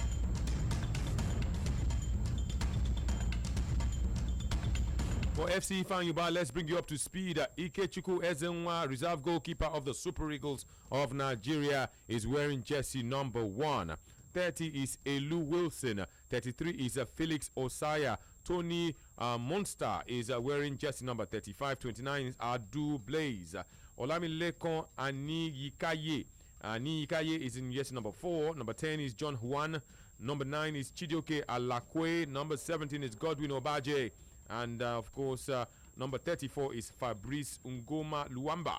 Number 7 is Prince Agre, plays for the home-based Super Eagles. The substitutes, you have Drissa Bamba, Isaac Badu, Patrick Ekeowu, Jimo Oni, Bright Onyedikachi, Pascal Seka, and King Osanga. Remember him, once played for the Golden Eaglets and the Flying Eagles.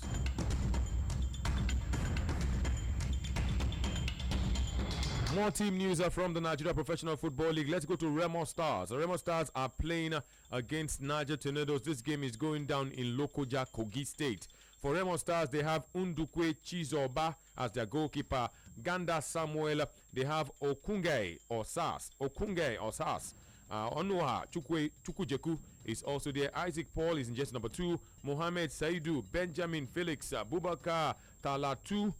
They have Salefu Ochowechi and Mbaoma Victor Ejike Bright is also there. On the bench for Remo Stars, Adekunle Tunde Awoyemi Abiodun Obi Ekene Lasisi Said Awazie Ekene Onovo David and Dufega Eric. Let's quickly look at the home team at Niger Tornadoes. Who have Mustafa Aliko, Iko James, Shitu Lawala, Lucas Yahaya, Andrew Ikefe, Sunday Akimoladun. They have Babao Ibrahim Abdul Jadir, Ibrahim Christian Jr., Wakili Musa, Wilfred Ame. And on the bench, they have Edwin Nwakama, Iliasu Ishaku. They also have Peter Momo, Hussein Isa, Bashiru Usman, Aliyu Dahiru, and Tanko Anwal. Let's go elsewhere in the Nigeria Professional Football League, where 3SC are taking on Wiki Tories in Ibadan. For Wiki Tories, they will line up with Emeka Nwabulu. They have Festus Umana, Waziri Christopher, Harrison Madu, Ambrose Peter, Abdullahi Musa, Richard Jonathan, Victor Alegbe, Ajoku Chidebere, Chinedu Onyelonu. They have Ahmed Usman. And on the bench, they have Chinedu Ude Anthony, Mustafa Ibrahim, Inemeka Anyang is on the bench, Chukwudi Samuel, Idris Mohammed Guda, and they have Kabiru Mohammed and Hassan Hussein is last but not the least. For 3SC of Ibadan, let's of course bring you up to speed. They have Adamu Abubakar, Ebiaku Promise, Omololu Waid, Moses James, Samuel Sun Owono, Osawe Alaba, Ayobami Jr., Ajani Ibrahim, Bode Daniel, Wasiu Jimo, Adebayo Ibrahim. Tambe Charles is on the bench. Shitu Taiwo, Sheun Akinyemi, Adebayo Abayomi, and Adebogun Tayo, Nojim Olukokun, and Falaye Sunday are all on the bench. Lobby Stars are taking on. Abu Aziz is not playing. No, Abu Aziz is not listed. Abu Aziz, of course, not listed, not starting, and of course, not on the bench. Let's, of course, take you to Lobby Stars versus Rangers. Rangers are starting with Seidu Mutawakilu. They have 18 Matthew Adun Osamudiame. They also have Ojikalu Oke Odita, Pape Usman, Aguda Godwin, Itoya Kelvin, Bright Silas, Ifeanyi George, and Chiamaka Madu. On the bench, they have Itodo Ako, Aziz Kamara. They also have Daniel Eto, is their number 10, but on the bench, Chinedu Udeaga, Omo Johnson, Osas Okoro, Osabdebem Okoro, and Chidera Eze. Chidera Eze, of course, I remember him from the Golden Eaglets.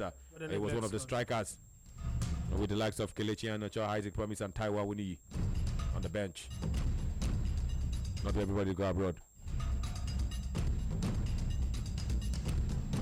For Lobby Stars, let's tell that Lobby Stars have Okemute Oda as their goalkeeper, Bunde Moses Ebube Duru. They have Ayagwa Rafael Agbaji Anthony, Nya Dennis. They have Uchenna Eze Okpotu Anthony, one of the leading scorers in the league, Duwo Kingsley, and of course David Tiakase. See the play ball. They have Ezekiel Mba also. What about where you supposed to invite? Okay, John Lawrence is on the bench for Lobby Stars, and not forgetting Solomon Kwambe. Solomon Kwambe, see the play ball. I once played for the Super Eagles. I of course played under Stephen Keshi. Itodo Cletus Itodo, Sabi play ball on the bench.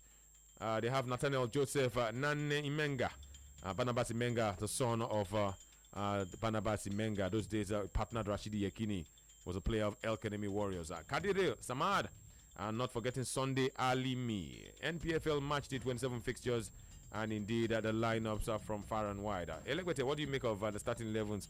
The ones I've just given. Well, all the team look like they come out. You know, Nigerian club side. Plenty of foreigners in the Nigerian league. Yeah, starting point now. At least the good thing with most of them is once they play in the Nigerian league, they get a chance to play for their national team. Starting point for them, you can grow from here. People like them, Mario Gumbi, people like them. What's that guy? Toyosi, yes, Razak Toyosi. Razak, yeah, Toyosi. All of them, they also benefited from that Jotes free pong as well. So if you come here and play and you get the spotlight, it's good. But then you look at these players, you really want to see style of play. Another problem with the football we have in Nigeria is coaching.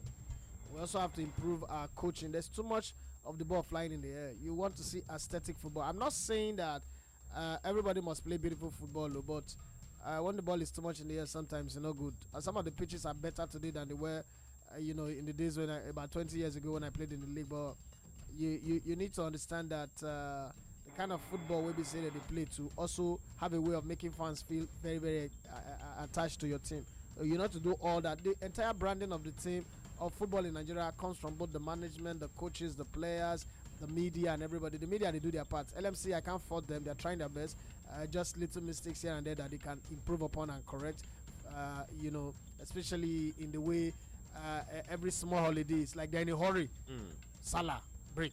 Christmas, break. Every Independence, break. Democracy Day, break. We get too much break in the league. It affects the flow and the consistency of the league. Other than that, but then all of the coaches have set up a team that can score goals. But whether they will score eventually, it's another thing. Okay, quickly, let's tell that in Nigeria, in England last season, it was Thibaut Courtois that kept the highest number of clean sheets. But of course, in Nigeria, goalkeepers have been keeping clean sheets. After 26 days of match action, one man, of course, is the number one. He's with Nasarawa United. His name is Suraj Ayeleso. He has kept 11 clean sheets so far. So 11 out of 26, not so bad. Well, no, not a bad one. Nasarawa United, they know how to play defensively very, very well. Another thing, in 26 weeks, I think Plateau United would have stayed this because this weekend. This if you base it on clean sheets, I don't think Ike Chukwu should be our goalkeeper. No, Ike Chukwu going to the national team. I've always said it's not even in the top 10. It's my opinion. I've always said he's gone to the national team on political ground. When you have the proprietor of a football club bailing at the NFF some time ago, when they want to travel to Ndola, I guess. All of those things come to play. You can argue from that to tomorrow, but I believe what I believe, and all of those things will come to play.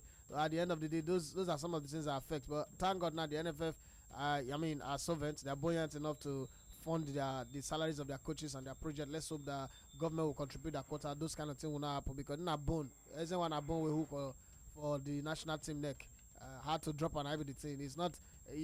When was the funny thing is when push comes to push comes to shove, then they even they say making go keep. They'll go look for somebody they don't invite in the first place. Isn't that how Daniel Akbari came to the team when Kali Keme was injured? But that said, I think going forward they should be picking players based on their form, their merit. If you're consistent with your saves, you should be put in goal instead of looking for somebody because you want to please someone. Or we cannot readily determine a keeper's form by the number of clean sheets. You can. The best goalkeepers in the world are measured by their clean sheets. So people argue that Thibaut Courtois is not better than David De Gea, but Thibaut Courtois kept more. No, but look at their clean sheet now; it's close. But you cannot even tell me that David De Gea is better than Thibaut Courtois. You can't convince me. Thibaut Courtois won the league title. The same league where they play, David De Gea ended up in 6th. If you bring Europa, and I remember win Europa. So you can't even convince me on the strength of this season. I mean, in the last 3 seasons, Thibaut Courtois has won 2 league titles. Where David De Gea they map. The way Real Madrid is pursuing him. And the fact that Real Madrid pursued James Rodriguez in 2014. It was James Rodriguez was the best player in the world in 2014. And that means see now everybody wear white be angels on the go sell. Okay, Sports Radio 88.9 FM. Let's of course go to this one. There's no way we'll not talk about Alexis Sanchez. Arsenal, of course, we understand will tell Sanchez, who is currently preparing for tonight's final against Germany. They will tell him once he comes back that he will not be sold to Manchester City. Go and meet with Pep Guardiola. Now used to be, but we are not going to sell you to Manchester City, meaning that their preseason is likely to be disturbed by the desire of the forward to join Pep Guardiola and Manchester City. Sanchez, of course, only became Chile's record goal scorer last week. He will play in today's Confederations Cup final against Germany. He's set for a move to Manchester City, but Arsene Wenger, coach of Arsenal, is determined not to repeat the mistake of the past when he sold to his biggest rivals. He has sold RVP, sold the gun, the magazine, and of course the bullet to Manchester United over a cup of coffee. He held on to the pouch. Now, and they say they have financial strength and they can refuse any bid. The money not going to enter in eye. If you like, bring 100 million. Oh, if you bring 100 million, me I go sell. So if you bring 100 million, not going to enter eye. We get money. 50 million, I'll say. Say bring the money, we not go sell. 50 million for Alexis Sanchez. The question, Alexis Sanchez energy. If you convert that his energy today to negative one, he go destroy the Arsenal camp. Arturo Vidal, we understand, has told Carlo Ancelotti, watch Alexis Sanchez, watch our combination. If you get this combination next season, if we catch Champions League, you say without you say not even they're not even going to play. Say, if they were bonus point, but they're not coming. No suffer, my brother. Let's make my brother not suffer. Go to Arsenal and get him. This was what Carlo Ancelotti had to say about Alexis Sanchez. Maybe they go there, I don't know. They say Arsenal can send abroad. Carlos Ancelotti says something. Bravo also says something. You know that they say they will not sell to their rival. Bayern Munich is not the rival of Arsenal. Bayern Munich is playing in the Champions League. Is Man City their rival? Yeah, their rival in the Premier League. If for instance now. I also think that Arsenal is the academy of Man City. No. Last season it was Nasrik, Adebayo, no. Last season it was 10-2. So there's no need to beat them this season. They know they come. They're in the Europa League. So let's first of all hear Carlo Ancelotti about Alexis Sanchez. Okay. Football Live. I think that in this moment the market is a little bit crazy, and Bayern is not a crazy club. We are not going, and I know the culture of this club. I'm not going to ask player that where the club has to spend crazy money, and so. But if there are opportunity, why not? Why not? Alexis is a great player. Football Live are proof that Sports Radio 88.9 Brilla FM has gone beyond one league. How many do you want?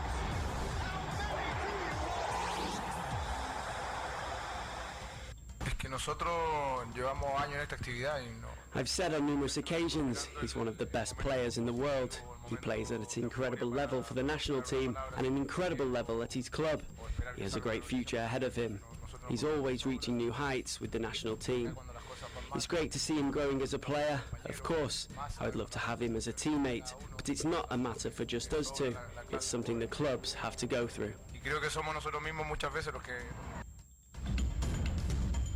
Well, the first voice you heard, the baritone voice you heard, was the voice of Carlo Ancelotti.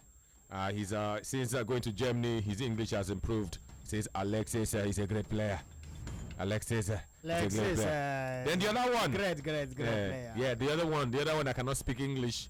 That one is Claudio Bravo.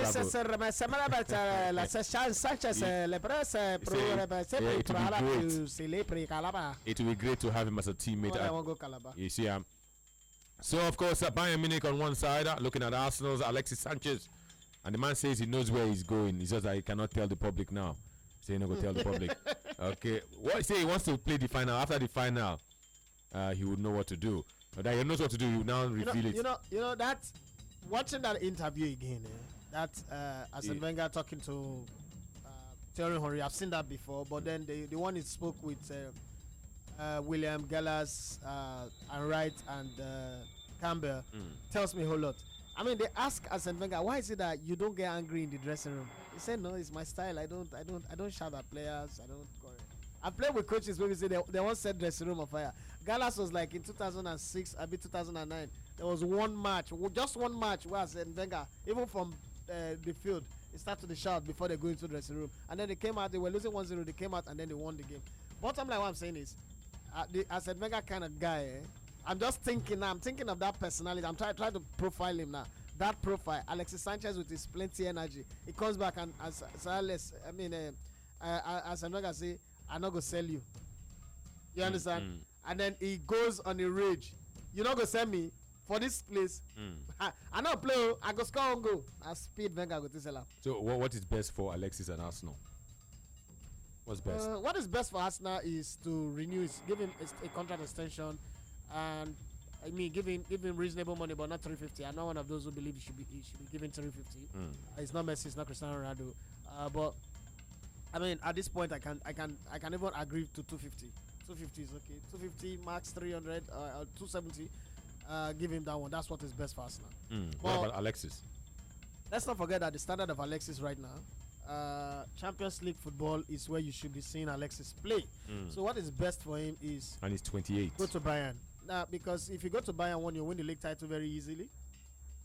Secondly, Champions League, your minimum level, your minimum bar is the semi-finals. If you're lucky, you guys can, because you have a coach who have that knack of winning Champions League, both as a player and as a coach. You can just be lucky and then you win the Champions League. It will be on your CV, whether you like it or not, and you will be integral member of the team. And then you also have Vidal. The way Bayern play also suits you because they have a certain type of aggression to their game, forward movement, positive kind of play. So all of the angling favor you. Man City, on the other hand, going to Man City, the money go big. You have a chance, they're within a shot of winning the league, but they don't have a Champions League experience apart from the coach. But beyond that one, let's not lie to ourselves. Man City is on a rebuilding project, which means even this season they might not win the league, they might not win the Champions League. If they do it, good. But they don't have the odds-on favorite. Even though the bookies all over England, Scotland, and Wales have given it to Man City already. But I'm one of those persons where I don't think I'll follow the bookies now. If they win, they have the fund to buy the title, but they are rebuilding. And for the way Pep Guardiola wants to play, players need to have a perfect understanding of themselves to be able to play like that. If you don't have a perfect understanding of yourself, it's hard. There are matches where we say you place your passes wrong, the opposition will counter-attack you and score against you. I remind you of the game against Middlesbrough last season, where I think it was Rondo that scored that goal. If you look, they were trying to do that normal build-up play when they lose the ball. You could tell that there was no understanding. The player who was running don't understand where the other guy will hold the ball. Silva won't put the ball. They lose the ball and then counter-attack. The Rondo will head that ball into the net last minute, I think 88th or 82nd minute. So until they have a perfect chemistry. But Bayern Munich already have a team with good chemistry. Everything is going. Young players are coming. Experienced players are there. There is energy. But let's not forget that some players have retired from Bayern. Philipp Lahm is not there. It's going to be a big miss. Defensively, Boateng is not your player you can trust completely. So they could also suffer from that. But at least in the German Bundesliga, they still stand a chance of winning it.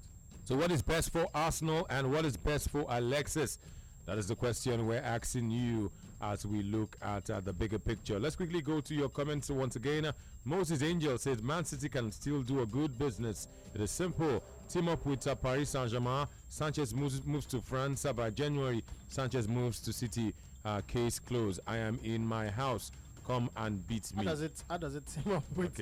Okay. It already spread the talk. Say he has more competence. No need to talk again. Nancy Prescott says he's a prolific striker and deserves to win trophies.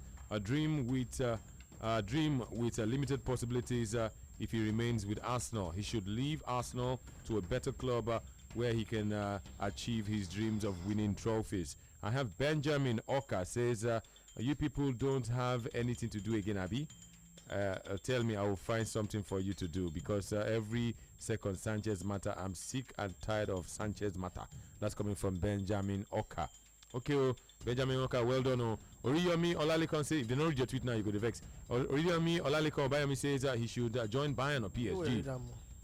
Ekere Okechukwu says Arsene Wenger should allow Alexis Sanchez to go rather than make him feel unhappy. Edeonyi says Arsenal should not make the same mistake by selling Alexis to a Premier League club because it will come to haunt them later. Kelechi Ibiam says Arsenal should just let the guy go. It is clear he doesn't want to play in the Europa League.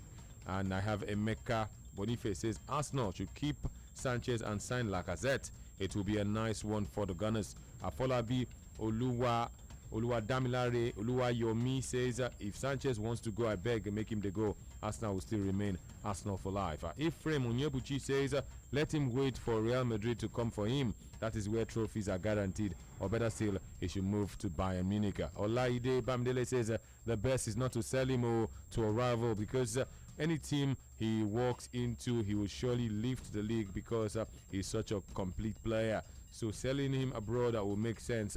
And he should be sold it goes on. Prince Nedu says I just wish he would have a rethink and come to Chelsea. The guy is a great player. Ruben Chico Zirim says would do the same, but only I would even allow him move to any club. I will allow him see out his contract.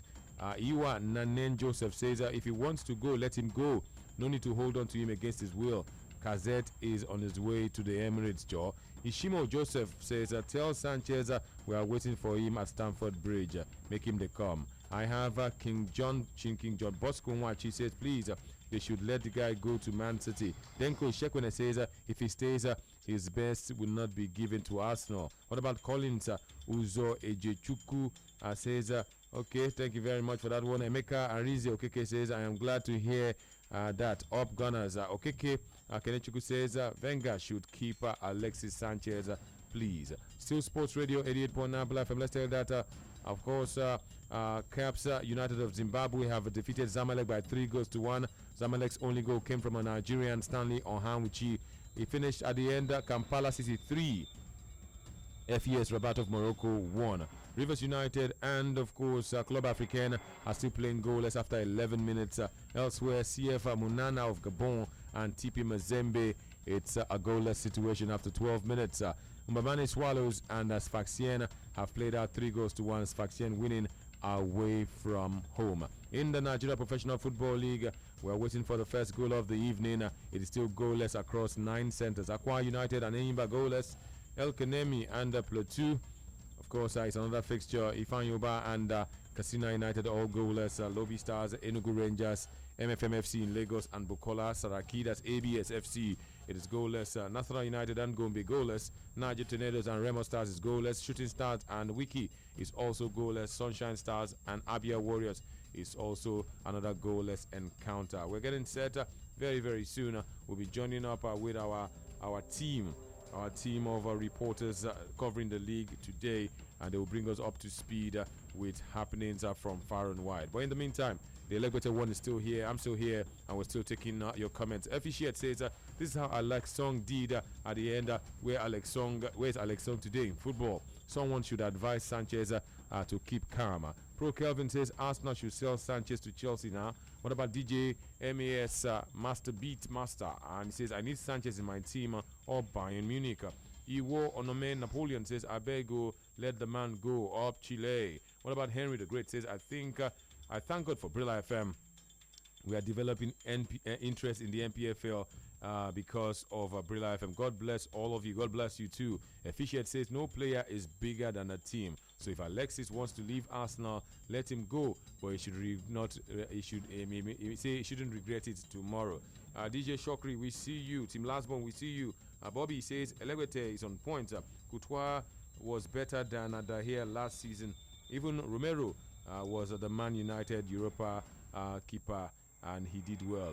What about IBK says he should go to Bayern Munich. So if Arsenal ever come back to the Champions League again, he will surely qualify. They will surely qualify for the next round. Pro Kelvin says they should sell him to Chelsea, and then if Man City is the rival, big Liberty, what do you think? They should sell. They should sell. He says if Man City is their rival, they should sell Alexis to Chelsea. If they want Alexis, they should come collect. They should bring Hazard and Diego Costa. What kind of a transfer is that one? Let's change now. Not be if you go fit talk, you are not talk about. Sports Radio 88.9 Brilla FM is still the station, and of course we're still looking at the Nigeria Professional Football League and other happenings from far and wide. It's still goalless across all the centers. Matches, of course, are going down in 9 centers. Rivers United also in action. They are in action on the continent. Let's go for more tweets and more messages on Facebook. We'll take this one. Following Shaw Olawale says Sanchez can help United win with his abilities. It will be a nice signing if Ed Woodward can seal the deal. Ms. Eggy, I see you. He use wood knock head. Mr. Welt says let him go, please. Every time pundits, Alexis, that, make him the go. Are you sure? Folonsho Lawale says Manchester United can't get Griezmann. I think Sanchez can give them 70% of what Griezmann can bring to the table. Alexis and Griezmann, who would you pick? Alexis. This one says 70% of voting. Alexis with the horns. Entitled to his opinion. Okay. DJ Mass Beast Master says please Sanchez should come to Bavaria. The beat. That's the beat for you. It says up Bayern. Thank you very much for that one. Let's take this one from Chigozie Obiechina. Says all these Arsenal fans will be mugged after tipping Chile to win Germany. Says Sanchez will announce he will join City after helping Chile to win. Okay. And Mr. Wells says let's go please every time. Okay. Timothy Denbo says Alexis moving to Bayern is perfect, as it would be vital to Bayern Munich winning trophies, and trophies would of course come to him. Thank you very much for that one. And more tweets. I have this one again from Folonsho Olawale says Kevin Gamero is better than Giroud. I don't know why Arsene Wenger isn't looking in that direction. Kevin Gamero better than Giroud. Let me tell you, is Giroud that bad now? I don't know who is Kevin Gamero. The one that plays for France and Atletico Madrid. People can send it to the one. This one says, what is Aqua United playing? We must finish second or win the league. Oh, that's coming from Efficiate. Let's, of course, move on to the next one. It's all about Mbappe. We understand that Real Madrid, Paris Saint-Germain, and even Arsenal are prepared to spark a bidding war over Kylian Mbappe. And this could make the Monaco player the most expensive player ever in the history of football. Bidding war for an 18-year-old Mbappe. They want to offer Mbappe a chance to play for their teams, and they are happy to spend what it takes to bring him to their respective clubs. Kylian Mbappe has, of course, sent Twitter into meltdown since yesterday, and he's still trending up until now. That was when he removed his Monaco bio. Of course, removed Monaco from his bio page. His official account. Monaco have indicated that they would love to keep the 18-year-old, but they say the 18-year-old also has the final say over his future. Why would a player do that? Well, is he? And the question is, all these Mbappe stories, he has removed bio today. Arsenal have done this tomorrow. PSG, is it not be wash, not be media hype? I said before, and I think I put it somewhere, and some people didn't understand what I was saying. All this talk where you yes, not be arranged. They do all this. Mbappe is not involved in anyone. Arsene Wenger, if you talk to Arsene Wenger right now, has Arsenal made an official bid? The answer is no. So who is beating the drum? So all this talk is just let us help to grow France economy. It's the thing on the political. Let me shock you. The Prince of Monaco, I'm not talking Victor Kbeba. The Prince of Monaco has gotten involved in this discussion. Ask yourself, where is that coming from? The thing that 2 weeks ago, it was 2 weeks ago when I said something on the Big Sports Breakfast Show that, during one research, one guy wrote something from Uruguay, one university in Uruguay. He said that in those days, during the Cold War, they had spies, you know, secret agents and the rest. What they do is they go, they travel to different countries. Some can even go as refugees. Some can go as go for medical treatment. Some go there as students, and then they start bringing in information about that country to their own country. But times have changed. Today, the global spies or the agents, they are not spies now. The agents are footballers and coaches. He wrote in that piece that when coaches move, like for instance, a coach from Italy goes to a rich league like Spain or England, all of a sudden you start seeing players from his country coming there. What happens is it doesn't naturally mean to be their citizen. It could be a Brazilian player that is playing in Italy coming to England. The thing is, when they sign that player for 50 million goes to the economy of Italy. They spend that money and they make profits in their economy. It helps to sustain them. Same way for players, same way for coaches. So now the same thing that happened here. As soon as the Champions League, they knock Monaco out of the Champions League, and these circles begin to go around. First, the first teenager to score this number of goals, the highest number of goals in the knockout stage behind Cristiano Ronaldo 6, Cristiano Ronaldo 10. So they just felt, you know what? We might not have this opportunity again. We don't even know whether we'll sell him or not. Let's start the circles. So they start the social media buzz from the beginning. Even before transfer window open, we've had like 10 different clubs making bids. And then to make matters worse, they went back to the old conversation Zidane had and infused it into the conversation. Zidane is in love with the player. What they asked Zidane, when I go back now and see the full interview, they asked Zidane, what, as a Frenchman, what do you have to say about the prospect of French players and a player that is coming up like Mbappe? You are an African, you are from African descent, he's from African descent, and he said, I love him, I love the way he play. That conversation has not stopped. Bottom line here is, some people are doing their job very, very well. Now, even the brand will talk to. Some are doing their job very well, and they are willing to put the name of everybody. Very soon, they'll tell you that Donald Trump have a comment about Mbappe. Donald Trump tweeted about Mbappe. Now, people can say all sorts of things, but bottom line, it's just aimed at jacking the price to the rooftop. Eventually, Mbappe might be sold for 100 million or less, because that's how they did with Pogba. Some agent collect 40. How much is that? 41 million. 41 million. Collect more money than the club, collect more money than the player. So this whole thing na circles. The higher the money, the more the merrier for the people that are involved. So it's good for business, but I don't know whether it's good for football, because eventually when the player is signed, the pressure on him to perform is very, very high. But it's good for business. So what say you? Do you think that all these Mbappe stories are just a function or something of a media hype? Today Mbappe, tomorrow Mbappe, and so many club sides are falling over themselves over the 18-year-old. And the funny thing about Kylian Mbappe earns £16,000 per week. If you calculate whatever is left of the contract he has with Monaco, you just wonder, why is it so expensive? £16,000 per week. It's no justification for that price. There's no justification anywhere. This is not. It's not Malcolm Van Basten. It's not Ronaldo da Lima. It's not Cristiano Ronaldo. I mean, he doesn't pull a force. I agree, he score goals, but let's be very honest. When you watch Monaco play, you don't see. When you say, this guy, the warrior, you know, they see that effect. Other players are going for normal price.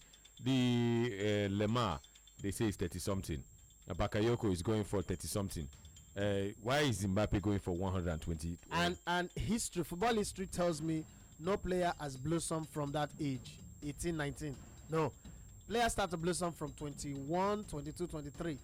So that's why if you make headline for under 17 championship, chances are that you might not even make it far in football. There are those chances. But if you make headline for under 21, your road to greatness is, your chances are very high. Let's bring you up to speed. Goals have been scored in the Nigerian League. Aqua United lead Eyimba by a lone goal. El Kanemi and Plateau United is a goalless situation. FC Fanyuba have taken the lead against Katsina United. 1-0 is the scoreline. In Lagos, MFMFC have scored. They are leading ABS FC by a single goal. Nasarawa have also scored. They lead Gombe by a lone goal. That's the story so far in the Nigeria Professional Football League. There are, of course, 4 goals so far in the 9 matches. Sunshine and Abia Warriors is a goalless situation. Shooting Stars, after 22 minutes, are still finding, of course, the Stars as they host Wiki Tourists of Bauchi. Niger Tornadoes and Remo is goalless. Nasarawa, I told you, are leading Gombe. MFM leading ABS, Lobby Stars and Enugu Rangers. Is a goalless situation. The other goals come from the match between FC Fanyoba and Kano Pillars. 1-0. FC Fanyoba are leading El Kanemi and Plateau. It's a goalless situation. But of course, Aqua United and Eyimba, it's 1-0 in favor of Aqua United. Still taking your post and your messages. Fatah Shoda says if he decides to go, he should be sold to a foreign club, not to Manchester City. Talking about Alexis. Peter Sonmi says media want to make France number one. That's why they're making so much noise about killing Mbappe. Henry the Great says people don't get it. People mistake the media today. The media today, there is a conventional media and then there is the social media. The thing with social media is conventional media goes to sleep. Social media doesn't sleep. You understand? So there is already a challenge between social media and conventional media. Conventional media need a page of 4 paragraphs to put out a story. Social media need 140 characters or less to put out a story. You understand? All you need to do is to attach the names of 3 important people. Put Arsenal there, put Mbappe, and put Madrid. You have a story. And then try to say, quote, an unknown source. You already have a story.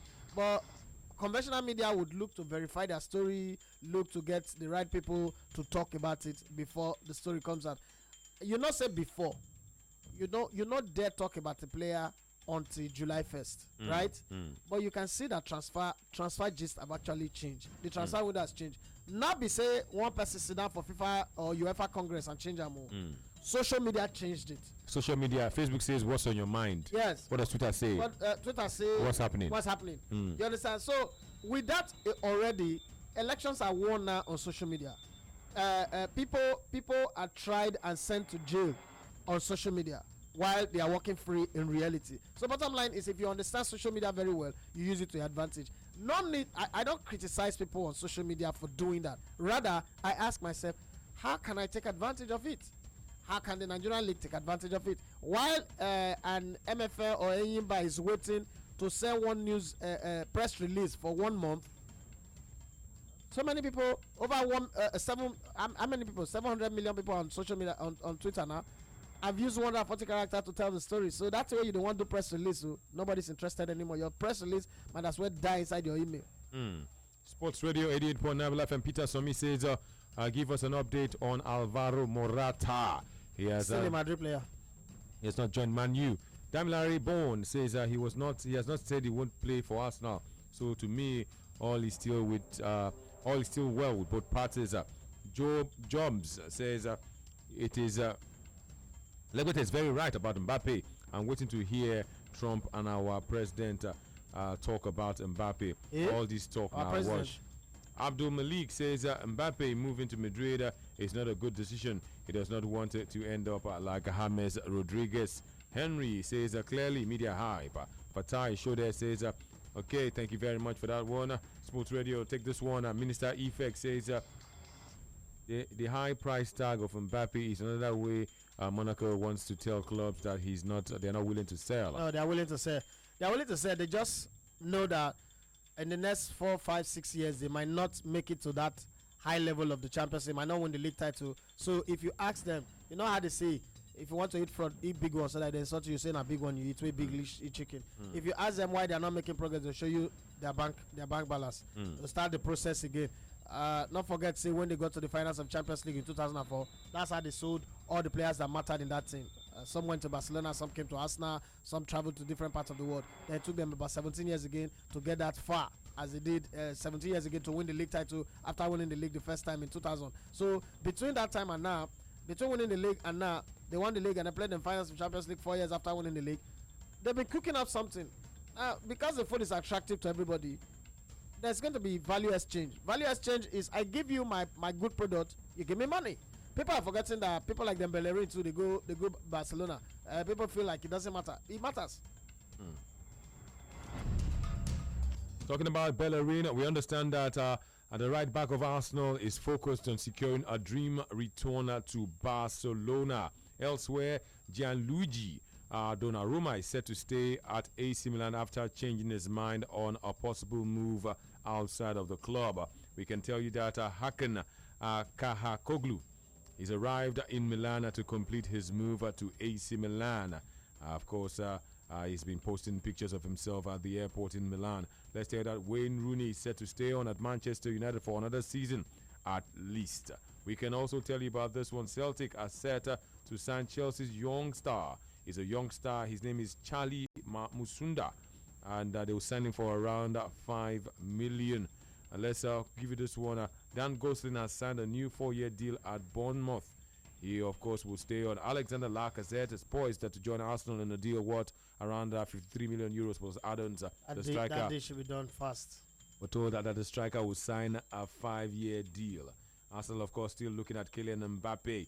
Let's, of course, tell you about. Okay, Charlton Athletic have appointed Liboya. You remember him? Yeah, Liboya United as assistant manager, and Johnny Jackson as first-team coach and player coach. Of course, we can also give you this one. It's a done deal. Wolves have signed Barry Douglas on a 2-year deal from Konya Sport in Turkey. Atletico Madrid are still pursuing Diego Costa. Monaco's Benjamin Mendy is determined to join Manchester City, according to reports in Spain. West Ham are set to move for former Manchester United striker Javier Hernandez, who of course is with Bayern Munich, Bayer Leverkusen, I beg your pardon, and they can get him for less than 20 million euros. Jose Mourinho says Chelsea midfielder Nemanja Matic remains a top target, but Chelsea are not willing to sell. Juventus are set to launch a new £7 million bid for Arsenal goalkeeper Wojciech Szczesny. That's according to reports in Italy and in England. Alvaro Morata, we're told, is nearing a move to Manchester United. He has made up his mind to join the Old Trafford outfit, and that a deal has been done. That's what he has been telling his friends. Let's say that PSG have seen a 45 million euros bid for Fabinho rejected by Monaco. Monaco owners are determined to keep the player. They say he's not for sale.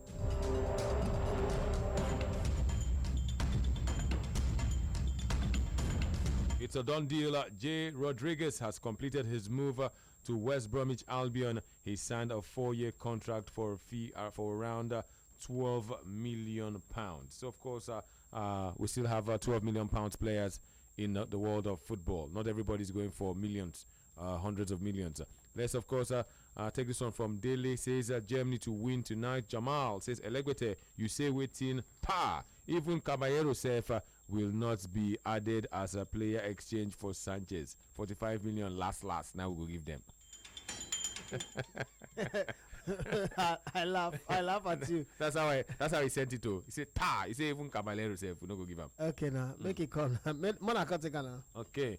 Bala Abdul Fattah says Mbappe stories really aren't hypo to me. They are true. Okay, I have John Binze says, please, Arsenal. When you say they are true, can you confirm to me that anybody has put in an official bid? Okay. The money where they cost, so see, Arsenal don't put it. You know that's a lie. You don't need anybody to tell you. That is a big fat lie. What do you mean by that? So Arsenal is not capable of 145 million euros for what? Which Arsenal?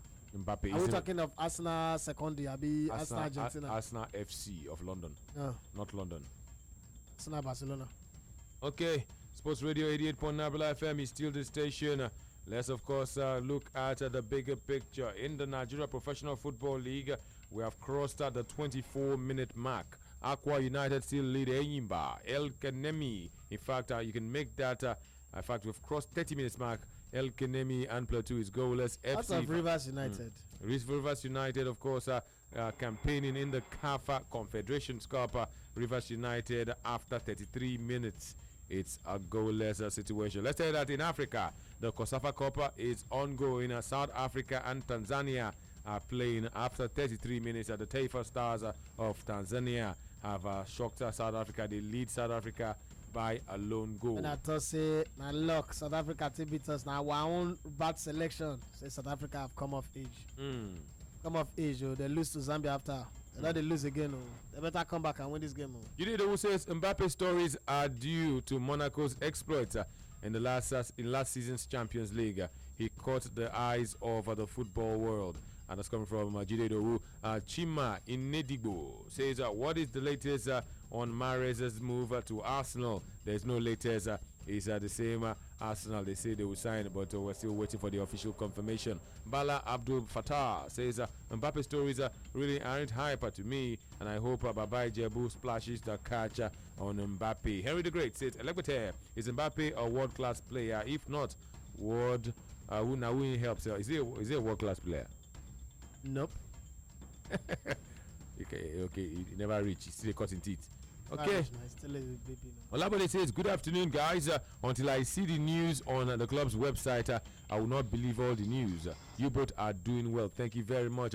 Mr. Welt AFC says, Mbappe, okay, is not worth even 35 million pounds. Maybe, okay, he did learn.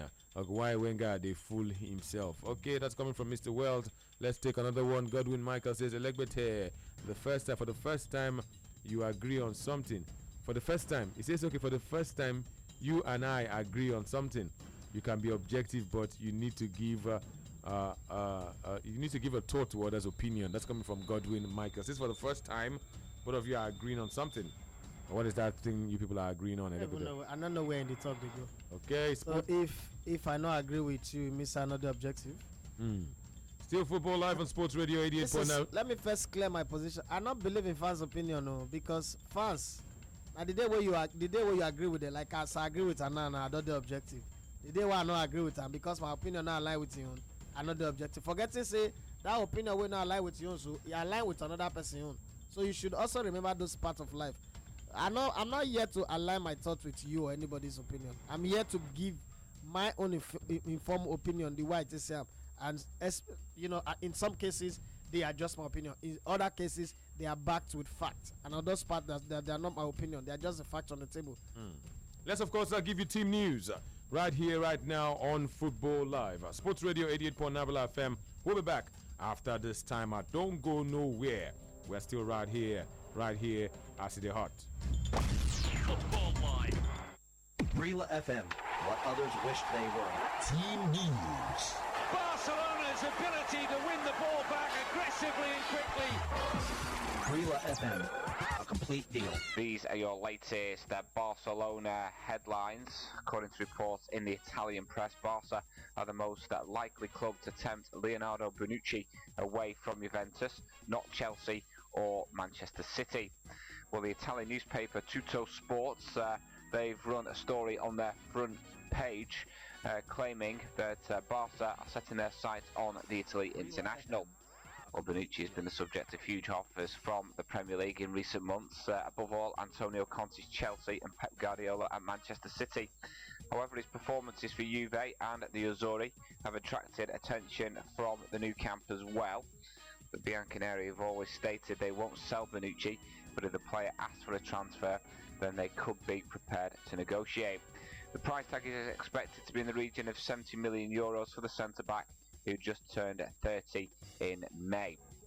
Well, it's thought that Bonucci is very happy in Turin and would be happy to stay there, especially if the likes of Chelsea or Manchester City came in, but the report is claiming that he could be tempted by a potential move to Barcelona.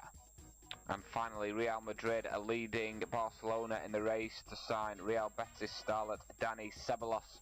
That's according to reports. The under-21 Spain international impressed scouts of many top European clubs during the under-21 European Championships.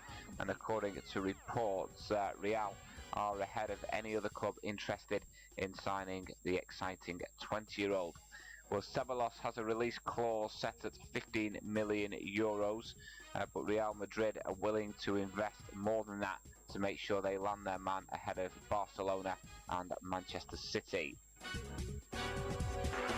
Brila FM, a complete deal. Bravo, Romeo, India, Lima, Alpha. Crowd are on their feet. B-R-I-L-A, Brila. www.brila.net, where everything sports meet, including your radio. Football Live.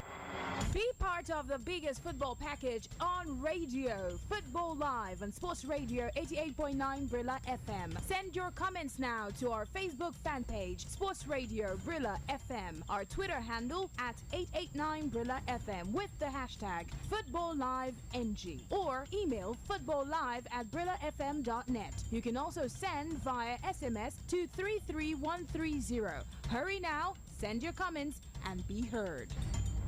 Football Live, Football Live, Football Live.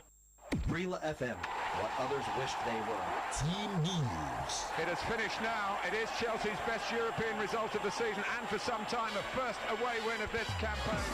Brilla FM, a complete deal. These are your latest headlines. Chelsea and Manchester United are still locked in a battle to sign Everton striker Romelu Lukaku, reports have claimed.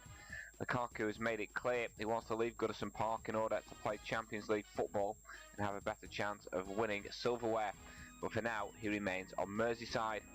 Well, Chelsea and United have both been heavily linked with a swoop, but have been unable to hammer out a deal as Everton fight to keep hold of the Belgium international. Well, reports claim that Chelsea have already agreed wages in the region of £150,000 a week with Everton, but are unable to agree a transfer, with the Toffees holding out for £100 million. Well, Everton are refusing to budge and are under no pressure to sell this summer, as the player still has 2 years remaining on his current deal. United boss Jose Mourinho is also keen and wants to sign Lukaku, even if he also lands Alvaro Morata from Real Madrid. However, it's been suggested he would have to hold clear the air talks with Lukaku, who is still said to be unhappy with the fact that then Chelsea boss sold him to Everton 3 years ago. So the future of Lukaku still very much up in the air, but it seems as though Chelsea and Manchester United are still keen. Meanwhile, Chelsea could face a battle to sign Antonio Rudiger from AS Roma. The German international central defender is very high on the wanted list of Chelsea, following the departures of John Terry and Nathan Ake.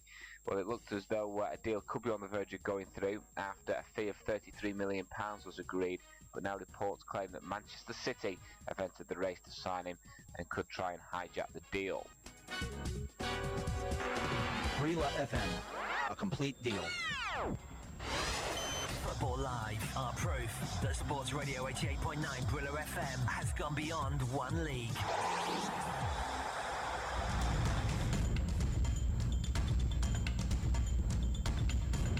Still Football Live on Sports Radio 88.9 Brilla FM. Let's of course tell you that the president of Olympique Lyonnais has taken to social media. Lyon president Jean-Michel Aulas has tweeted to deny that Alexander Lacazette is in London for an Arsenal medical.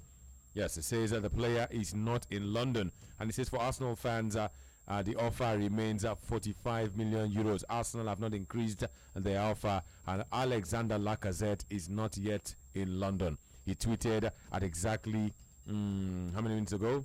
He tweeted not too long ago, of course, talking about the president of Olympique Lyonnais. Say Alexander Lacazette.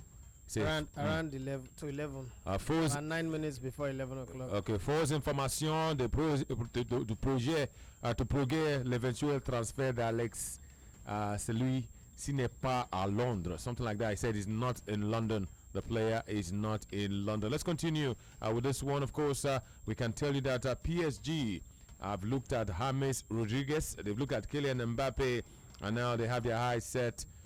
They might not get those ones. They say they have their eyes set on Liverpool's Philippe Coutinho. 100 million euros for Philippe Coutinho. Let's tell you that an official inquiry has come for Real Madrid's defender. His name is Danilo. That inquiry came from Chelsea and came also from Juventus. For some of these players will Chelsea they sell. They're as equal as these players so they won't buy you. Maybe I'm wrong, but all these are players so they don't sell, make all this money, so they're almost equal. Let's say that other news: Brazilian left back Matheus Lille is looking like the next South American talent to jump to Europe as Benfica look to have agreed a 5-year deal with Real Massama for the defender that's coming from Ojogo. Ojogo is a tabloid in Portugal. What about Donnarumma? We understand that a new deal at AC Milan is on the cards and 50 million euro salary over 5 years will be agreed. His agent Milo Raiola is to meet the club over the next few days with the keeper's release clause yet to be unknown. Let's of course tell you about another story. Many teams were told are taken aback by Goncalo Guedes, and the 20-year-old PSG man could end up at Lille or Monaco this summer, according to reports in France. Sevilla, of course, are also in the news. Aston Villa are keen to keep hold of their fullback Jordan Amavi, but Estadio Deportivo are claiming that La Liga club Sevilla will come back in with an offer of 6 million euros to test the second-tier club side in England to test their resolve. What about this one? Reports from La Nación are suggesting that Guinzhou Zhencheng could offer as much as 7 million euros for Fiorentina midfielder Carlos Sanchez, once played in England for Aston Villa. Chievo may bring in Grassi. We're told Alberto Grassi is seeking more regular game time and could leave Napoli, according to Italian reports. And Chievo are waiting in the wings for the midfielder and waiting for the right time to drop and, of course, get him on their ranks. Still Sports Radio 88.9 Bella FM. Let's quickly remind you of happenings in the Nigeria Professional Football League, and also not forgetting what is happening on the continent. Rivers United, after 45 minutes, they are still playing goalless. Elegbete, are you worried? Goalless against Club Africain. Remember, No, the coach. I'm not worried. The coach said he wanted a draw or a win. It's still goalless. I'm not worried. Liverpool, what's it called? Rivers United. Rivers United might get something. I'm not saying they cannot get something, so I'm not worried. But if they're not getting anything, if the game ends in a draw, I know I'll be one of those persons who are not going to surprise. Yes, it's halftime across, in some centers in Nigeria. Sunshine Stars and Abia Warriors. It's a goalless situation. Shooting Stars have a shot to the lead. They lead Wiki Tories 2-0 in Ibadan. Niger Tornadoes and Remo Stars, it's still goalless in Lafia. Nasarawa lead Gombe by a lone goal. MFM in Lagos lead ABS by a single goal. Lobi Stars of course, beating Enugu Rangers 2-0 in that part of town. Ifeanyi FC and Katsina United FC, it is 1-0 for the home team, FC Ifeanyi. El Kenemi, all the way in Meduguri, are being held by Plateau United. If it remains like this, fantastic result for Plateau United. Very, very fantastic. Whatever happens before, they will still stay on top of the log.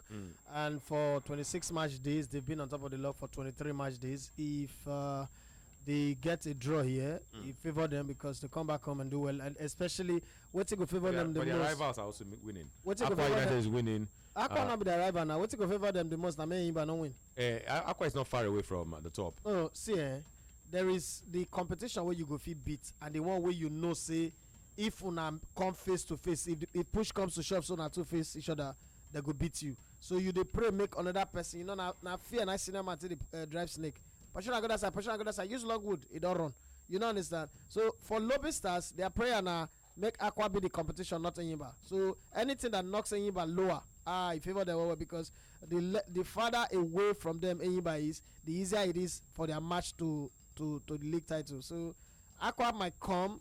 Aqua's biggest the threat where Aqua be now, Aqua will be a threat to MFN, not be to Plateau United, because no matter how Aqua try, you know, from that table you can see the gap between them. Next week they'll go back home. Aqua go play away. They win their match. If they fit get a draw here or a win, but the title don't go. They're talking about Aqua United. They lead Enyimba by a lone goal. Not looking too good for the Aba Elephants. Olabode says good revenue for the country and for the sports as well. An eye opener to a lot of things. But being what we are, being who we are. Will they? He puts a question. Razaka Idris Adele says, Tony, is Ode not a primary penalty taker again? Why was the penalty taken by Austin Ogunye after Ode was fouled? The problem here is una don't to complain for social media, say he scored too many penalties, so he's decided not to take penalties. Another thing, let me give you a very perfect example. Sunday Oli says the coach of Fortuna Sittard. Let's just hope, you know, by, you know, every means necessarily possible, Fortuna Sittard in the next couple of years become a strong team, they gain promotion to the top league. You know, the more successful you are with a team as a coach, the more power you get. First season of Conte was answerable. He not even see Roman Abramovich eye to eye. He was answerable to Mike Emenalo and Tenenbaum. As soon as he win the league and take them to the finals of the FA Cup, he demanded a contract review. He demanded to have a one-on-one with the club president, Roman Abramovich. If Olise, as it is now, takes the team hypothetically to the top division, Eredivisie, and from the Eredivisie, they win the league. Or they never win the league. He qualified them for Europe. You know, Olise can confidently say, I want to sign 2 or 3 Nigerian players, and the club will not say anything. If he sign those players from Nigerian league or anywhere, where their money, where they go build their house, not in Nigeria. As Olise, as a Nigerian coach, not help to grow the Nigerian economy. Because if that player comes to Nigeria, if he go build the house from his crash, it means he go employ people who go build house. If he go buy the house from a realtor, it means he has contributed to that person's business. That person's business in turn will pay his workers. That worker will in turn go to the market and have more spending power. That person they spend. You know, son, that's the circle. Now the thing why they try explain with when you see Arsene Wenger, for instance, willing to spend huge amount of money for French league players and all that. When it was time to buy players for England, that time I can't remember said they said it for 10 million or 50 plus £1. The whole idea is everybody thinks of number one. Number one is where you're from. Because tomorrow they'll ask you, when you go there, what do you do for us? Who you help? In the way we say it in local parlance, who you help? So you can come out and say the plethora of players where I help or we make life easy for our economy. So all these things are some factors we must think. We must start thinking about it. The way we go. Your Preco is the coach of Ifeanyiba.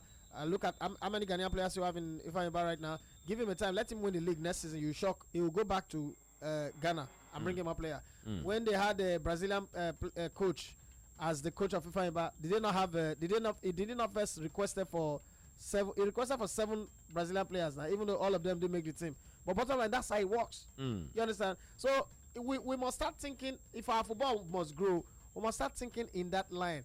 And any impediment we will put on the road, we will block that line of reasoning or behavior, we must find a way to stop them. Despite not getting an invite for the wedding on Friday, let's tell that Argentina and world football's legendary number 10, Diego Armando Maradona, has gone on to congratulate Messi and wife Antonella following their wedding in Rosario, Argentina. Diego Armando Maradona, of course, publicly congratulating Leo Messi and, of course, the wife following the wedding, saying his congratulations goes to Messi and hoping that they would have more happy and healthy children. Since Messi Messi knows that Maradona loves him a lot, and he assumes that the invitation must have been lost in transit. That was, of course, what Maradona said. And Maradona also had strong words to say when he was asked about the new coach of Argentina, Jorge Sampaoli, who left Sevilla to join Argentina. Remember, Jorge Sampaoli beat Argentina twice.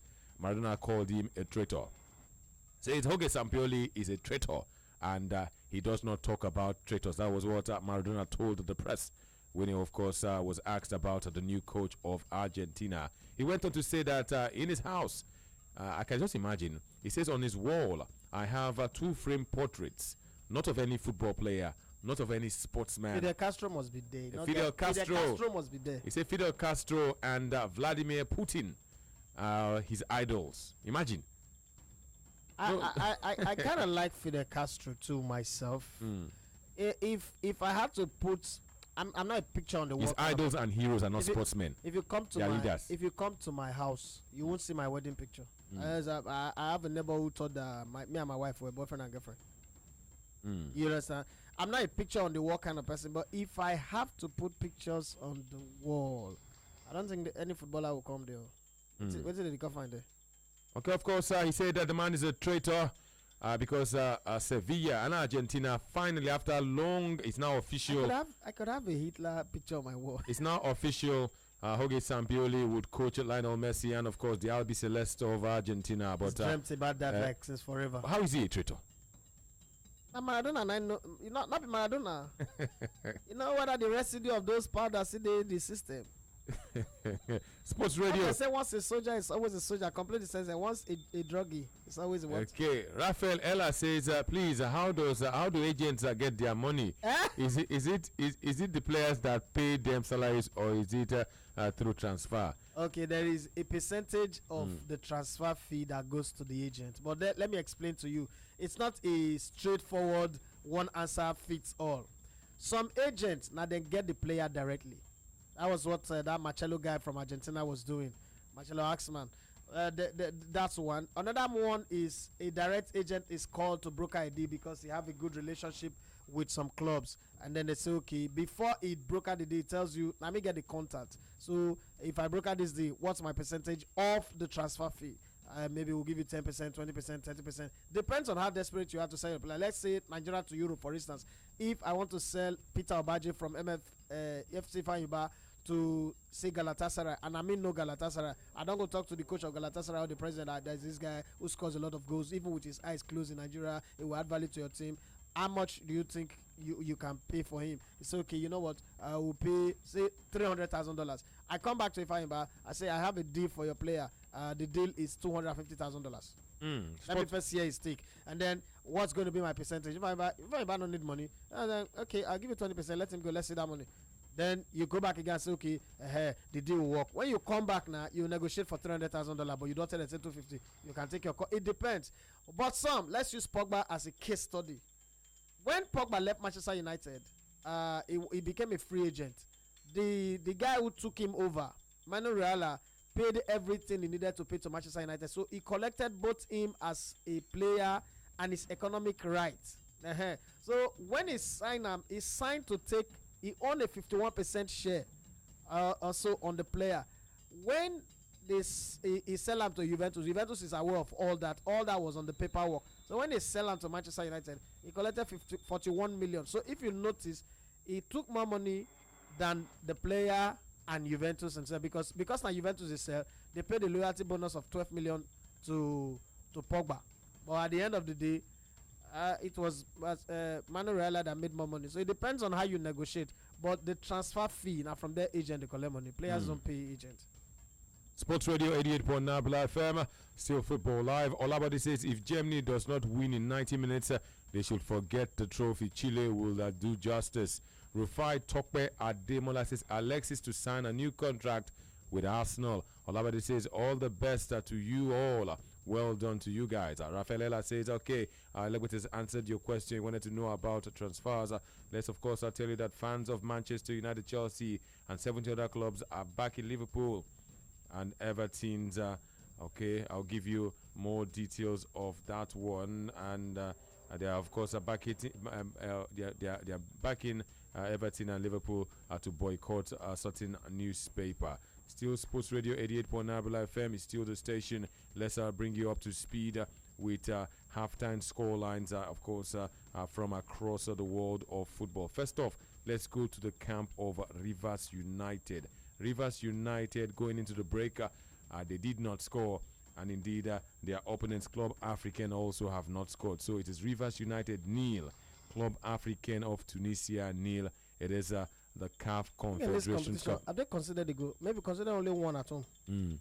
Let's tell you that CF Munana and Mazembe, also in the CAF Confederations Cup, played goalless after 45 minutes.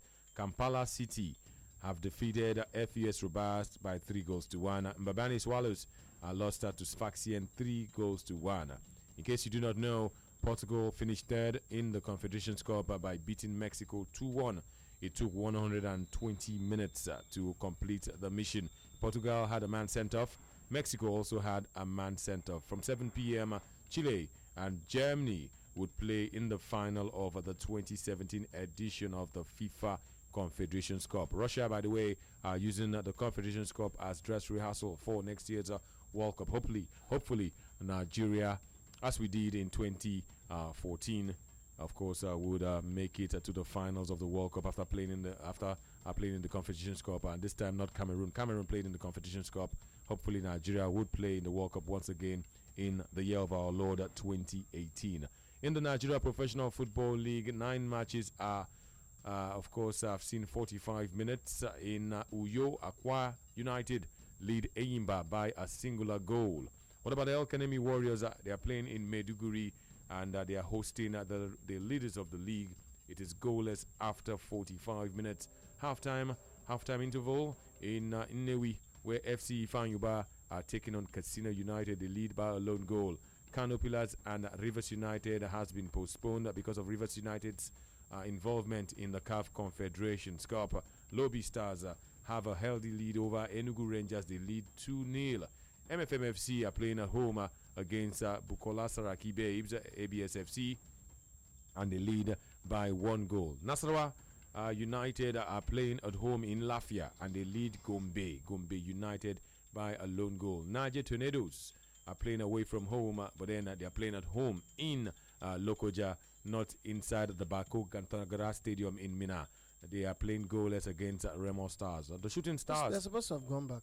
Shooting Stars are taking on Wiki Tourists, and they lead 2-0. 2-0 against Wiki Tourists of Bauchi. Sunshine Stars are trying to shine in Ijabode, and it is goalless against visitors Abia Warriors. That's the summary of action today in the Nigeria Professional Football Leagues. We got to go. Nigeria Professional Football League. We got to go at this point in time. It's been a marathon all the way from 12 noon. And of course, it is 5 p.m. at this point in time. We got to go. Really had fun today. Yes. Thank you very much, the Elected One. We're going to do this again next week by the grace of God. But then stay right here on Sports Radio 88.9 FM. Anthony Bekederemo is my name. His name is Edafe, the Elected One of sports. Okay, thank you very much for being part of our world. We'll do this again, same time, same station next week. But in the meantime, the action continues. We're just, of course, paving way for the next set of presenters and analysts. Our race has been run. Our time has come, and we got to go. We'll be back. We'll be back before you know it. Stay right here for more action on Sports Radio 88.9 Brilla FM. Football Live. Brilla FM. What others wished they were. Team news. Off the mark for Liverpool, and it is an absolute scorcher. Wonderful volley. Brilla FM. A complete deal. These are your latest Liverpool headlines, and boss Jurgen Klopp is unwilling to let Daniel Sturridge leave this summer, news which is sure to disappoint West Ham United. Well, Sturridge looks certain to be heading for the Anfield exit door this summer following another injury-plagued season. We saw him make just 20 appearances, but Klopp appears to have other ideas. It's been suggested that Klopp is unwilling to let him leave, as it would cost too much to draft in a suitable replacement for the England international. The Hammers, along with Paris Saint-Germain, have been heavily linked with a swoop for the former Chelsea star, but they would have to make an unbelievable offer. Well, due to Sturridge's injury problems, both clubs are unwilling to do that, and it looks as though he is going nowhere for now.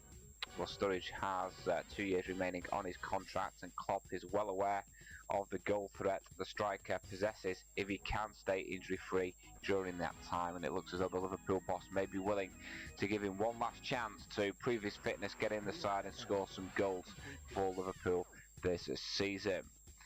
Meanwhile, it's been reported that Alex Oxlade-Chamberlain will push for a move away from Arsenal and turn down all offers of a new contract. This after he was angered after Arsenal rejected Liverpool's offer for him. Well, the Reds are keen to wrap up a deal for the England international forward and are said to have made Arsenal an offer. This has been rejected by the Gunners. It's disappointed Oxlade-Chamberlain, who wants to move to Anfield, and the player will now push for a move away from the Emirates Stadium. Brilla FM, a complete deal. You have been listening to Football Live. Join us again for all the best coverage of Europe's top leagues each Saturday and Sunday. Bravo, Romeo, India, Lima, Alpha.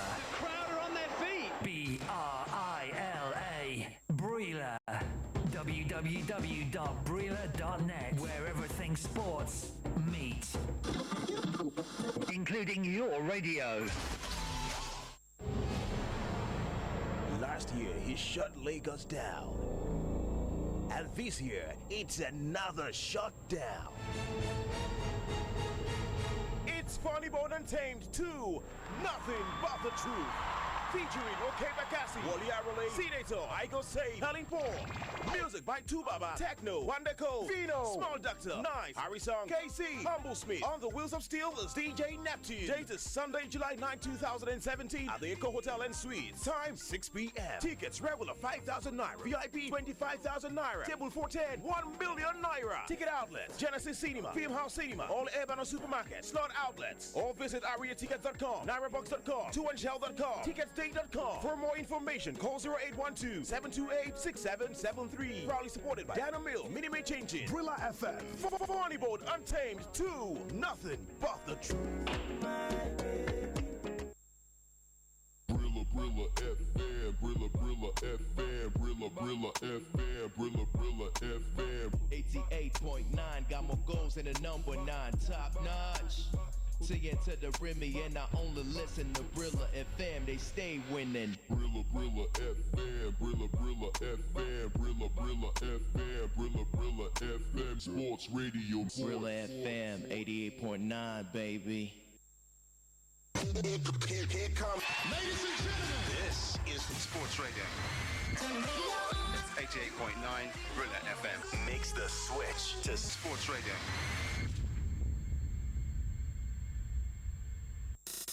Tuck it. 88.9. They've taken the lead. Brilla FM.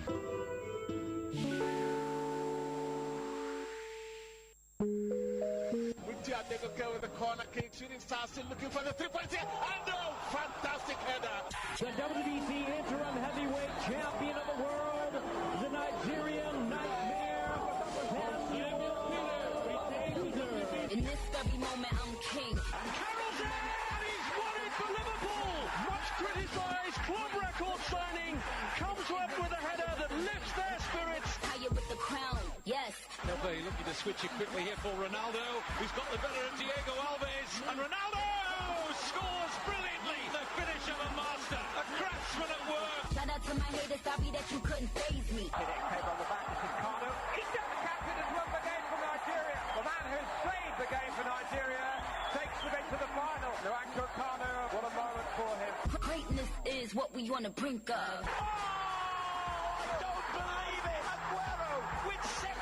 Season remaining, has won the Premier League title for Manchester City. Hollywood, make this movie.